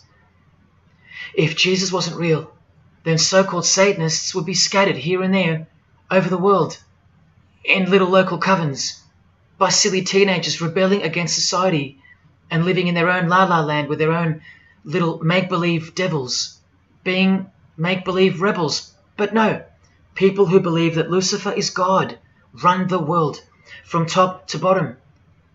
They are dedicated to the core. They're highly sophisticated. They make the movies, they star in the movies. They write the songs, they sing and dance. They are worshipped as idols. They set trends, they live large, and they practice witchcraft, complete with sex magic and blood sacrifices. Why? Why do they do that? Why would they bother? Because witchcraft is real and has been since before civilization began, hidden from the vile multitude who have been stupefied by propaganda to the point that they don't believe in anything anymore. And who waged a war on witchcraft on your behalf? God did, the God of the Bible. If Jesus wasn't real, Luciferians wouldn't be building their paradise on earth. Atheists would. If Jesus wasn't real, Luciferians wouldn't be passionately hating him to the point of keeping their existence hidden under penalties of torture and death. Lo and behold, in the 21st century. Yes, if Jesus was a myth, Luciferians wouldn't be working overtime to inadvertently fulfill every prophecy that Jesus gave us. Can anybody read me? What part of Jesus foretold a worldwide cashless system, a worldwide government, and a worldwide religion do you not get? If Jesus wasn't real, why do former Satanists freely admit that only the true Christians are immune to witchcraft? They have no power over the disciples of Jesus. How is that possible? And what about this one that's been going around? If the Gospels were written by the Catholic Church in order to control people, then why didn't they include a pope in the scriptures? There's no pope here. Why didn't they include instructions to obey the priests? There's no priests in the New Testament, except for God himself and all his disciples. We're all priests. If the Gospels were an invention of the Catholic Church, why does Jesus say to call no man Father except your Father in heaven? Yet every priest holds the title of Father. If the Gospels were an invention of the Catholic Church to control people, why were only priests allowed to own a Bible and not the common people? Why did they burn William Tyndale at the stake, a Christian scholar who translated the Bible into English? Are you with me? Please help me understand how you don't believe in Jesus when even your enemies, the high-ranking Freemasons, think that you're stupid for not believing in Satan. There was the first shock, which was the fact that an international secret society exists at all, and that all people in power, prominence, celebrities, they're members of it. That was the first shock. The second shock was the oaths they take and the rituals they perform. Decapitated heads, brains exposed to the sun, drinking wine from human beings' skulls, all done by the people you respect the most. Pretty shocking if you have any brains left in your skull and heart left in your ribcage. The third shock was the reason they took the oaths and performed the rituals, and that reason is that the secret society they all belong to is in fact Satanism. The fourth shock was the details of witchcraft and the details of the new satanic age, the Saturnian kingdom, where billions are planned for death to pave the way for a spiritual and technological utopia. But do you know what the biggest shock of all is? The shock that surpasses all of them combined. It's Jesus. Jesus is the shock. He's the shockwave, the reality and truth of him. Because that changes everything. He changes everything. The greatest news you could never think up, that God left his abode to come here, a form of hell, manifest on earth, to be ridiculed and executed, to save our sorry asses by taking a bullet for us.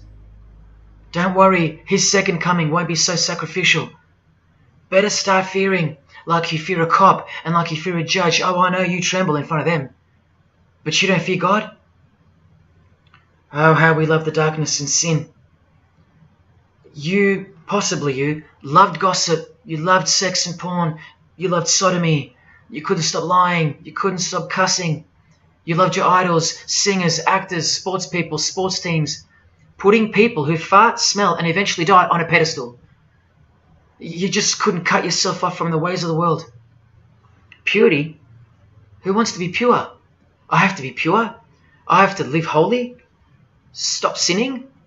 That's so boring. What kind of God is this? To hell with that God. Well, do you like filth in your home? Do you? Do you like filth on your carpet, on your clothes, on your face? Do you invite filthy guests over and give them a share in all your belongings and all your power? Do you give them the keys to your house and car? No, you don't. But the Creator, who has the greatest house of all, he should. We can barely earn $1,000 a week, and we don't give that away to anyone. But now God should share his wealth with you, the unclean, the unrepentant. Is it too much to ask your filthy guests to clean up before they enter? To watch their mouths, to control their willy? Is that too much to ask? Oh, but if God was real, what about all the children that die? What about them? What are you doing about them?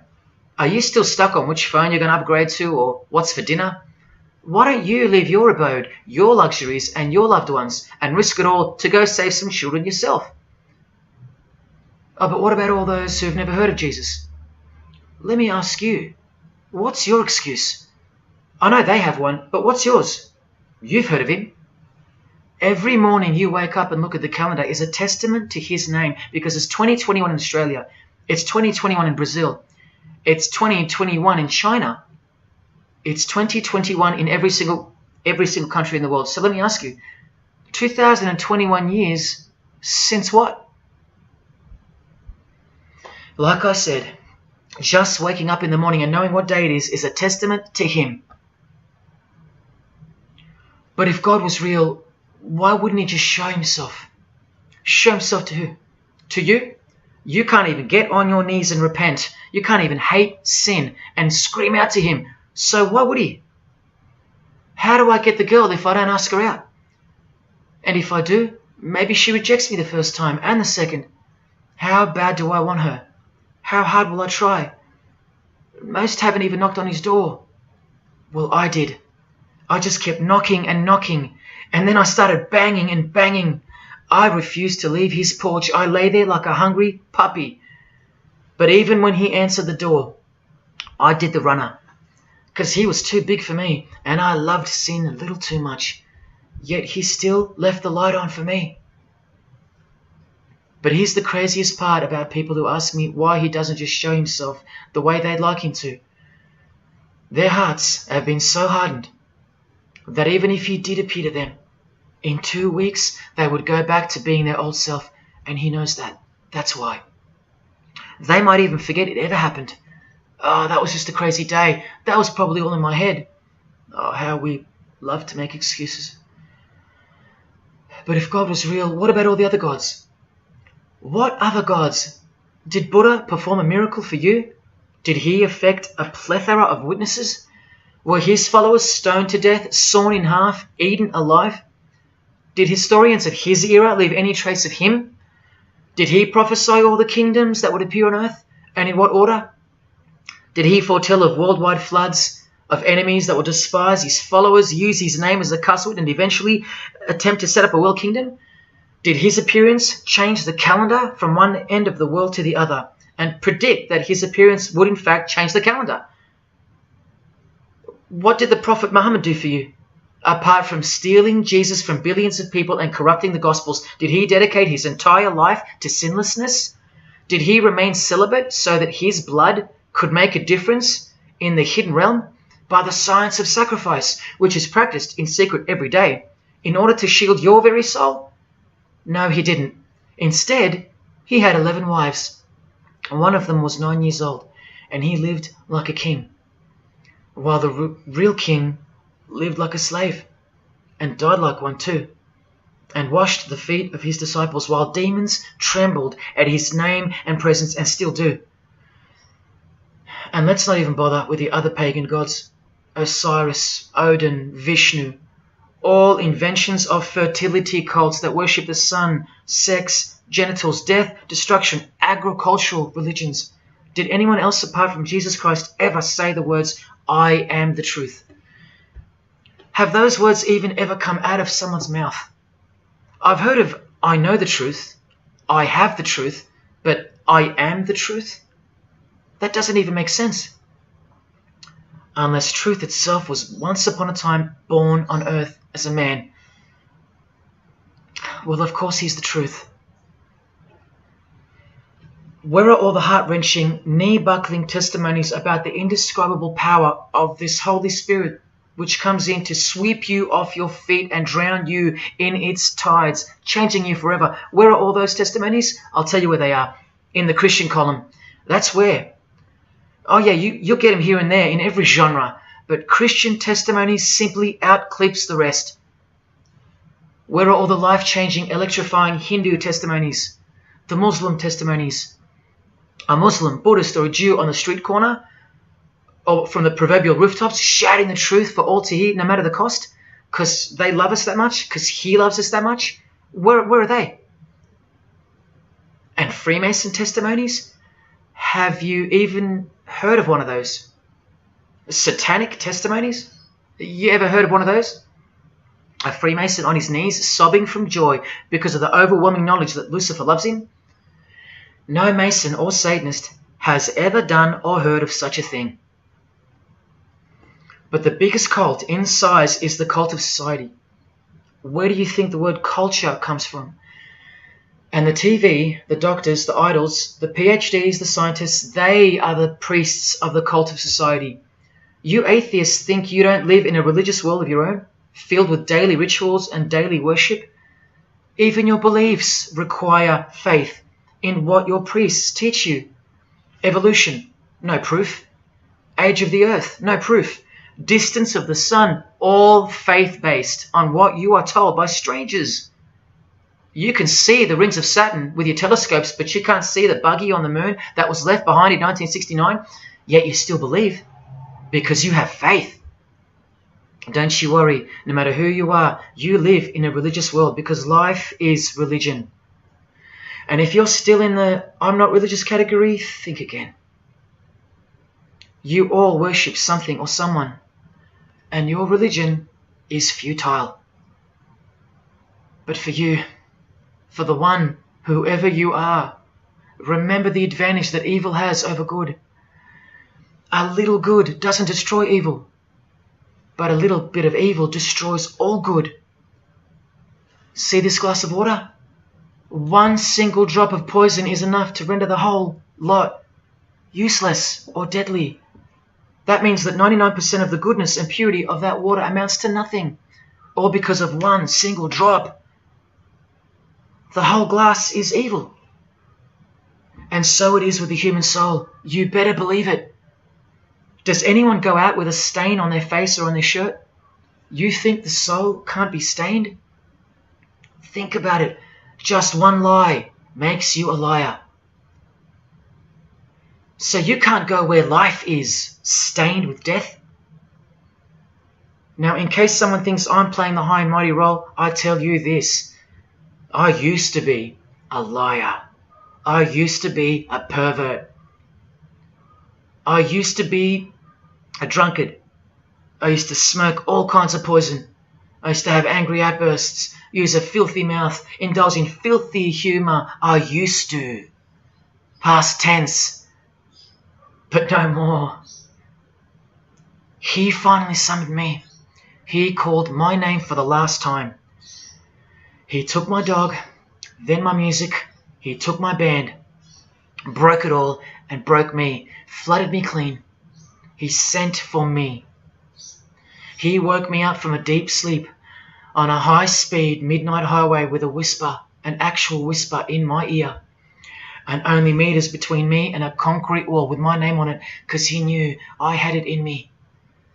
I had it in me to lay it all down, risk everything, so I can take a stand for him, for the Gospels, and for you. Well, this is me taking a stand. Brothers and sisters, I did all this for just one person, and I'll be hated and mocked and worse maybe, so that that one, whoever you may be, will wage war on sin and believe. Don't let even one drop in. No matter what the distractions this evil world may place in your path, in order to bury itself and its poison in your heart, where it will take root and overpower the 99% goodness in you. Just like only a few find success in this world, even fewer will find the kingdom. It's far more difficult than winning X Factor, or making $1 billion, or reaching a 33rd degree of a secret society. It's as difficult as loving your greatest enemy. And that's just about impossible. But if you can figure out how to do that, then you found the road to life. And I hope to see you soon. God love. Jesus wins.